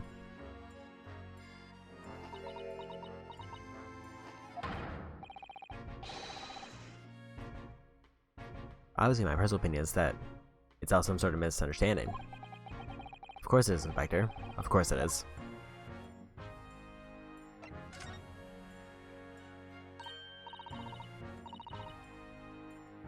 Gracie, do you know anything about Hurley? Is the operation finished? Is Hurley alright? Is he?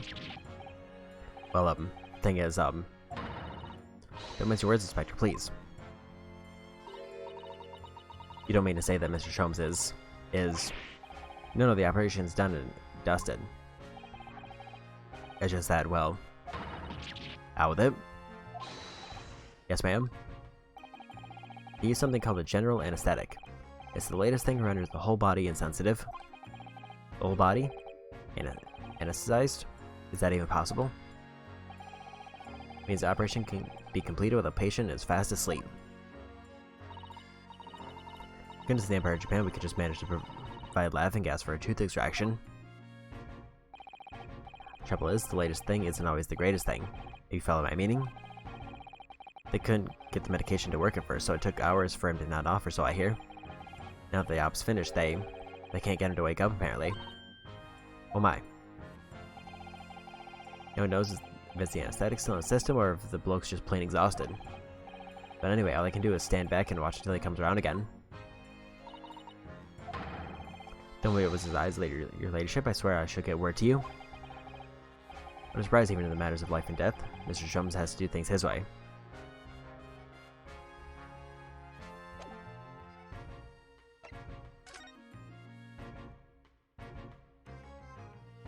So the thing is now, what do I actually need to do, if anything? I'm guessing just leave out of the storeroom.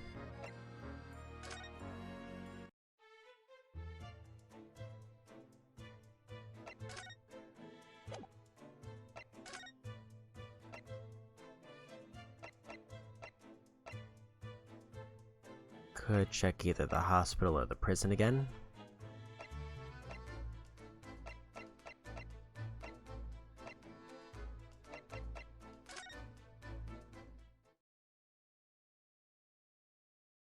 Doesn't look like anything there.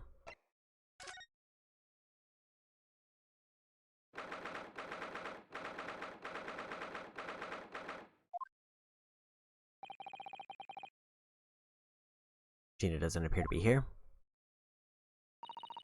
Alicia must be in questioning at the moment. Oh, but wait a minute. What is it, Iris? Well, if you examine the scene here carefully, there's another possibility, isn't there? Ginny could have slipped the key from the jailer when he wasn't looking and escaped. Oh my. Why would she do something like that? It would only make her situation worse. Calm down, Runo. I was only joking, of course. Oh. Yeah, me worry there. I thought it was a great deduction.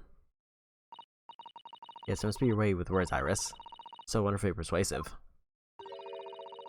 Perhaps you don't fully understand the weight of your words, the weight your words carry. Oh dear, I'm sorry. I suppose a lighthearted great detective is a contradiction in terms. Well, in the same situation, I'm sure Mr. Sholmes would have just thrown his head back and guffawed. You're entirely sure that's helpful, Mr. Naruhodo? Well, anyway, looks like we won't be able to talk to Gina for a while. Try to make progress with our investigation in the meantime.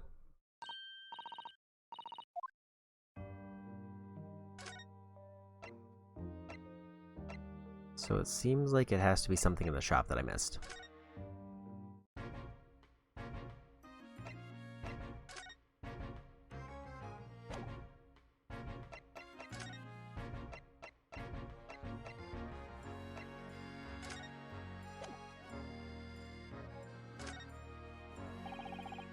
So Grayson, can you give me your opinion about this? Probably nothing.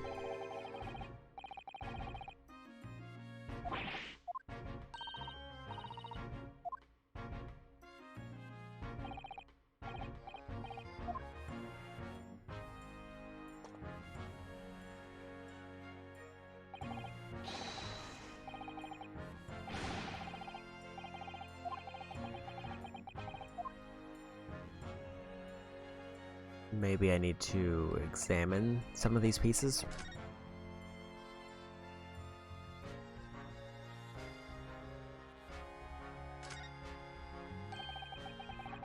The Hound of the Baskervilles.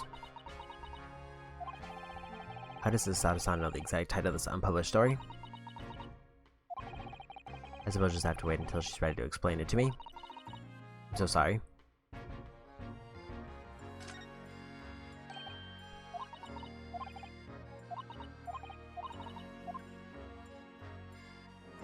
Seems like it's going to be a thing for later.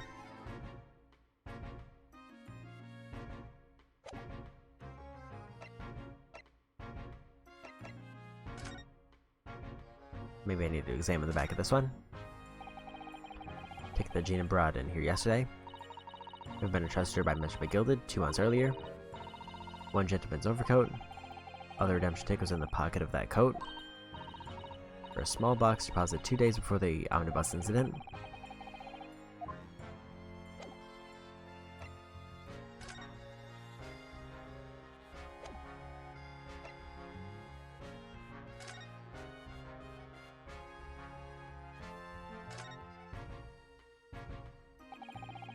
Just want to make a picture of use the back of this holograph to write out a redemption ticket.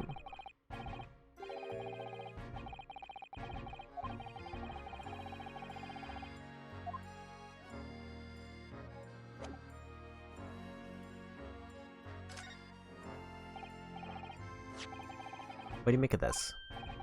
Oh, what have we here then? A redemption ticket for an article deposit here, is it? Like someone ran out of office stationery and wrote the ticket on whatever paper was to hand. This is the ticket for Mr. McGillard's overcoat, the one that little diver turned up yesterday. Actually, no, it's not. Really? Think you know better than me, do you? No, I didn't mean to, Whereas like Grexy, it isn't the same ticket. Of course it isn't, of course it isn't. I never doubted you, ladyship. What's all this about then? I might be so bold as to ask. This is a second ticket. A second one? It seems that Mr. McGill in fact had another article in storage here at Windibanks. Is that right? I think we need to discuss this further with the inspector, Mr. Naruhodo. But good, because he's ever so easy to talk to.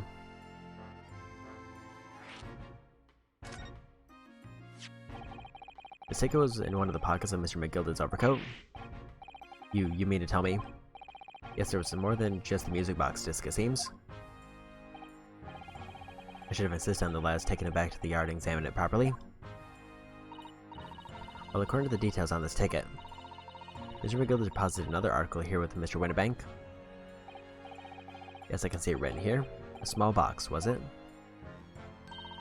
you have any idea where it is, Regsy? Any idea at all? Is there the article belonging to Mr. McGilded? It could be an important clue. Well, yes, I suppose it could be. Please stop looking at me, those big turquoise eyes, all full of hope and expectation. It's too much pressure. I'll lose me marbles, I will. I'll go barking. This is time for Dog Impressions Inspector. Let's have sauce from you, Sunshine. There's one thing that springs to mind. According to this ticket, the redemption deadline's already passed, hasn't it? Oh yes, of course. Articles only held for 2 months. So the small box will no longer be here then? That's right, it's been forfeited. Which means it could be on the shelves in the front of the shop, where the forfeited items are offered for sale. Yes, the shelves at the front. We must search them at once. You're wasting your time? Oh? There are a dozen little boxes out there. Hundreds even. Can't possibly know which one might have been McGilded's. That information's not written in the ledger. I think we should at least have a look at just in case.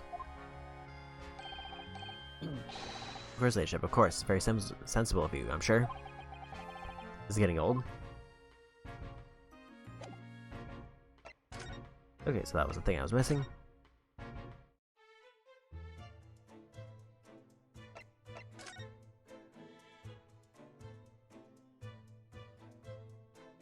Looks like this opened up.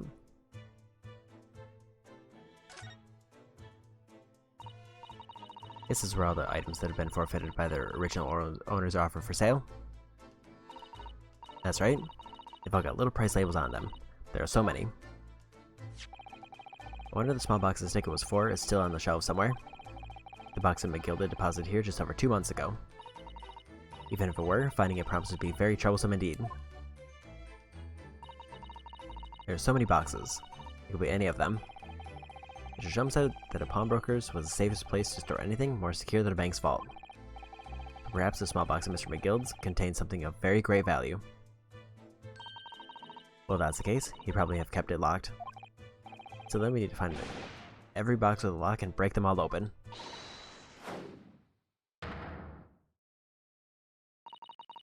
This sort of misconduct would get you arrested. I won't let that happen.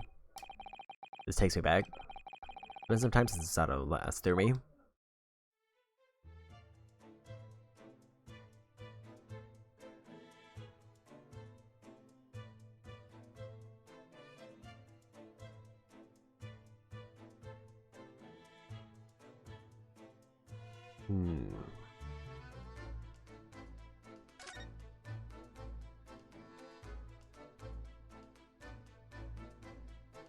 My initial guess would have been, like, it would have been on the front desk as something that's only getting ready to get moved out.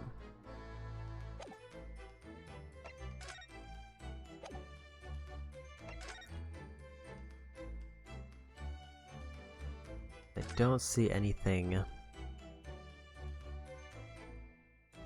that would be obvious, and the only other guess I would have had for a small box that was uniquely interactable was that one. But they have already pretty much gone over what that is.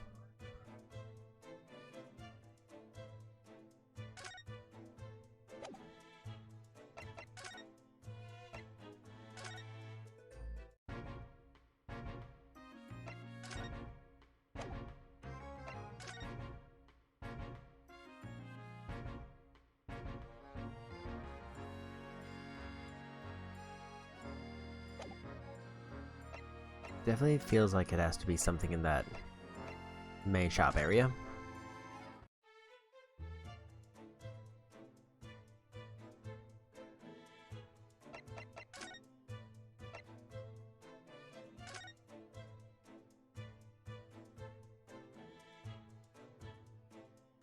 Oh.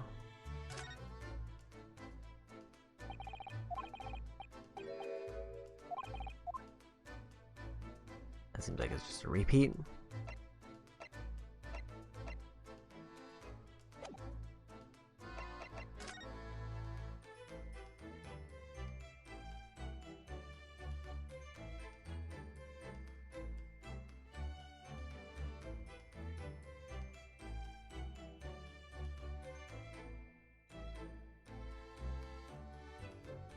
The only thing I could think of other than that is to find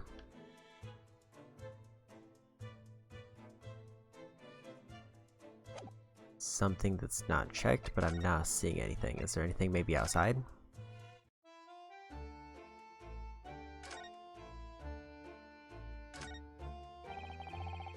Still scouting our carriage outside Window Banks. Never imagined we'd be investigating a case so close to home. Prior, she's very upset by all this. Sorry I was there. I should have done more. None of this is your fault, Runo. So please, don't apologize. But it's the criminals who are to blame for all this. Let's investigate and work out how to catch them. Yes, you're right.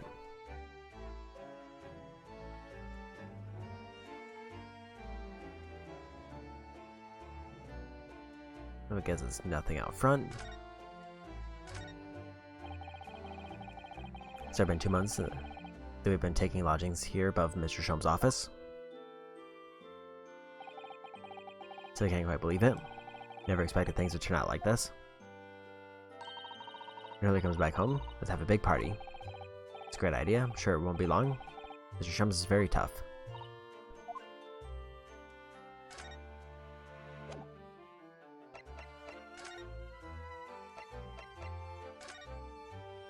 The only other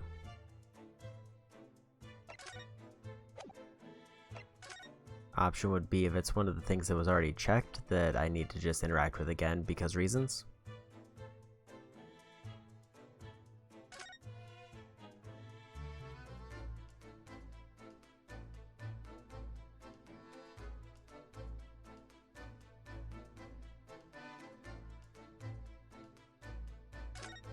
I guess I could try it.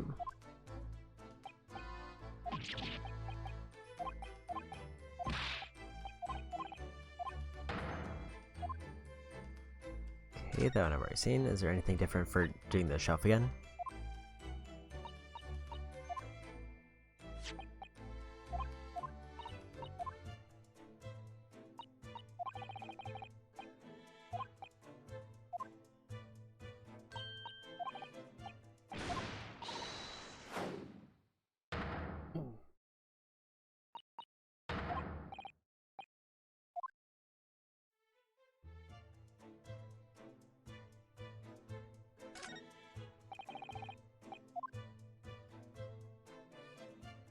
So nothing up there.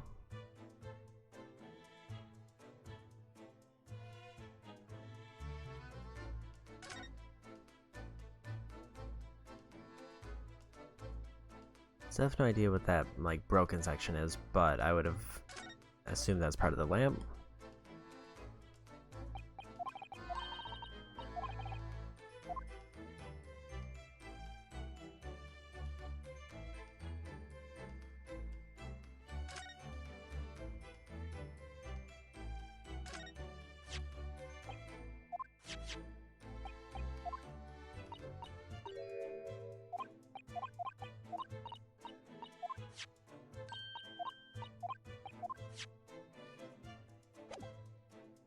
Can't think of anything else, so maybe go to another location and see if anything pops up.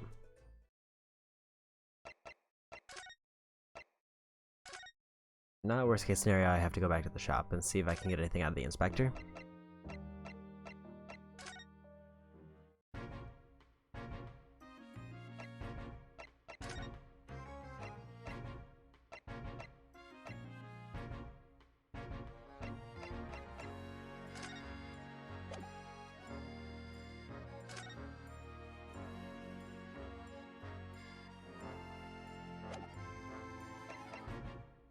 I present the other photograph.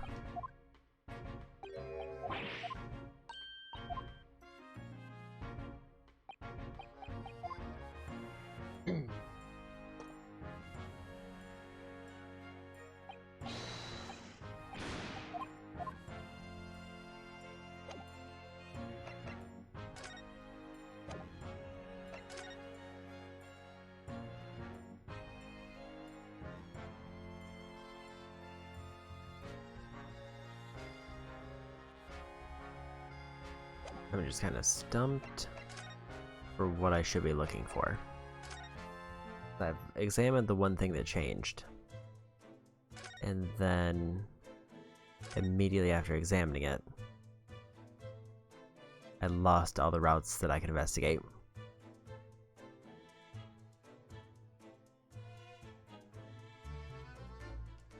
And they didn't give me a clear route where I need to go next.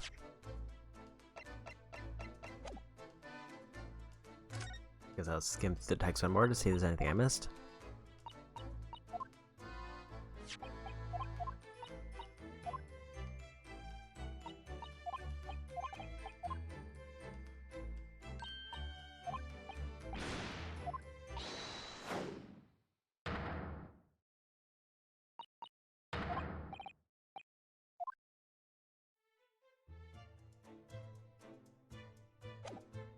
Unless I need to, like, present something to Iris, maybe?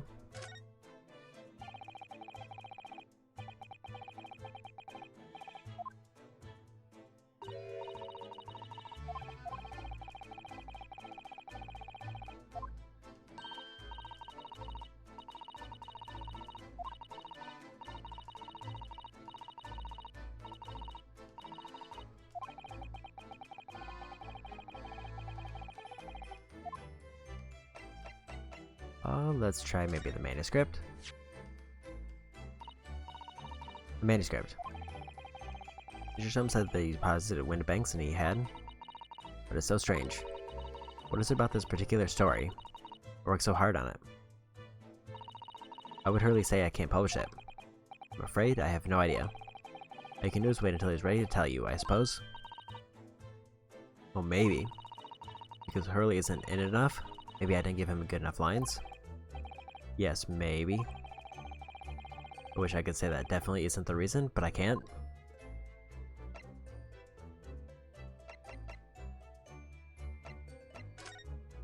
I already sharded that. Never mind. That was the wrong one.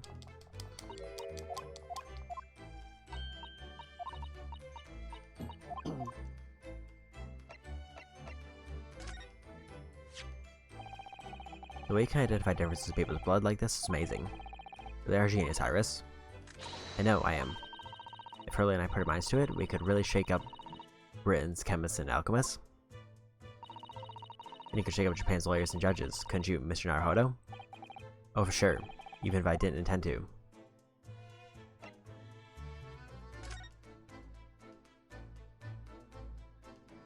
Oh, probably the bloodstain. Mr. Naruhodo? I don't know if you've noticed, but there's something rather troubling here. I have noticed. The red smear, you mean? Yes, it looks like blood, doesn't it? Wonder if Suzato-san had picked up on that. Well, in that case, yes, we need Iris. Show this to her before we forget. So that was the piece I was missing. Oh, that looks like blood. I'd say it's from a gloved finger. Almost certainly a glove made of leather. But don't worry, Runo. You can leave the rest to me.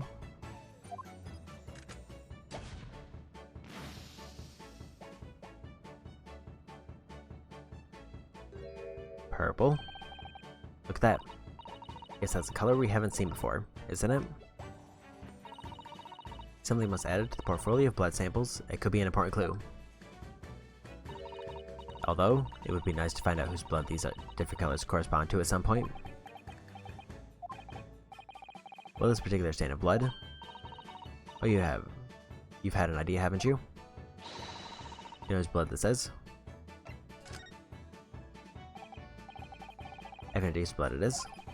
Not from the color it turned, but with a little deduction.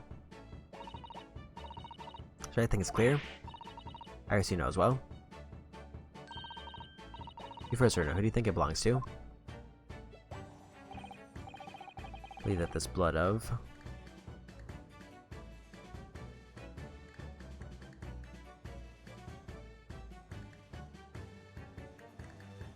That actually wasn't any of my guesses.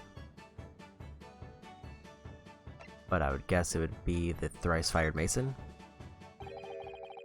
Thrice-fired mason? You're not very sure of yourself, the way you trailed off there. Well, it was 2 months ago now, that case. And of course I never met the victim, so I'm struggling to remember his name. He was definitely thrice-fired, though. The victim? Of the omnibus case? His name is indeed Mr. Thrice-Fired Mason. But that would mean that this blood stain was left on the ticket 2 months ago. Yes, I think it was. Union brought this ticket here to Windibanks yesterday. I'm suggesting that the bloodstain was already on it at that time. This is mere blood from the time that Mr. Mason was killed 2 months ago. Something else is coming back to me now. Mr. McGilden was also wearing leather gloves that night. I ask you, what good-hearted soul wouldn't rush to help a fellow bleed from his stomach? I was about to start worrying about my gloves now, was I? I reached out to give the man a hand. It certainly does look like a leather-gloved thumbprint, this mark. We know that Mr. McGilden had no injuries at the time anywhere on his body. But we can conclude that any blood on the glove belonged to the victim, Mr. Mason.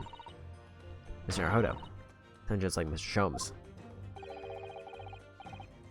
The quirky slips-up, minus the quirky slip-ups, I hope. Yes, I think you're right, Reno. Very well. Let's make note of this. Details of the pawnbroker's ticket for the code have been updated in the court record. Blood analysis data has been updated in the court record.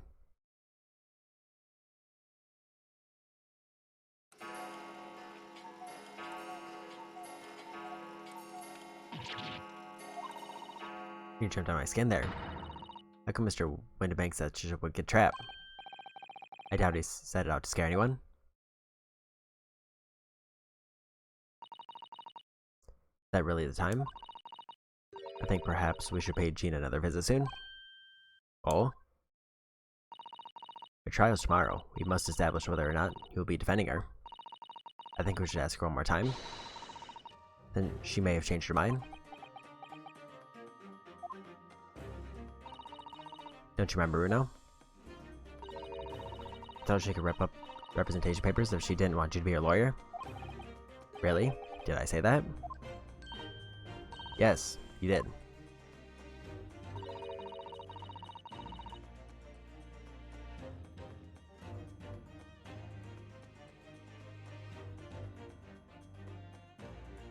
Well, the deadline for submitting the paperwork is fast approaching. In that case, we had better hurry back to the prison and talk to Gina again. Okay, so the bloodstain was the piece I was missing.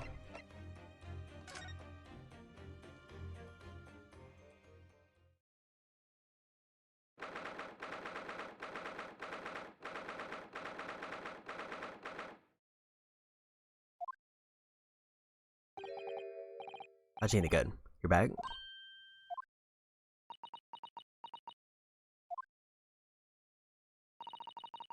The police must have finished questioning her then. Well, how was it, Jenny? Was it awful? Oh, didn't bother me? Thank you for the papers you signed before. But we were able to investigate at Windibank's. No, right.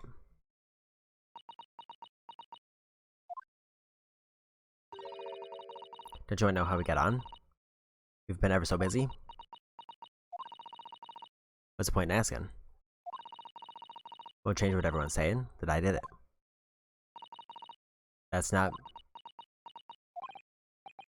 Gina, we came to ask for your final decision. What decision? About tomorrow's trial. Will you let me defend you, or not? You must submit the paperwork now if you'd like Mr. Naruhodo to represent you. Right, I see. You really lost your fight all of a sudden. But I know what that feels like. The worry is just so hard to bear.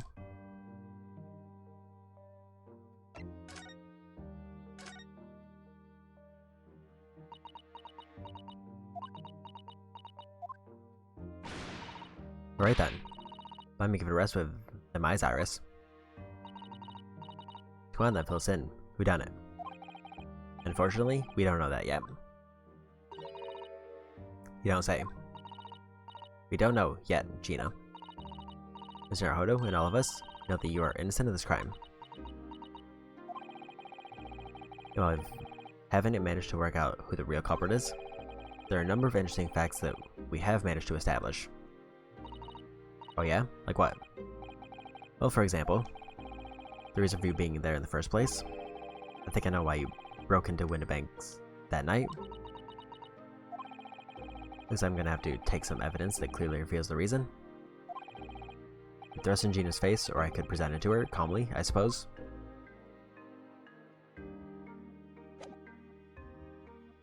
Probably going to be the manuscript. Found this image of Winterbank's storeroom. The manuscript of Iris's latest story. Oh right, well that's good then. Curiously, the storeroom at Winterbank's showed no sign of being ransacked for items of value or the like. With one exception. The box file that housed this manuscript. Because you wasn't Gina, who broke open the box containing this manuscript last night. You were determined to find out whether or not the Hound of the Baskervilles was really there.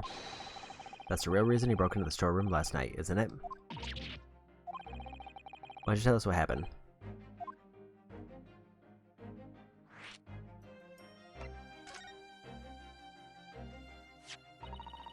We already have the representation papers and other documents we need. All we have to do is hand them to the court clerk. That is, if you allow me to represent you in court tomorrow.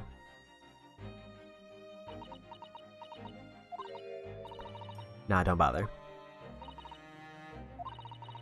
Rip them up and chuck them, would ya? Them representation papers or whatever they're called. They're only fancy enough to have been.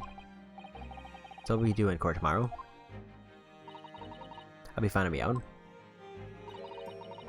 I don't think you will be. Look, it don't matter. It's gonna happen, it's gonna happen. Is it one stubborn pickpocket?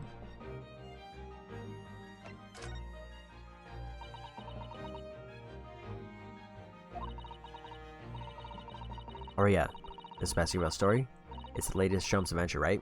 But it ain't been printed yet. So I figured, it's gotta be worth a fair few pieces of silver, right? I guess at least 5,000 pounds. So you intend to sell Iris's manuscript, did you?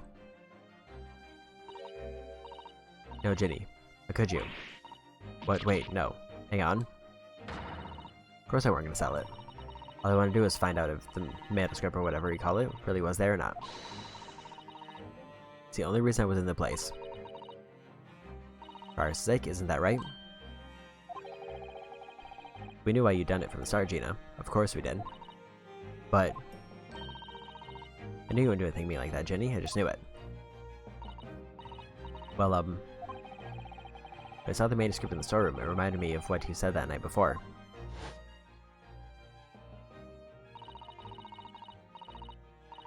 Perhaps you'll always not believe me. Barefaced liars, a lot of them. So you realized it yet.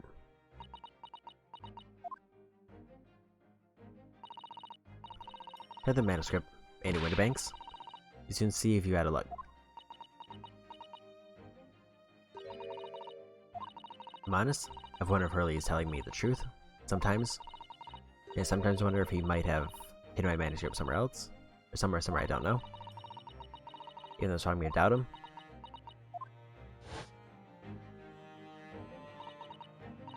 Virginia, that was so sweet of you. Alright, alright. I'll tell you why I did it. Just stop looking at me like that.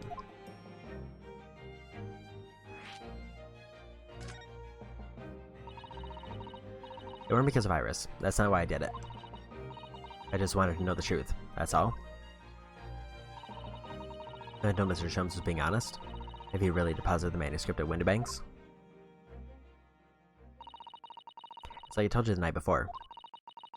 I never had a father. But Iris' lad ain't like mine. She's got her dad, only she can't see him. I reckon that's gotta be harder. That's why she writes her stories. They're about her dad, really. That's what it sounded like to me anyway. Last night, when I was listening to what you were saying. Stories about Daddy. You mean they're not the adventures of a great detective? So much as the adventures of a great detective and his trusty partner? Well, that's how I see it, yeah? You're so thoughtful and so kind, Ginny. Guess we never thought any differently, did we? We'll give it a rest, will ya? Yeah, let's show me nonsense, do you hear? I hate it. I don't trust no one, right? That's how I work. Because if you don't trust no one can let you down. So leave me alone.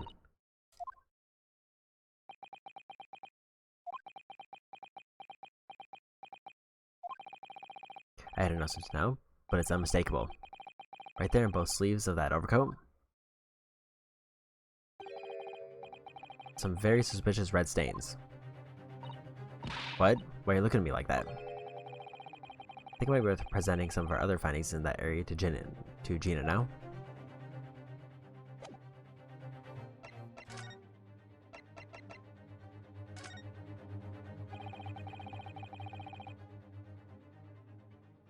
Those stains on the sleeves of your new coat, Gina.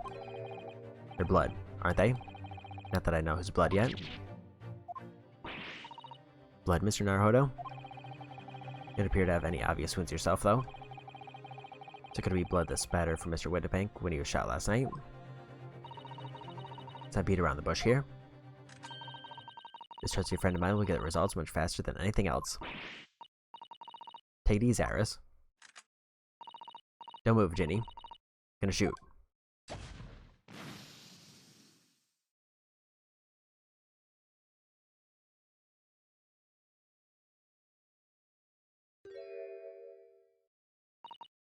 Oh. Oh my. What the? Forget the sleeves. The whole coat was covered in blood. Of course. The black color of the fabric was masking the stains, so I haven't seen them until now. And the blood is reacted with the chemical to turn a purple color, which matches one of the samples we've already collected perfectly. Yes, now let's see. Who had the purple blood? I guess it was the brickmaker Mr. Mason, the victim of the murder case 2 months ago. I knew it. What? What are you all on about? The victim? What do you mean?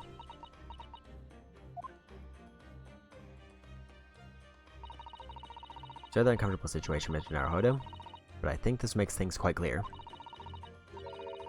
Means the omnibus case is finally solved. The truth about who really murdered the brickmaker, Mr. Mason, is revealed. There was someone explaining what's going on. Up till I have a story.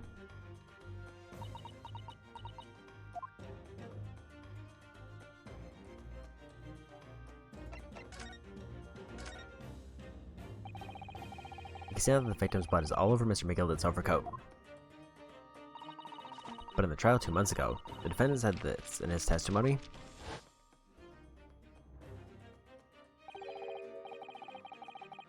Ask you as what good-hearted soul would rush to help a fella bleeding from his stomach. I was about to start worrying about me gloves now, was I? I reached out to give the man a hand.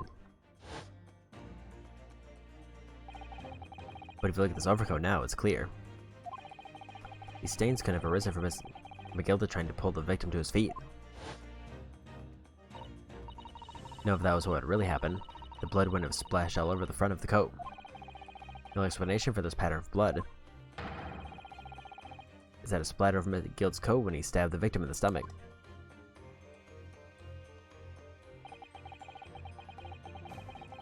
I've tried to run from the truth for long enough. There's no escaping it now. True culprit in that case, Mr. Mason's killer, is Magnus McGilden.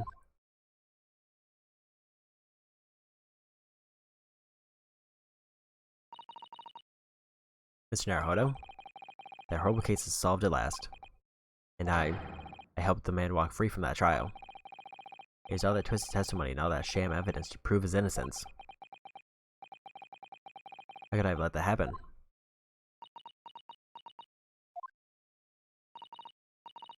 You know, did you believe him, though? Did you believe Mr. McGilda was innocent? I believed, or rather, I think I was trying to believe. I wanted to. Because believing in those you represent in court is defense lawyer's greatest weapon. A weapon?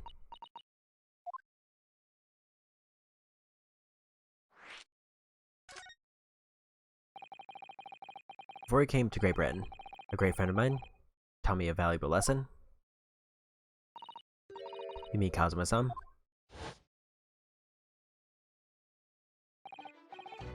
Listen, Ryunosuke. Players are only human. We can't know for sure what is the truth and what is a lie. Dry must resort to our primary weapon. An unwavering belief in our clients. That's all we really have. Unwavering belief? Only when we truly believe what our clients tell us can we fight with everything we have for their cause. In any battle, there can be no victory without faith. So I believe you, unwaveringly.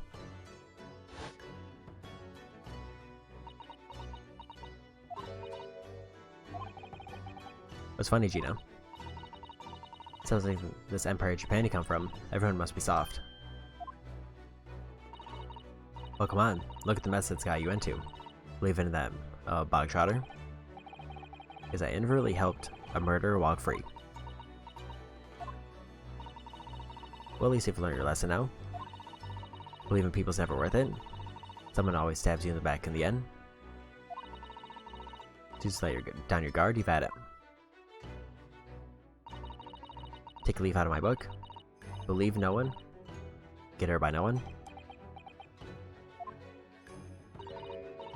May I ask you something? What? I'd just like to make absolutely sure. What would you like us to do with these representation papers for tomorrow's trial?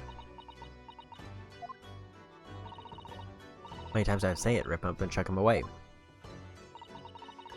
Are you really sure that's what you want?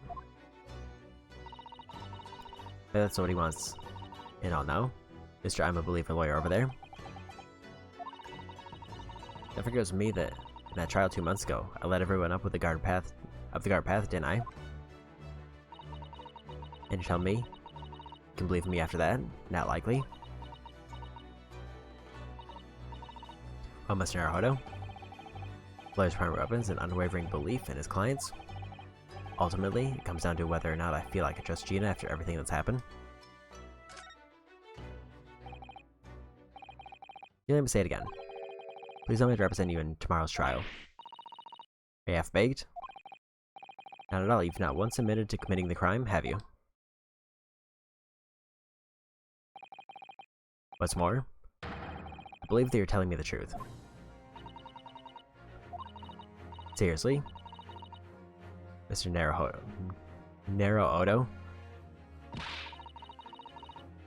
Didn't you hear all of what I said before? I'm a born liar. Fibs just trip off me tongue. I'm a diver, don't forget. I pulled the wool over your eyes 2 months ago and got into all sorts of trouble. Why would you ever trust me now? I just don't get it.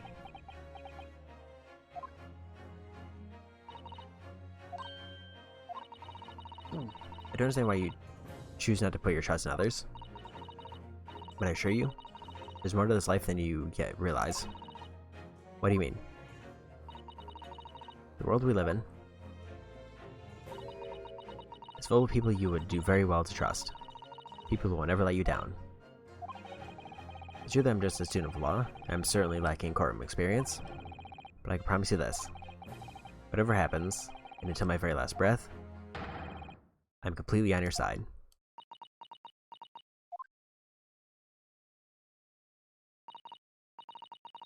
What do you expect me to say to that?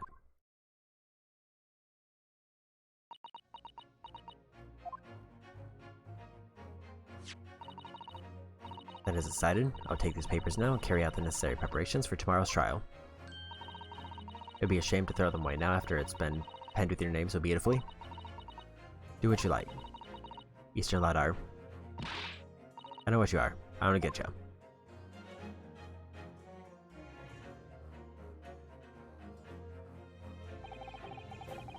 Gina's taken herself to the back of her cell. She'd never admit it, but I hope she's feeling relieved. It turned out right in the end, I think.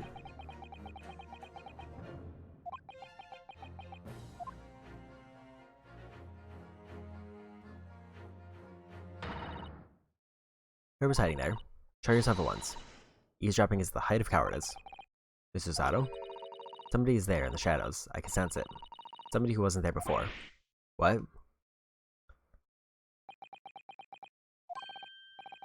Blimey, you're sharp.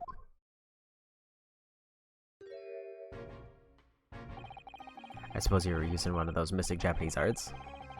Like the art of stealth I've heard so much about? If anyone was being stealthy, it was you, Inspector. Gregsy. I do remember I'm most terribly sorry, your ladyship. I didn't mean to startle you. Long have you been listening in on our conversation? Good grief, listen in. No. I just got word that there were some visitors who were refusing to leave even though it was after hours. I assure you, your ladyship, I only just arrived this very minute, not a moment earlier. All it is, nothing untoward, nothing at all. After hours? Is it that late already? So then I'm humbly excuse myself now, your ladyship. the best, bye bye. A lot of pharaohs, and not one of them appropriate for her ladyship. Hope I wanted to have a chat.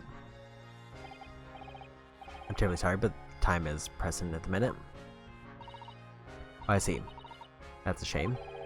If I don't get this emergency at the Supreme Court dealt with sharpish, Lord Strongheart will, well, emergency? Lord Strongheart? Nothing, forget I said anything. Anyway, I'm off. Alright, Gregsley, if you have to, but let's chat soon. Delighted, charmed, can't wait. If you please, my pleasure. That's a lot of pleasantries. Not one of them sound sincere.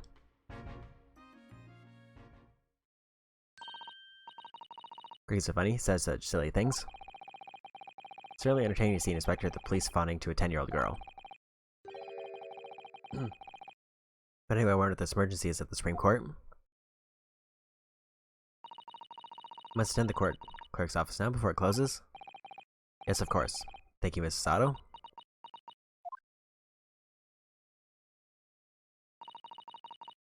Kindly escort Iris home now, Mr. Naruto. I shall meet you there later.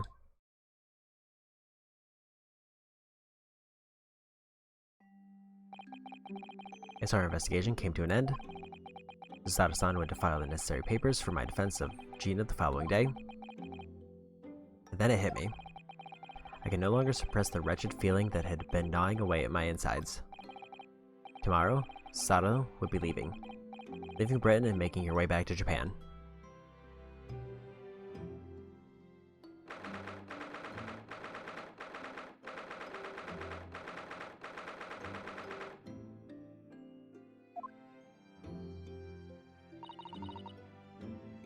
Naruto.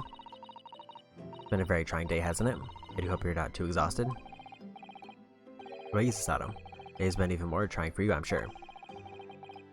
It just jumped a shot before our eyes. Gina was arrested. All in the back of the news that her father has fallen ill and that she must return to Japan at once. I hope your father recovers soon. Thank you for your kind words.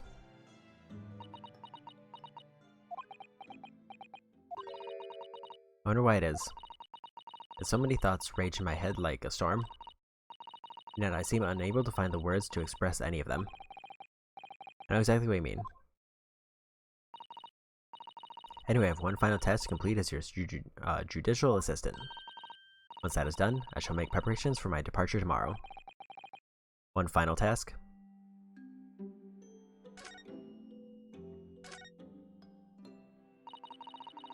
Just 2 months since we arrived in London, we managed to establish this office. It was finally feeling as though we were settling in. I'd be lying if I said I felt no regret. So sorry, Sato. Just so sudden. I really don't know what to think. I've had no time to gather my thoughts. I know I've only been here for a short time. My limited experience of the courtroom, I feel I've learned something. What would that be? It seems to me, there are many facets to people's personalities. Facets? Like a jewel, the light plays off them in a complex pattern, illuminating their actions and their motives. We see only a small number of the total facets, and what is illuminated is only part of the whole story. What lies in the shadows? What do those facets we cannot see look like? Perhaps there are some parts we'll never lay eyes on for as long as we live. It's not true. Sometimes I feel as though I'm blind to so much. I keep hoping that one day it will all become clear. That all the facets will be illuminated and I'll finally understand how everything fits together.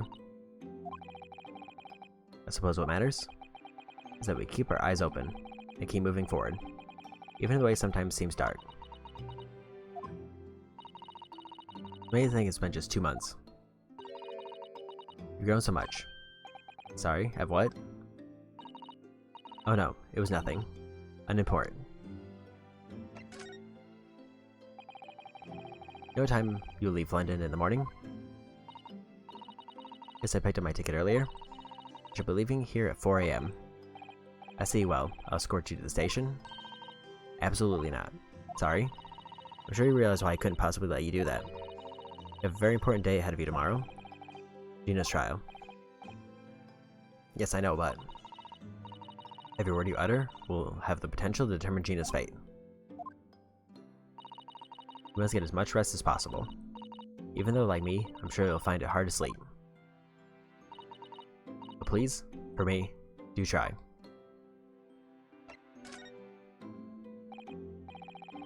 You mentioned one final task a moment ago. What did you mean? I nearly forgot. Please, I want you to have this. What is that? Some huge bundle of documents? It's my notes. From the case 2 months ago. The murder that was committed on the omnibus. The McGilda case. It seems to me that this case of Mr. Windibank's murder, of which Gina is accused, is very much tied up with that omnibus case, in ways that are not yet completely apparent. So I took the liberty of consolidating my writings about the case for you. With everything else she's had to think about, Sada still managed to do this. And all neatly laid out for me in her beautiful handwriting. It was my pleasure. I can only hope that it will bolster your case tomorrow for Gina. Thank you so much, Sato. I'll do my best to use it wisely. You're the best judicial assistant in the world. Well, that's extremely flattering. But I'm sorry to say, I've been a complete failure. Sorry, I didn't quite catch what you said there. Oh, ignore me. I was just mumbling to myself. The notes collated by Mrs. Sato about the McGilda case that we worked on 2 months ago.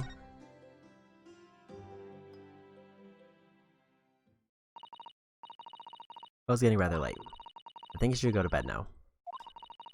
I must finish packing my things in my room. Sato, I wish you the very best of luck tomorrow. Good night. Wait, there's something I need to say.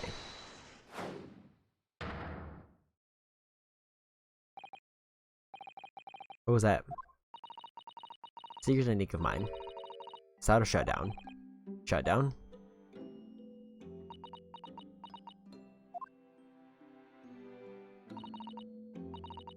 Please, I implore you. We have to voice our goodbyes. I won't be able to hold back my tears.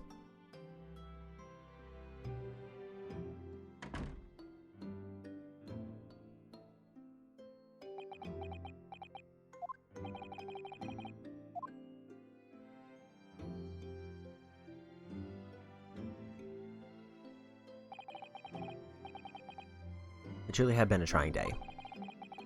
On our feet for hours, getting Gina to open up to us, and learning the truth about that nemesis of a case.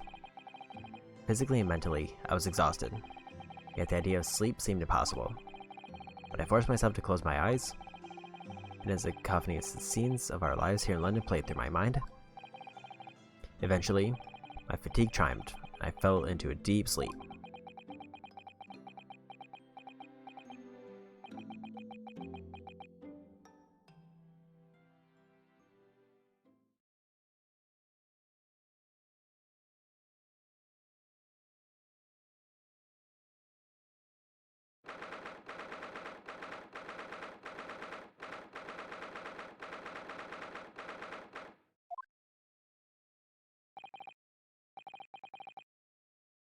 Yes, I quite understand. That is a great weight off my mind.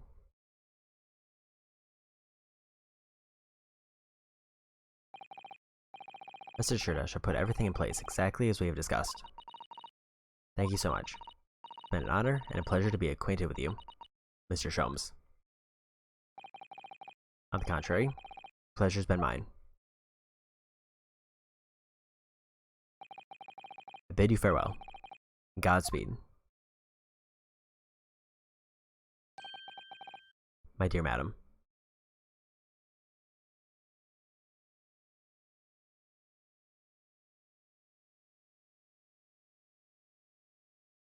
Whoa. So now the question is, it's probably going to be the first part of the trial next, because I'm pretty sure that's the end of the investigation. That seemed pretty final.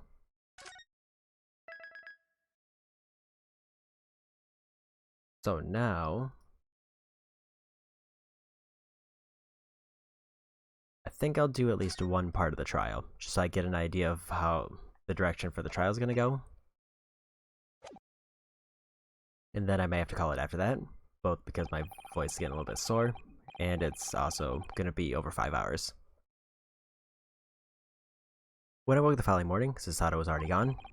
Outside the window, the rain came down in sheets, and so began an even longer day than the last, one that I remember for the rest of my days.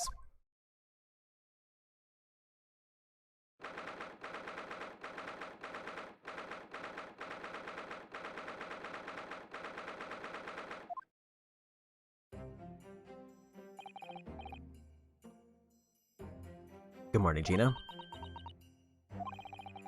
I'm determined to prove your innocence today. I'm sure we can do it. Where's your friend, then? Sorry. You know. You're in the fancy dress? Sato, or whatever. However you say it. When Sato had to leave early this morning. She was already gone by the time I woke up. Alright with that, are you? Forget about me if you like. Go and see her off. It's fine. It's not as though Mrs. Sato and I won't meet again. One day. Even so.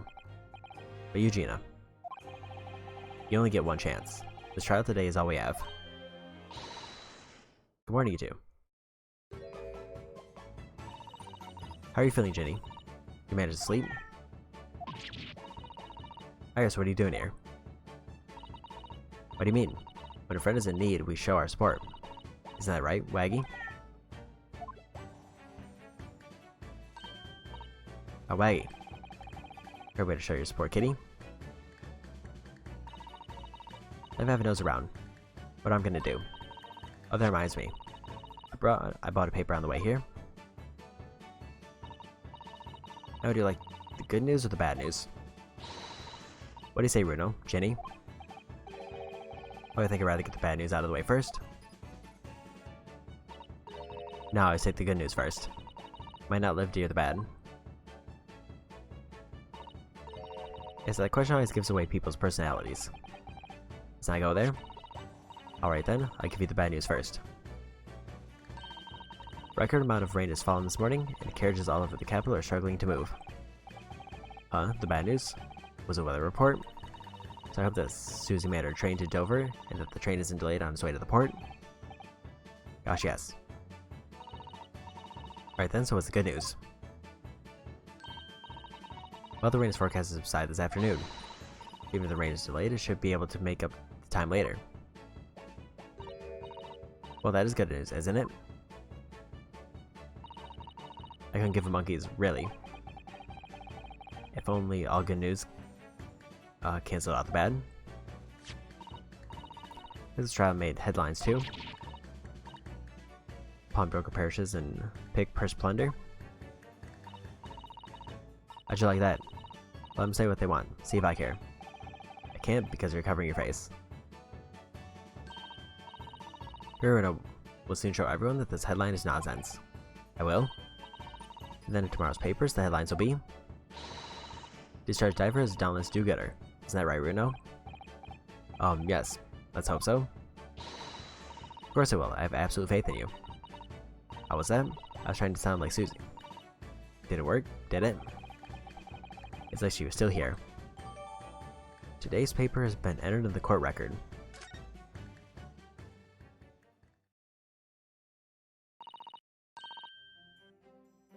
Good luck then, Runo. I'll do what I can. I'll say I don't know the law like Susie does, but still. I'll be by your side the whole time, giving you moral support and encouragement. I'm not sure that big thing is as comforting as you think it is, to be honest. But thank you, Iris. That's very kind of you. Oh yeah, Iris. Yes, Jenny? Well, I was wondering is all. About Sholmes. Did they fix him up alright? Yes, the operation was a great success, but Hurley still hasn't come around yet. I've asked a friend of mine at Scotland Yard to send a telegram as soon as he wakes up. I'm sure Gregson will let us know the moment there's news. Oh, right. No Sato. No Mr. Sholmes. Settle down to me today, to prove that Gina is innocent of this crime. Gina is straight, counsel for the defense, the trial is about to begin. Please make your way into the courtroom. It's time then.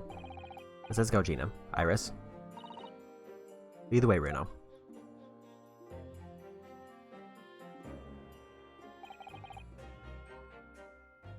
Poor Gina. She's trying to put on a brave face, but I can tell she's worried and scared. I have to believe in her from start to finish. It's a weapon that will secure our victory here.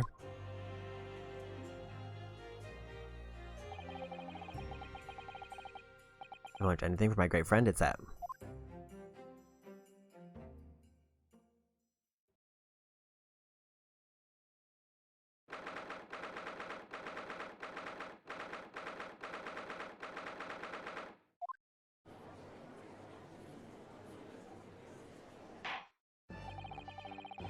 In the name of Her Majesty of the Queen, I hereby declare this court to be in session.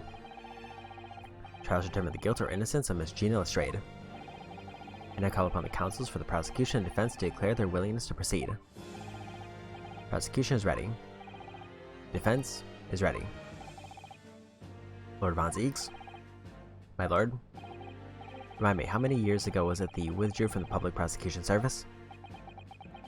It was some 5 years ago, my lord. Yes, and then 2 months ago you resurfaced somewhat unexpectedly, and here you are again today. But are some circumstances in which the court should be aware that have led to this erratic behavior? What one might describe as your former life 5 years past? You dealt with exclusively matters concerned with the highest echelons of society and government. Really? Yet today you choose to try a simple case of burglary and murder. I confess I find it more than a little bit fuddling, counsel.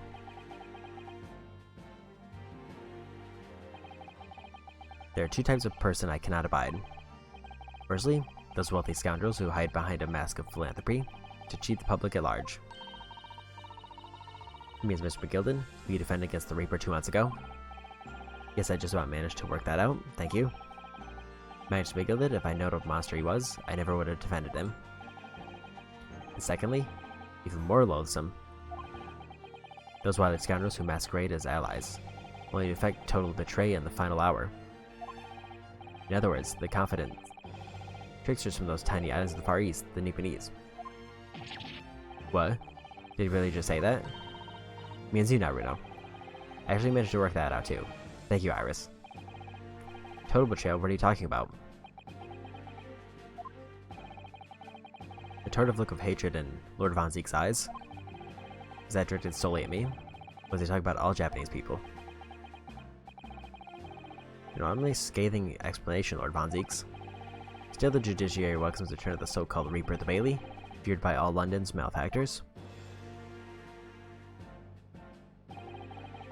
Your lordship is too kind. Now, jurors, 6 of you have been selected at random to represent the will of the people in this trial. Are you ready to hear the evidence placed before you and determine the guilt or innocence of the defendant? Former lieutenant of the British Army here, don't you know, chaps like me are born ready? Clean crockery, clean cutlery, and a clean conscience. His lordship's motto is very appropriate here, I think. Everything will be stereoscopic in the future, absolutely everything, and I'm ready for it. I understand it. I can't have left it in there. It's not possible. What could I have? Living in a dispensable society, stop. Human-centric future, wait, stop.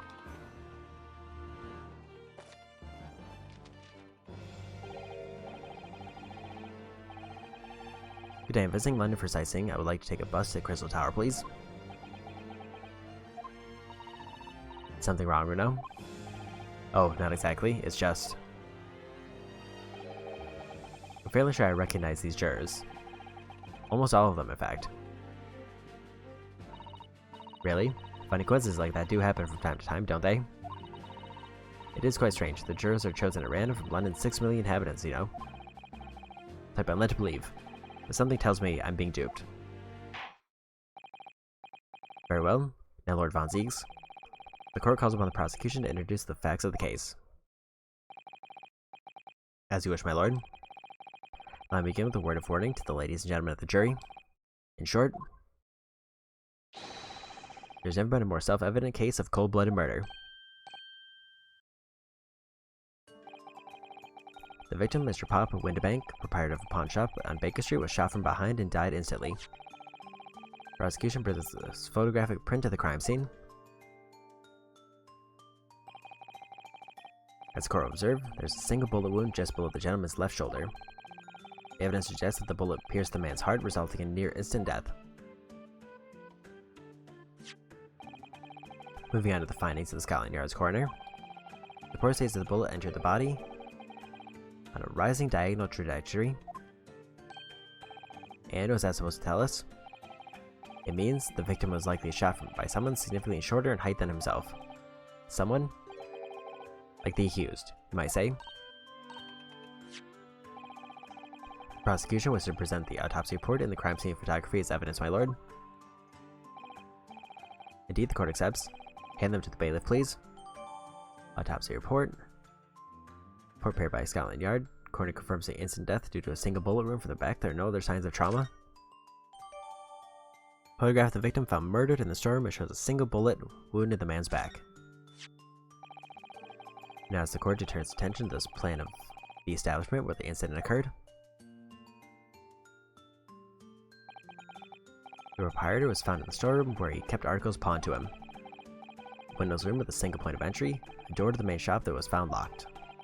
In the sealed chamber, there were only 2 persons present. The victim, Mr. Windibank, and the accused.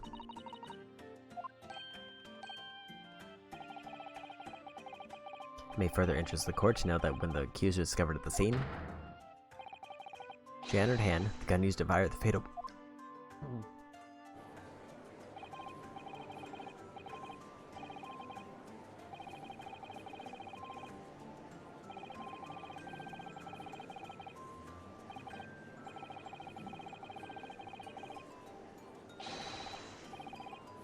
Objection!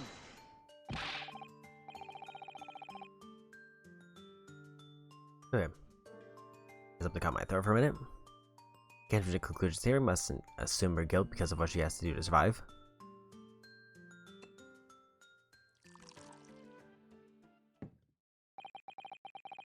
Mother and Beanie's friend. It is you who mustn't jump to conclusions. Prosecution's barely begun presenting its case. Conveniently, this appalling act of murder did not go unobserved. There were witnesses. Good gracious. After the testimony, this girl's true nature will be exposed. Pitiful peg purse or cold-hearted killer. Here's to establishing the truth.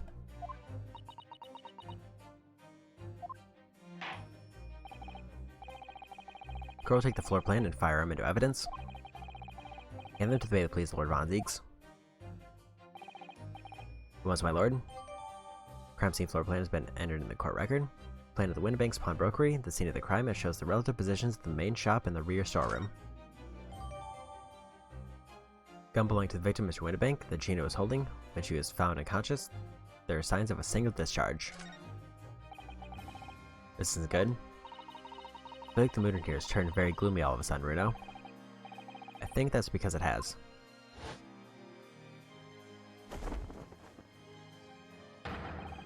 Let us begin. Bring forth the witnesses to the foul murder of Mr. Pop Windibank on the 16th April of this year.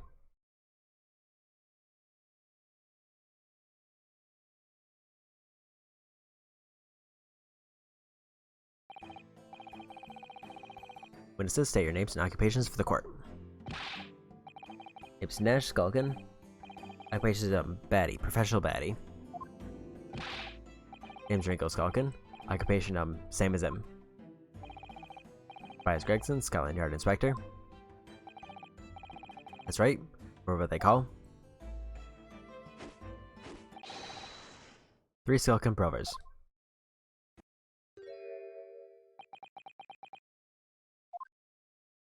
What are you looking at me like that for? Don't let me in you lot. Don't let me that's cold. Don't you know what we're going for? What we're going through? The old bruv. Lost contact with him we have, so we're scouring every shady corner of the capital. And last night we come across you. The very spit of the bloke. Ain't that right, Ringo?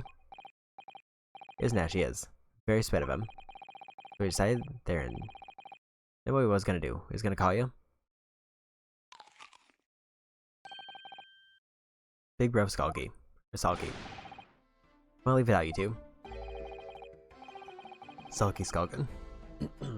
That's before he runs out of chips. Well then, Inspector Sulky Gregson. Begging your pardon, my lord, but the name's Tobias.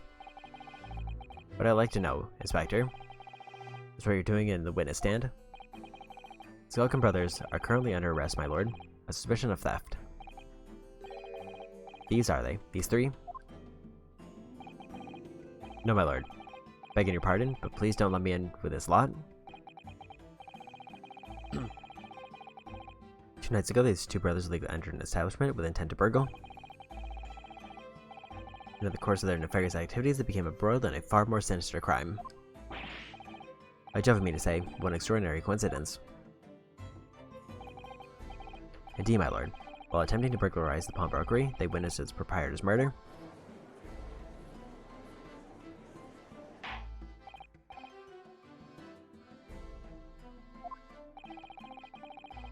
Various trespasses of these brothers are now the subject of today's proceedings, but they will naturally face trial in the very near future. With your lordship's permission, I'd like to remain in the stand to keep these gents on a straight and narrow.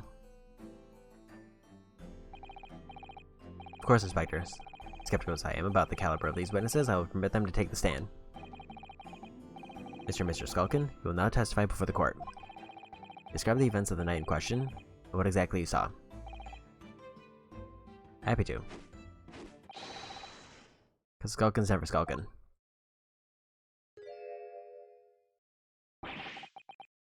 Get out of it.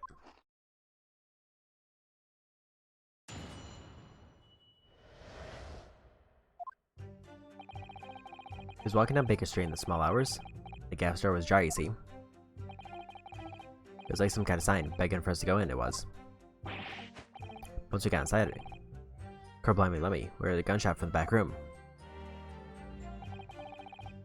Went to see what was what, but the door was locked from the inside. Never did nothing, Governor. Never took nothing. We just left after that, nice and quiet.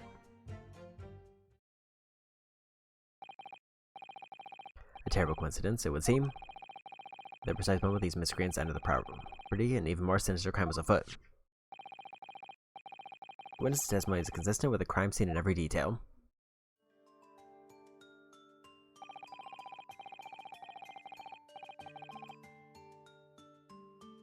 The door providing access to the storeroom from the main shop was indeed locked from the inside. And within, only the victim and the accuser were found. I must say, it does appear to be an overwhelmingly simple case. Still, the defense may cross-examine the witnesses now, of course. Counsel, if you please. Counsel? Yes. What's the matter, Bruno? Sorry, I was just stunned into silence for a minute by the blatant lies being told by that pair in the stand. I know this is all nonsense because I saw it with my own eyes. I just have to expose their testimony for the pack of lies it is. Yeah, they kinda never mentioned that there was another shooting while they were there.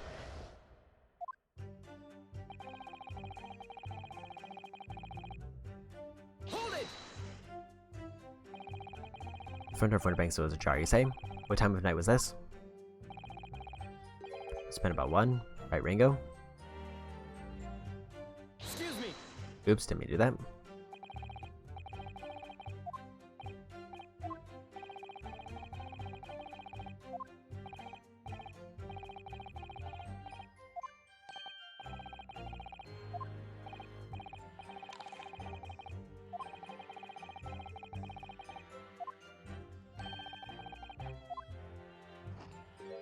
Well,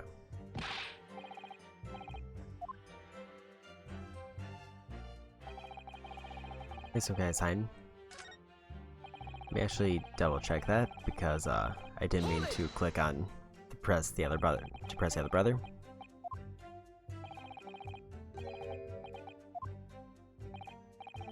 Can I say so? Are you sulky? How would I know? The place would have been shut at 1 in the morning, just like every other shop in town. It was pitch black inside, it's true. Ain't that right, Ringo? I'm not so sure, Nash. I seem to remember a little light burning inside. What about you, Sulky? You a mucker? Leave me alone. Definitely was a small lamp burning inside. That's what alerted us to the situation in the first place. When these gentlemen ventured into the open establishment, the accused Miss Gina Lestrade already had the muzzle of her gun trained on the unfortunate victim. That's pure conjecture. Perhaps, but it changes nothing. These brothers inadvertently wandered into the middle of a cold-blooded murder, simply because they found the door of the victim's establishment open and ventured inside. Right, that's what happened.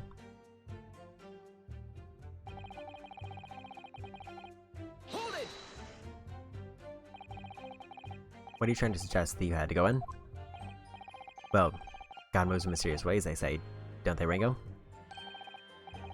They do, nurse, they do. Must have been some sort of providence, I reckon. God's will often presents itself as the whim of thieves, does it?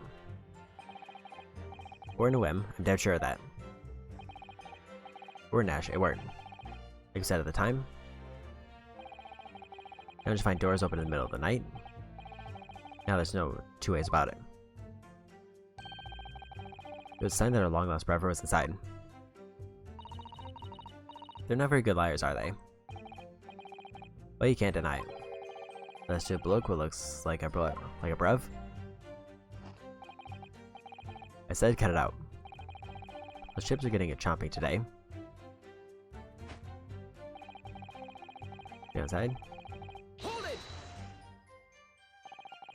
A gunshot, you say? Just the one? Are you sure about that? Yep, just one, Governor. I can swear to that. Wasn't Nash, it was. Ain't that right, bruv? The firearm was used belonged to the victim himself. Yes, Mr. Winterbank always used to leave his gun lying around on the counter. Right, I remember. Examining it, we found the revolver was completely out of rounds. That makes sense.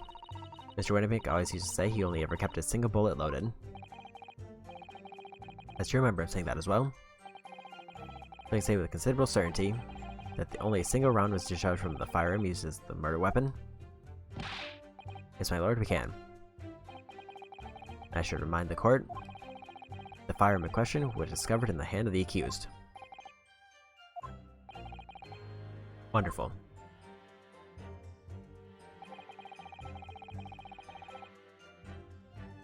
Hold it! You mean the door between the main shop and the storeroom? My learned friend is having difficulty grasping the situation. Perhaps trying would help. Excluding the shop's entrance from the street, there's only one other door, that of the storeroom. Of course, there's only a little oil lamp burning, not much to see by. And the door was hidden behind a curtain and all. That's right. When we arrived, the door was mostly obscured by the curtain.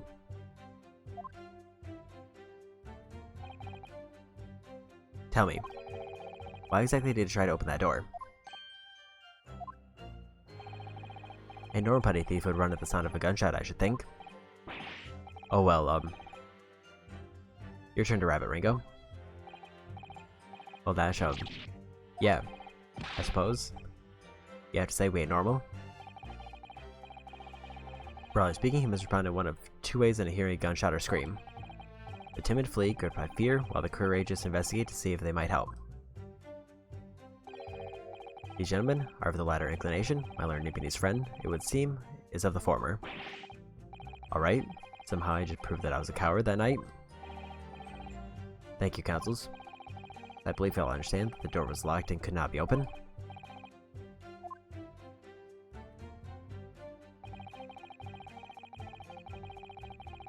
Hold it! You didn't or didn't take anything? Is that your story? Well, it's bedlam soon, is it? Weren't it? It wasn't actually, it was. Didn't you have time to pull me dukes out, you Lucy lockets? With no time to take your hands out of your pockets, you just left, nice and quietly, you say? That's right, Governor. If we ate more than violence, peace, love, and nibblers we are. Now, bludgers? Alright, Nash, we are. Never even pulled me dukes out, you Lucy lockets. So you clearly like us to believe? Come again? As he fled from the pawnbrokers that night, did you not run into anyone else? And he did not fire a gun at that person. Saint's alive that fired a gun, you say? Blimey, Governor. You ain't telling us. It was you in the doorway. It was. Why the bleed, Nora? Didn't you mention that before? You were armed with a gun, and as you fled the scene, you fired that gun. You're London's greatest detective, Sherlock Sholmes.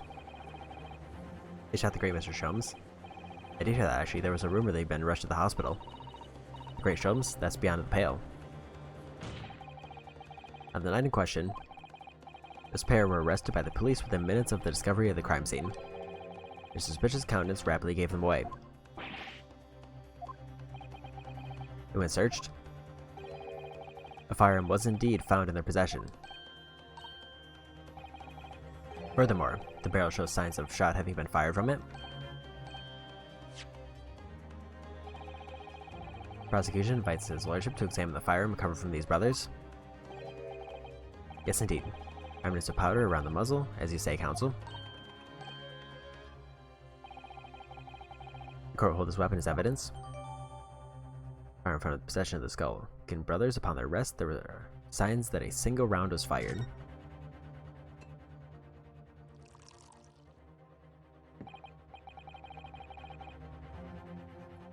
Now, my Lord Nibini's friend. Yes? Here's to you successfully presenting the evidence. Yes, there are the telltale signs of a spent powder on this gun and a single bullet missing from the cylinder. The prosecution demands evidence that it was fired at the scene of the crime under scrutiny in this trial. Objection! Well, I need evidence, because I was there. Objection! However, the rest of us in this courtroom were not. The defense fails to provide evidence in support of its rash claim. We shall have no choice but to toast your incompetence and move on. Evidence used to fire that gun before they left the Windibanks that night. The court demands that all claims are affirmed with clear proof. Evidence that shows these witnesses unloaded a firearm in that pawnbroker shop that night.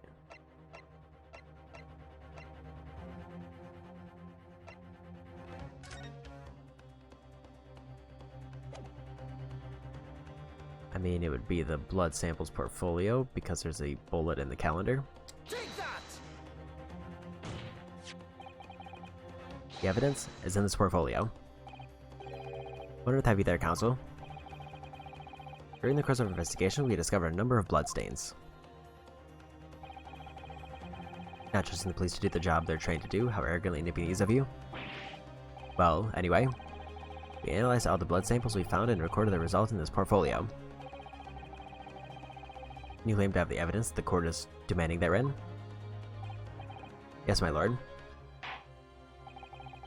No more dallying then, counsel. Present the pertinent evidence at once. What do you have in your portfolio that proves these witnesses unloaded a firearm at the scene? Take that! What does that explain? It's a photographic print taken at the Windibanks pawnbrokery on the day of the incident. From the scene of the crime, is it? Is that a bullet hole? If my eyes do not see me, it appears the bullet is still lodged there. Yes, as your lordship noticed, the bullet pierced Mr. Windibank's calendar. The date shown being the 16th of April, the very day of the pawnbroker's death. This occurred at 1 hour after midnight. This indicates that a separate shot had been fired sometime after the calendar had been set to the 16th. That's right. While it isn't irrefutable, the defense believes there's credible evidence the witnesses did fire a round from a gun in the pawnbrokers that night.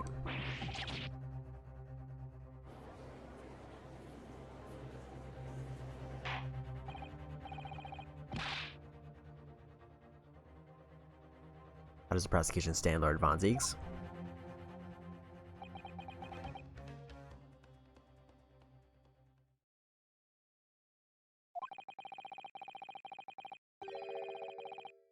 If that is the direction my learned friend wishes to take, the prosecution has no objection.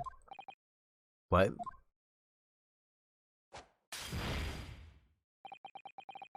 forgive me for flinging my hollow chalice aside in disgust at the repugnancy it exposes? Yes, on the night in question, these brothers entered the pawnbroker illegally, and like the bold baddies they claimed to be, opened fire on the new arrivals before fleeing into the street. Take it easy there, Governor. You're gonna land us in the soup. We had a deal, you weren't gonna get into them details. Tell him, Sulky, said the bloke straight. I have nothing to add. So he knew, did he? Von Zieks knew their testimony would almost certainly expose the extent of their crimes. It would seem now that I owe my learned media's friend a word of gratitude. What do you mean? What I mean is that you have helpfully confirmed an important fact. To what fact do you refer, Lord Von Zieks? As has been established, at the point of their arrest, a single shot had been fired from the brother's gun. However, that shot found its target in Mr. Sholmes. Then clearly these witnesses cannot be accused of fatally shooting the proprietor and victim. In other words, these two men have no material connection to the murder of Mr. Windibank at all. So that's it.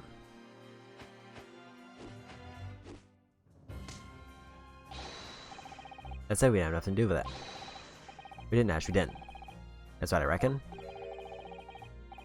Crimes include unlawful entry, intent to steal, and perjury, and let's not forget, attempted murder. Quite a catalog. Ran for it now, bruv. Now then, let's take a moment to consider the aforementioned great detective, Mr. Herlock Sholmes. It seemed the man patronized the pawnbrokers in question somewhat irregularly. Where's he going with this?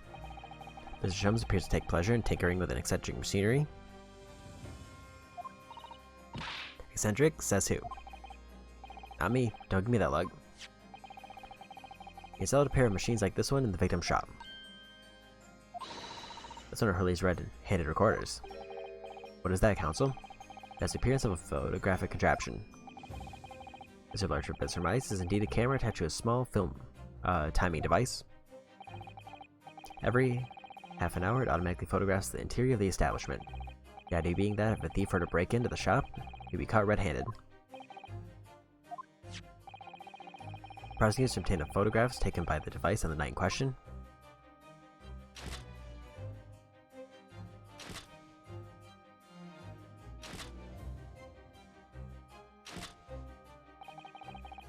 As the court will observe, copious identical prints are produced in quite desultory fashion. Rather prodigal, I feel. In fact, there are two such devices in the victim's shop, my lord.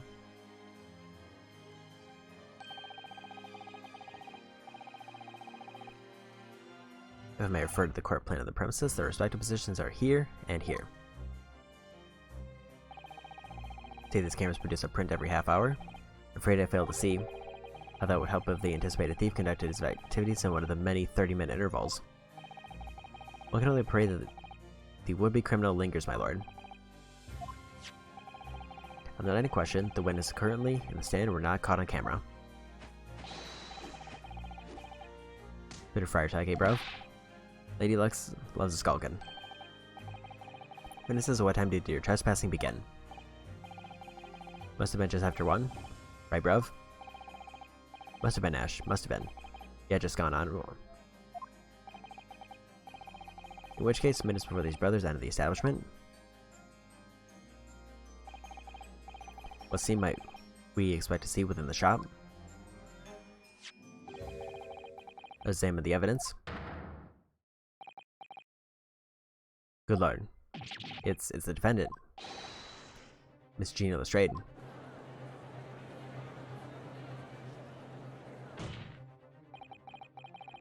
As the court can clearly see, the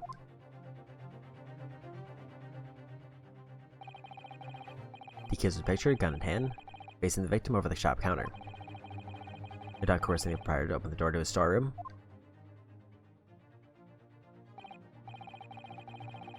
Quite one can only too easily imagine the events that unfolded.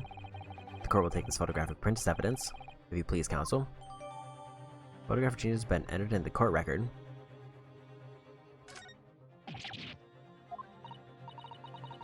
don't believe it. Ginny. In short, the accused is the only person who could possibly kill Mr. Windibank.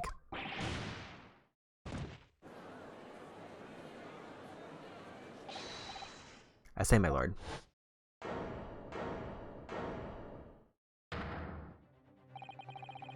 I might put in a word at this point. Go ahead, Mr. Foreman. Took a poly bullet to the knee in the Battle of Maiwan.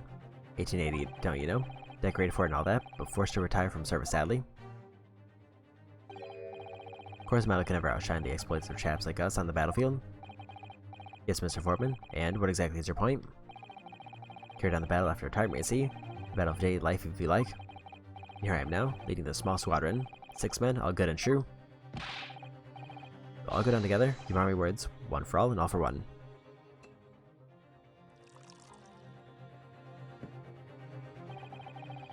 Ladies and gentlemen of the jury have reached agreement, have they? Is that what we're to understand? Oh, Mr. Foreman, is that correct? In a manner of speaking, yes. That is the GamerDLM squadron's position, sir. Why no, it's too soon to make a judgment here. Status report for the court, men on the double. His lordship insists on promptitude at all times. And that goes for making decisions too. Think you found the truth as clear as day now. I could reach out and touch it. Wouldn't have left it in there, I just wouldn't. But in all honesty, I can't actually remember. Situation clear, stop, never for doubt, stop. Truth now undeniable, stop.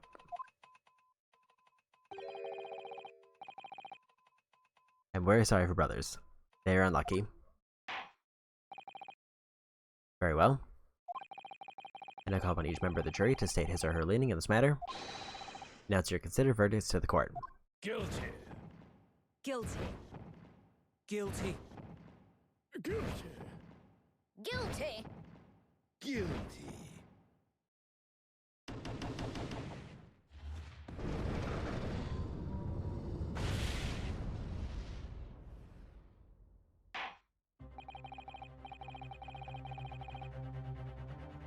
It does indeed appear that the jury is unanimous in its leaning already.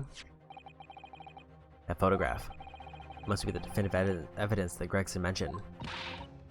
But Ginny didn't shoot him. No, of course not.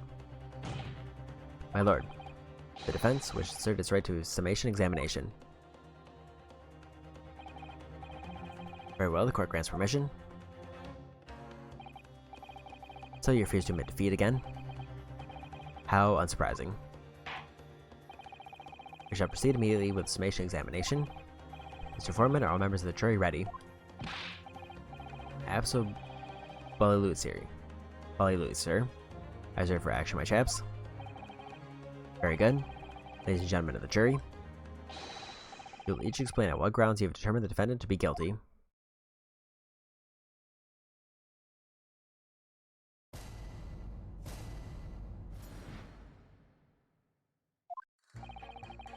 Well, the evidence clearly points the finger of guilt at this young pickpocketing. As a housemate, I should like to see all filthy eyesores promptly and rigorously eliminated. I think you'll find that if you look at the photograph in stereo, the truth will just pop out. I've left it in there. I should think there will be repercussions by now. I made up, stop, clip radio transmission of verdict to follow. But then we say never judge by clothes, judge by head. I'm convinced by there's instant.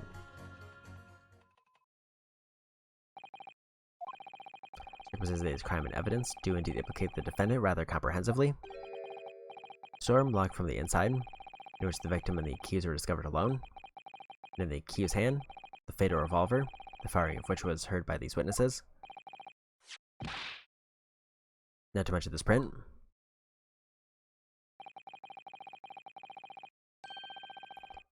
I take it from a chap who's seen action on the battlefield that young girl's on the verge of pulling the volley trigger. Thanks a lot, Mr. Sholmes.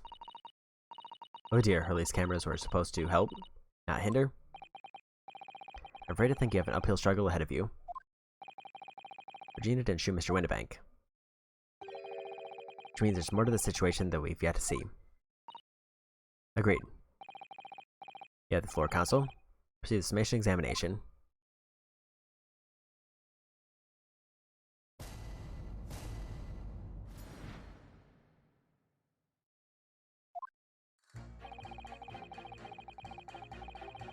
Hold it!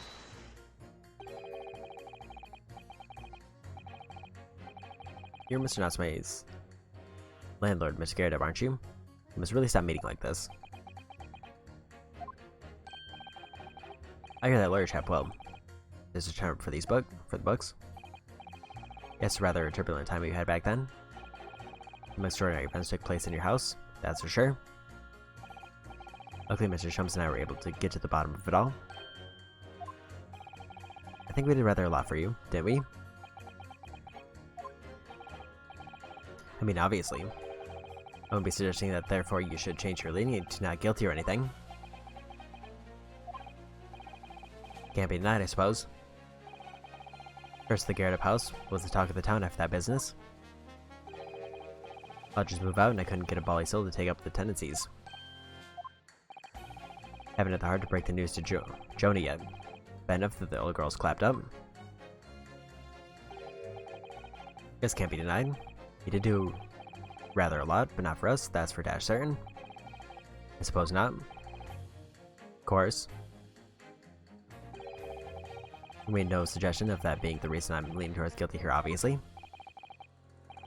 Obviously, but honestly, I really should pay more attention to the trial, and less to juror number 2.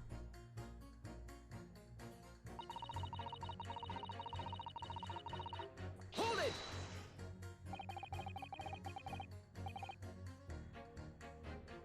Polishing the bench I see again. Maid's work is never done, and a blemish must remain. What exactly do you mean by filthy eyesores? I'm going to mark it for his lordship. I have to pass through East End. Place full of beggars, pick purses, and crossmen, the scum of the earth. A little harsh, perhaps?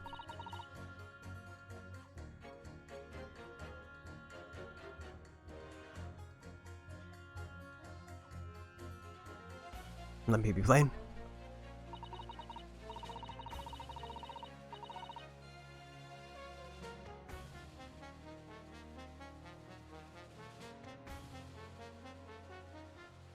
Ever up to me all those back slums made spick and span or eradicated?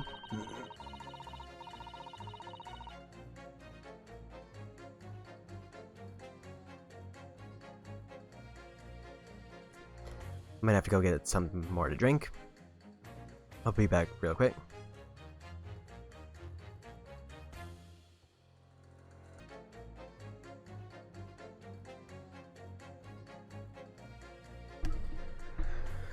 Okay, back. You have people like the Red Detective working to achieve these important goals. You're referring to Mr. Herlock Sholmes. That's right. I like to keep abreast of his exploits by reading Rand's magazine in between my duties. There's wonders clean London streets. In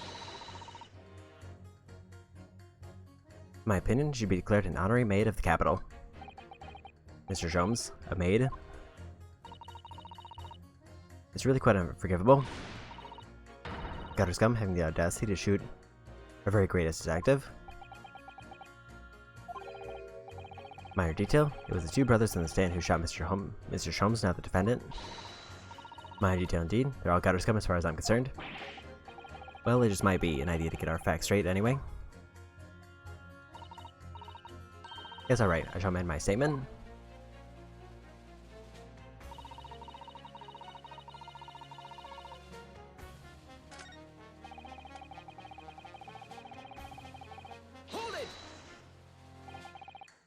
What do you mean look at the photograph in stereo?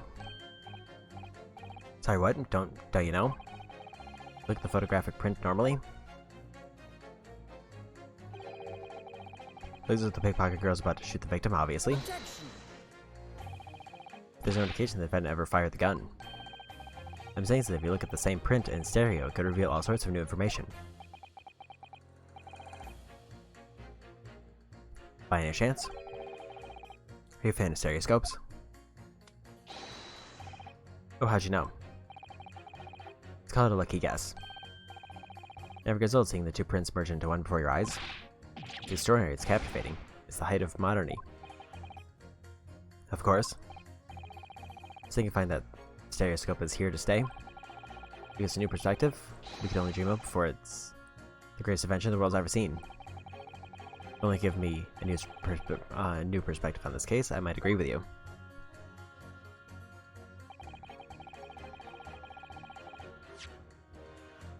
Kinda want to take a look at that photo now, because that sounds like it might be a hint.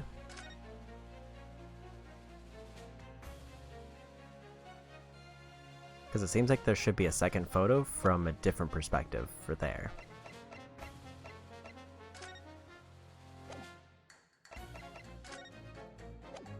Doesn't seem like I can examine that though.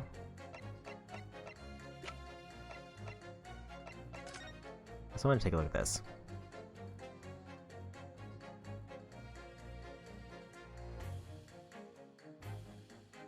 At least nothing obvious there.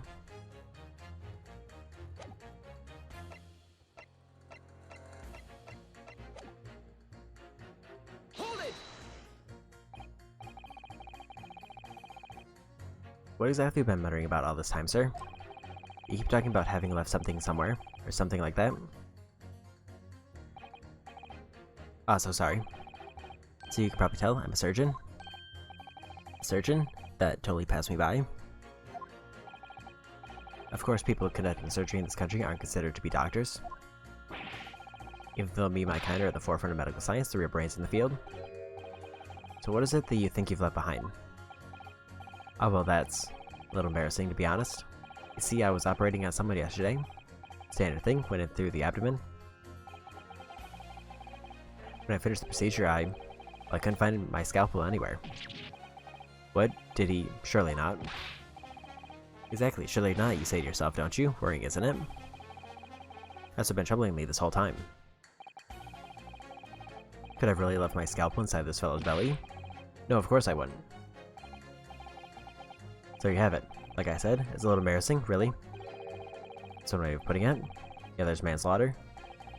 That's exactly my concern, and seeing as this case appears to be all but sewn up, I need to focus on trying to remember exactly what I've sewn up elsewhere. Now, I'm sure I made sure everything was back as it should be. Well, as sure as you can be without being sure. I'm sure you need to be more sure.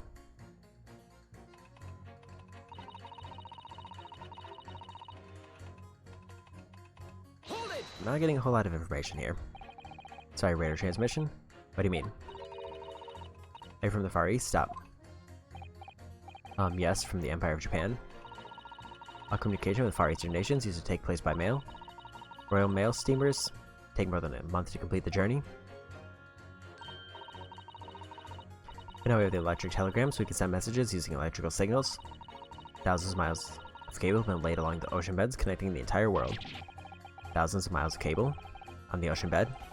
Makes my head hurt just thinking about it. You're a well-informed young lady. But cables will soon become a thing of the past. Stop.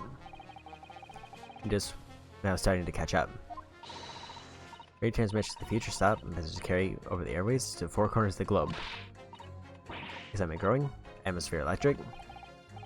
Right. Try not to wear out your fingers. Era of wireless telegraphy. Driving technology's revolution. People say inventions like this stereoscope at the height of technology.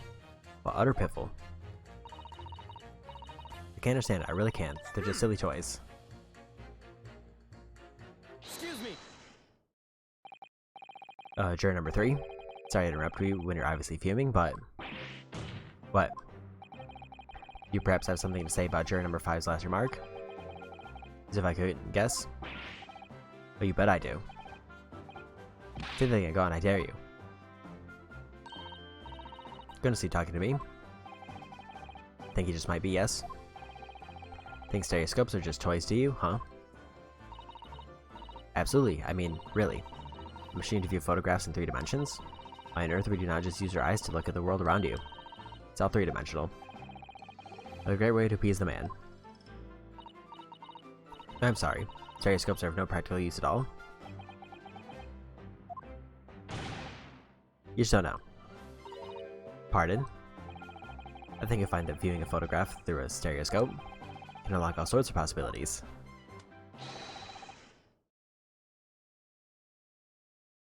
I'm obviously going to have to demonstrate. What sort of possibilities? Well, take a crime scene for example. You had a pair of photographs from a crime scene that you could view through a stereoscope. You could reveal hidden clues you've never even noticed before. What? Have you got any random? Any prints we could look at with a stereoscope?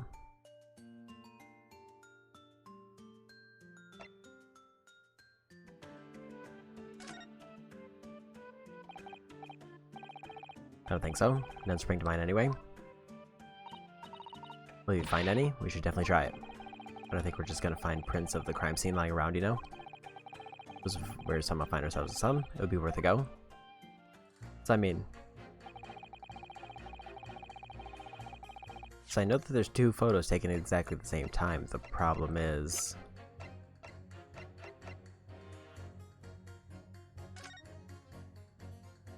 I don't have two of them, and I don't know if, like, if I choose that one, if it'll automatically give me the second one.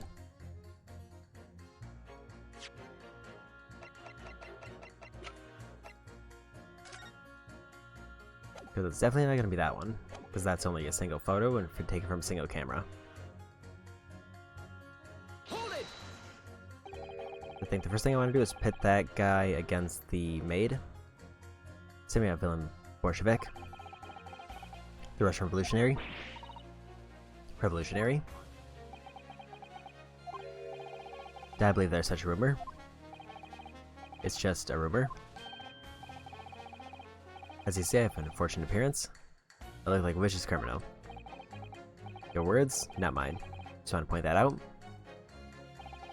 People call me a revolutionary, murderer, autocrat, and which glove fits. Good day, I'm visiting London for sightseeing. I would like to take a bus to Crystal Tower, please. Right, that didn't sound staged at all. You'll forgive me for having my doubts. To be treated like a vicious criminal all the time is very painful. People do not realize. I have much sympathy for these brothers. People say they're criminals only because of how they look. The Skeleton Brothers? Maybe they went inside Paul Roker's shop? They've done nothing wrong. That is all I want to say. The Skeleton Brothers did nothing wrong that night. Alright, well, first of all, that's one not so little misunderstanding I'll need to clear up straight away. Tell me something, Iris. What is it, Runo? The jurors are chosen at random from the inhabitants of London town, aren't they? Yes, it's amazing, isn't it? In that case, how's it that there's a Russian tourist sitting among them who looks for all the world like a revolutionary? I wish I knew.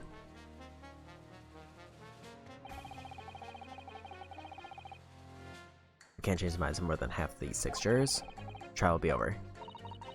We know that Jenny would never shoot anyone, and so you need to find a contradiction what these jurors are saying and pit them against each other. I'm just ready to go whatever lengths I have to convince them of Gina's innocence. So let's start with the brothers. So pit that one.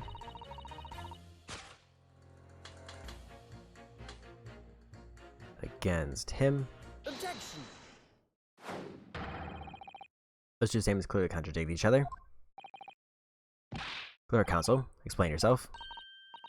Why my statement? Contradictory. Contradict. Juror number 6, you've got the wrong end of the stick. I do not have a stick. I have a mouse. As juror number 2 said earlier, when the Skeleton Brothers fled the scene on the night in question, they fired a shot from their revolver. Is it shot? Poor Mr. Sholmes in the abdomen, I understand. Sure they're not going to tell the court now that you didn't hear? Abdomen, abdomen.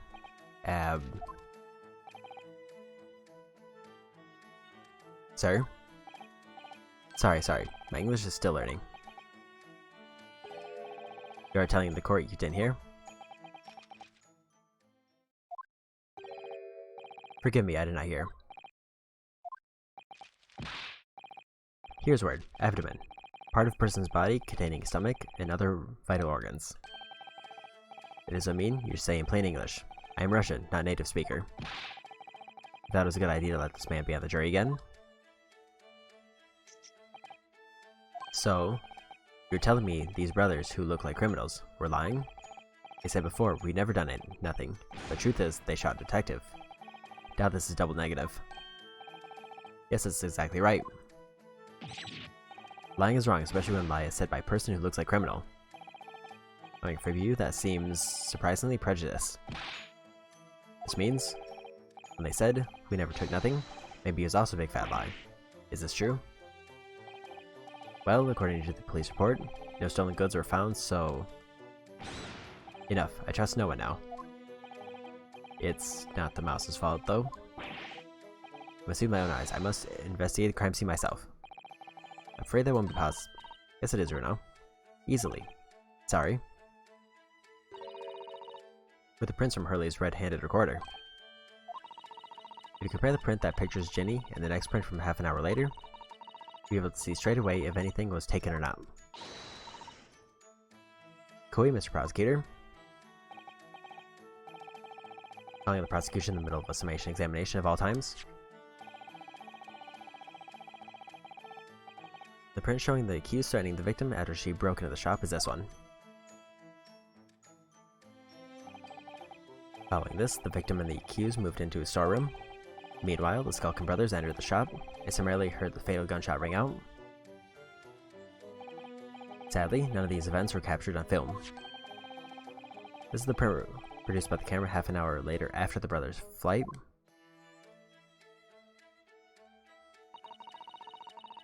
This is taken after Hurley was shot then. As far as I can tell. Nothing has been taken. That does seem to be the case. Can't notice anything that's obviously missing in the second print.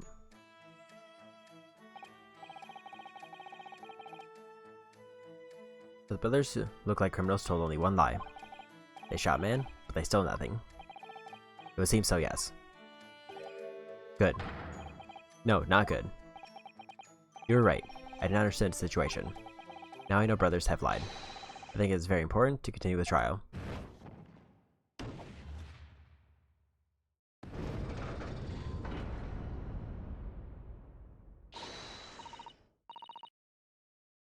Well then, Reno, the balance is shifting. Well, it's a start, I suppose. There must be more in what these jurors are saying that I can use to expose the truth. If I can do that, we just might turn the situation in to our favor still.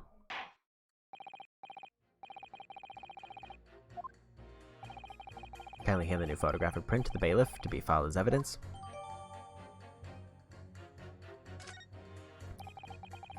Another print of the court record. I wonder if we can make use of that.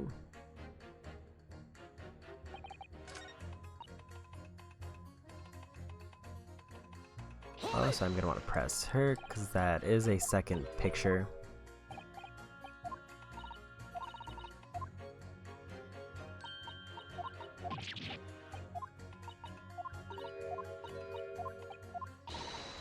So I will skim through this.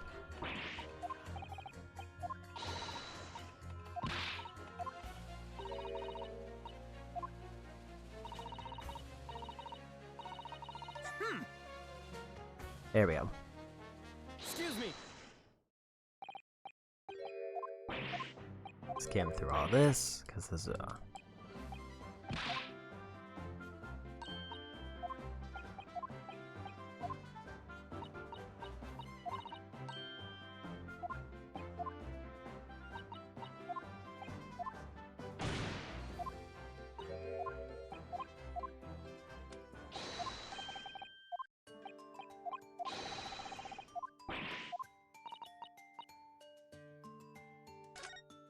there we go.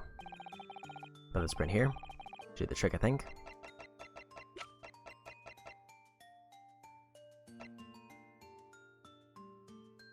Take that. And then juror number 3. Are you saying you can do this with any 2 suitable photographic prints? Of course I can. Very well then. I'd like you to demonstrate. I'd like you to just give me one more print and I'll amaze you all.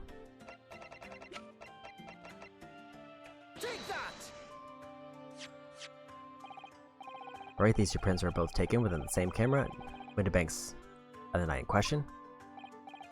Yes, I see. Tell me. Mr. Lawyer? Do you know how stereographic images work? Do you understand the principle? Well, I think so. I did have a lesson only yesterday. Left and right eye images need to be the same. Only a slight shift in the position of some objects. And when your brain merges the two images together inside your head, it notices the shift as if it were a depth. Yes, exactly.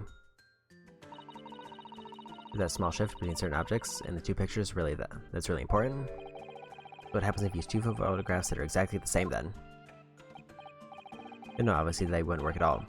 Not for seeing the scene three-dimensionally anyway. Oh. Oh. Of course, now I see. I think the girls discovered the secret.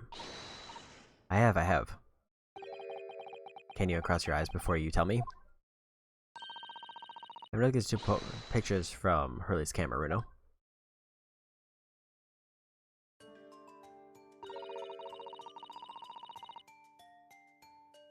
Can you see there's a really obvious difference between them?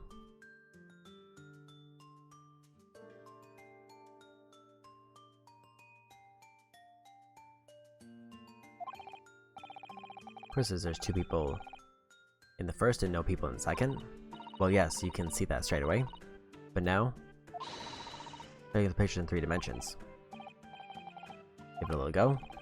Start with, you have to cross your eyes, and make the two pictures overlap exactly.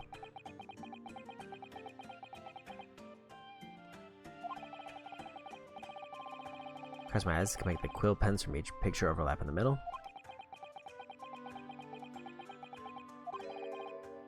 Wait.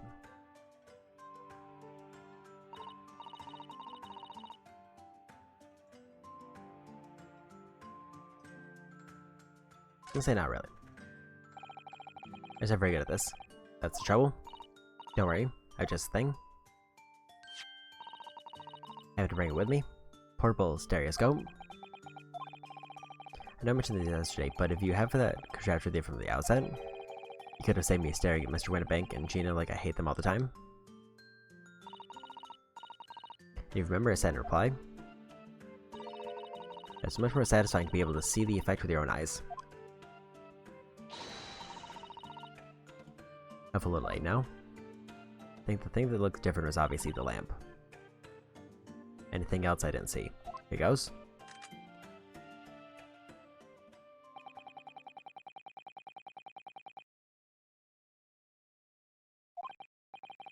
Now let's see what we've got. Look at that.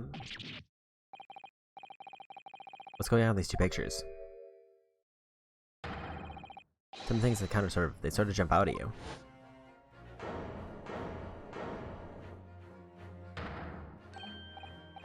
Yes, that's it, you see? That's the other amazing power of stereoscopes. Other amazing power? So I'm gonna explain this. Black magic. Well, these are some things that kind of seem to jump out at you like that. I think you'll find that if you consider the basic principle of the stereoscope, you'll answer your own question. Basic principles of the stereoscope. As I said before, if you try to look at two identical pictures using the stereoscope, it won't work at all. It's the slight shift in the positions of certain objects that lets you see the picture three-dimensionally. In other words, even at the first glance, the objects on the counter haven't moved at all between the two pictures. It shows that actually there must have been a slight shift in their positions. Yes, there must have been. Well, fire there, sir. Got a reasonable grasp of this whole cross-eyed business, now I'd say. Why the devils did the shift between the two prints existed in the first place? Well, what's the answer, fellow? Come on, you're the cross-eyed master. What, me? I haven't the first idea. You know, Runo? It's quite simple. It is. Just think it through step by step. The first photograph was taken at 1 AM. Then 30 minutes later, the second photograph was taken. The position of this item's counter appears to have shifted slightly in the interim. So that means something in the half-hour interval. Someone must have tampered with the things on the counter. Someone tampered? New information. Not mentioned in the testimony so far? Yes, we've had to go around in circles a little here, it seems. But I'm starting to see what I should be aiming at in this summation examination now. Ladies and gentlemen, the question now is clear. We know the items on the countertop were moved, but by whom? Are you suggesting you might know? Of course. Tell you right now who's responsible for the almost imperceptible shift in the items on the counter.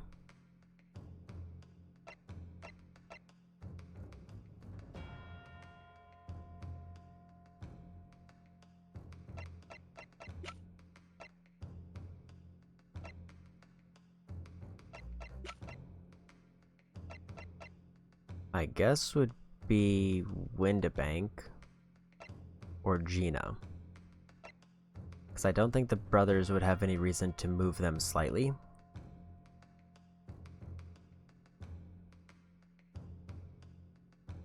Take that! But this is definitely a guess. There was the work of this meddler. Afraid you've digressed there. Oh. Now be clear, even to you, who's responsible for the impeachable shift. The direction of this trial toward the absurd. Let me guess. Me? Shift aside my deputy's friend. Let the real lawyers do the talking. You felt that one? If you think about it, it has to have been someone who was in Windabanks when everything was going on, doesn't it? Well, yes, that's true. So, that narrows it down quite a lot, I think.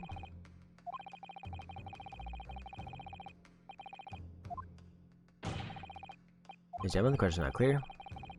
Moved by whom? I guess it would be one of the brothers.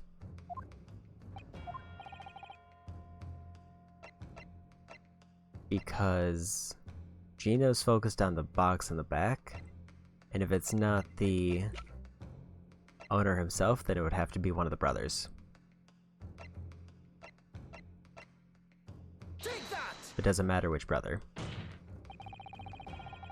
The witnesses currently stand, the Skulkin brothers. Wait. This does not agree with what brothers said in testimony before.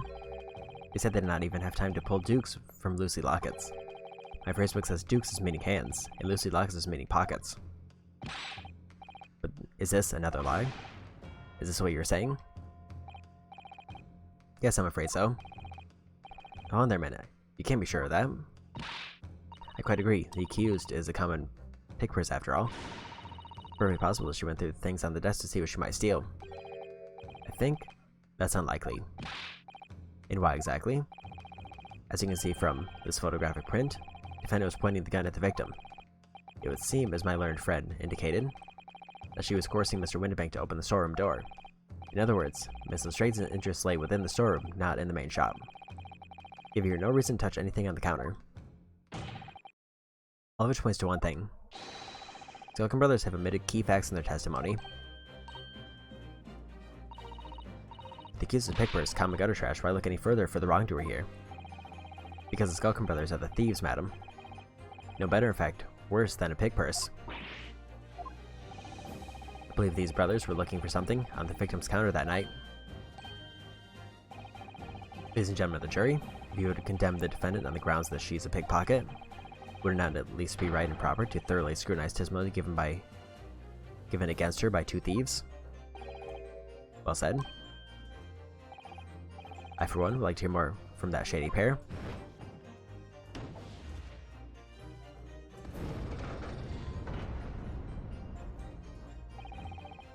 Can you all see now?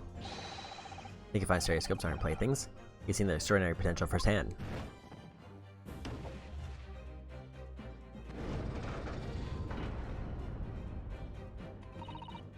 We'll hardly agree. Was purchased after a trial. Will return home via Regent Street.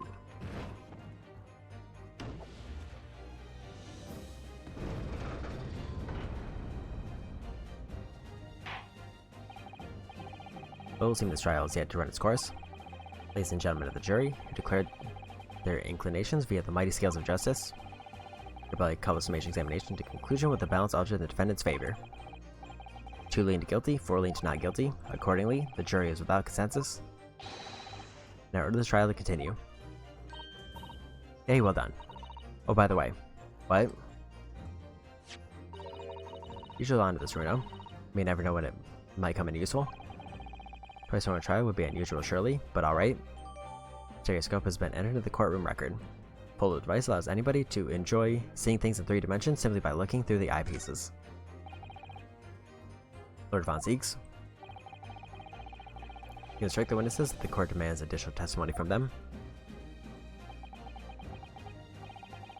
I'm sure it won't spoil the bouquet to do so, my lord.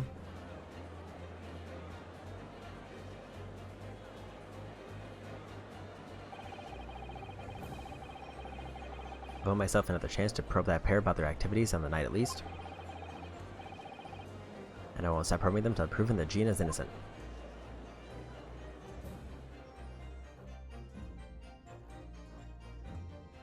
Made it to the end of part 1. That's gonna be where I call it for today. So, as I mentioned before, the next time I play this, depending on how long the remaining parts of the chapter are, we'll decide whether I continue on to the second game or just put it on hold for a little while until I complete a couple other games. Like, for example, I was thinking of getting into some of the DLCs I didn't finish, or I have a couple other games that I'm looking to pick up soon. Let's look who's on to raid.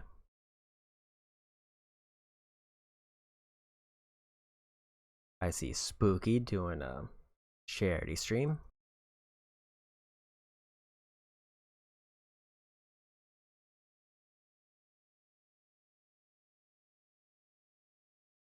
So let's go say hi to Spooky.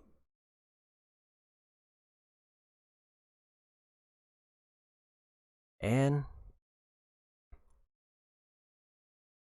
so while this probably won't, or I'm not sure the next game I'll stream, if my throat's still giving me problems, I'm probably going to hold off on finishing up the rest of this chapter. Because at least it seems like it's only been for the past few days, so it might just be a little bit of a cold or something. Or allergies kicking in, hard to say.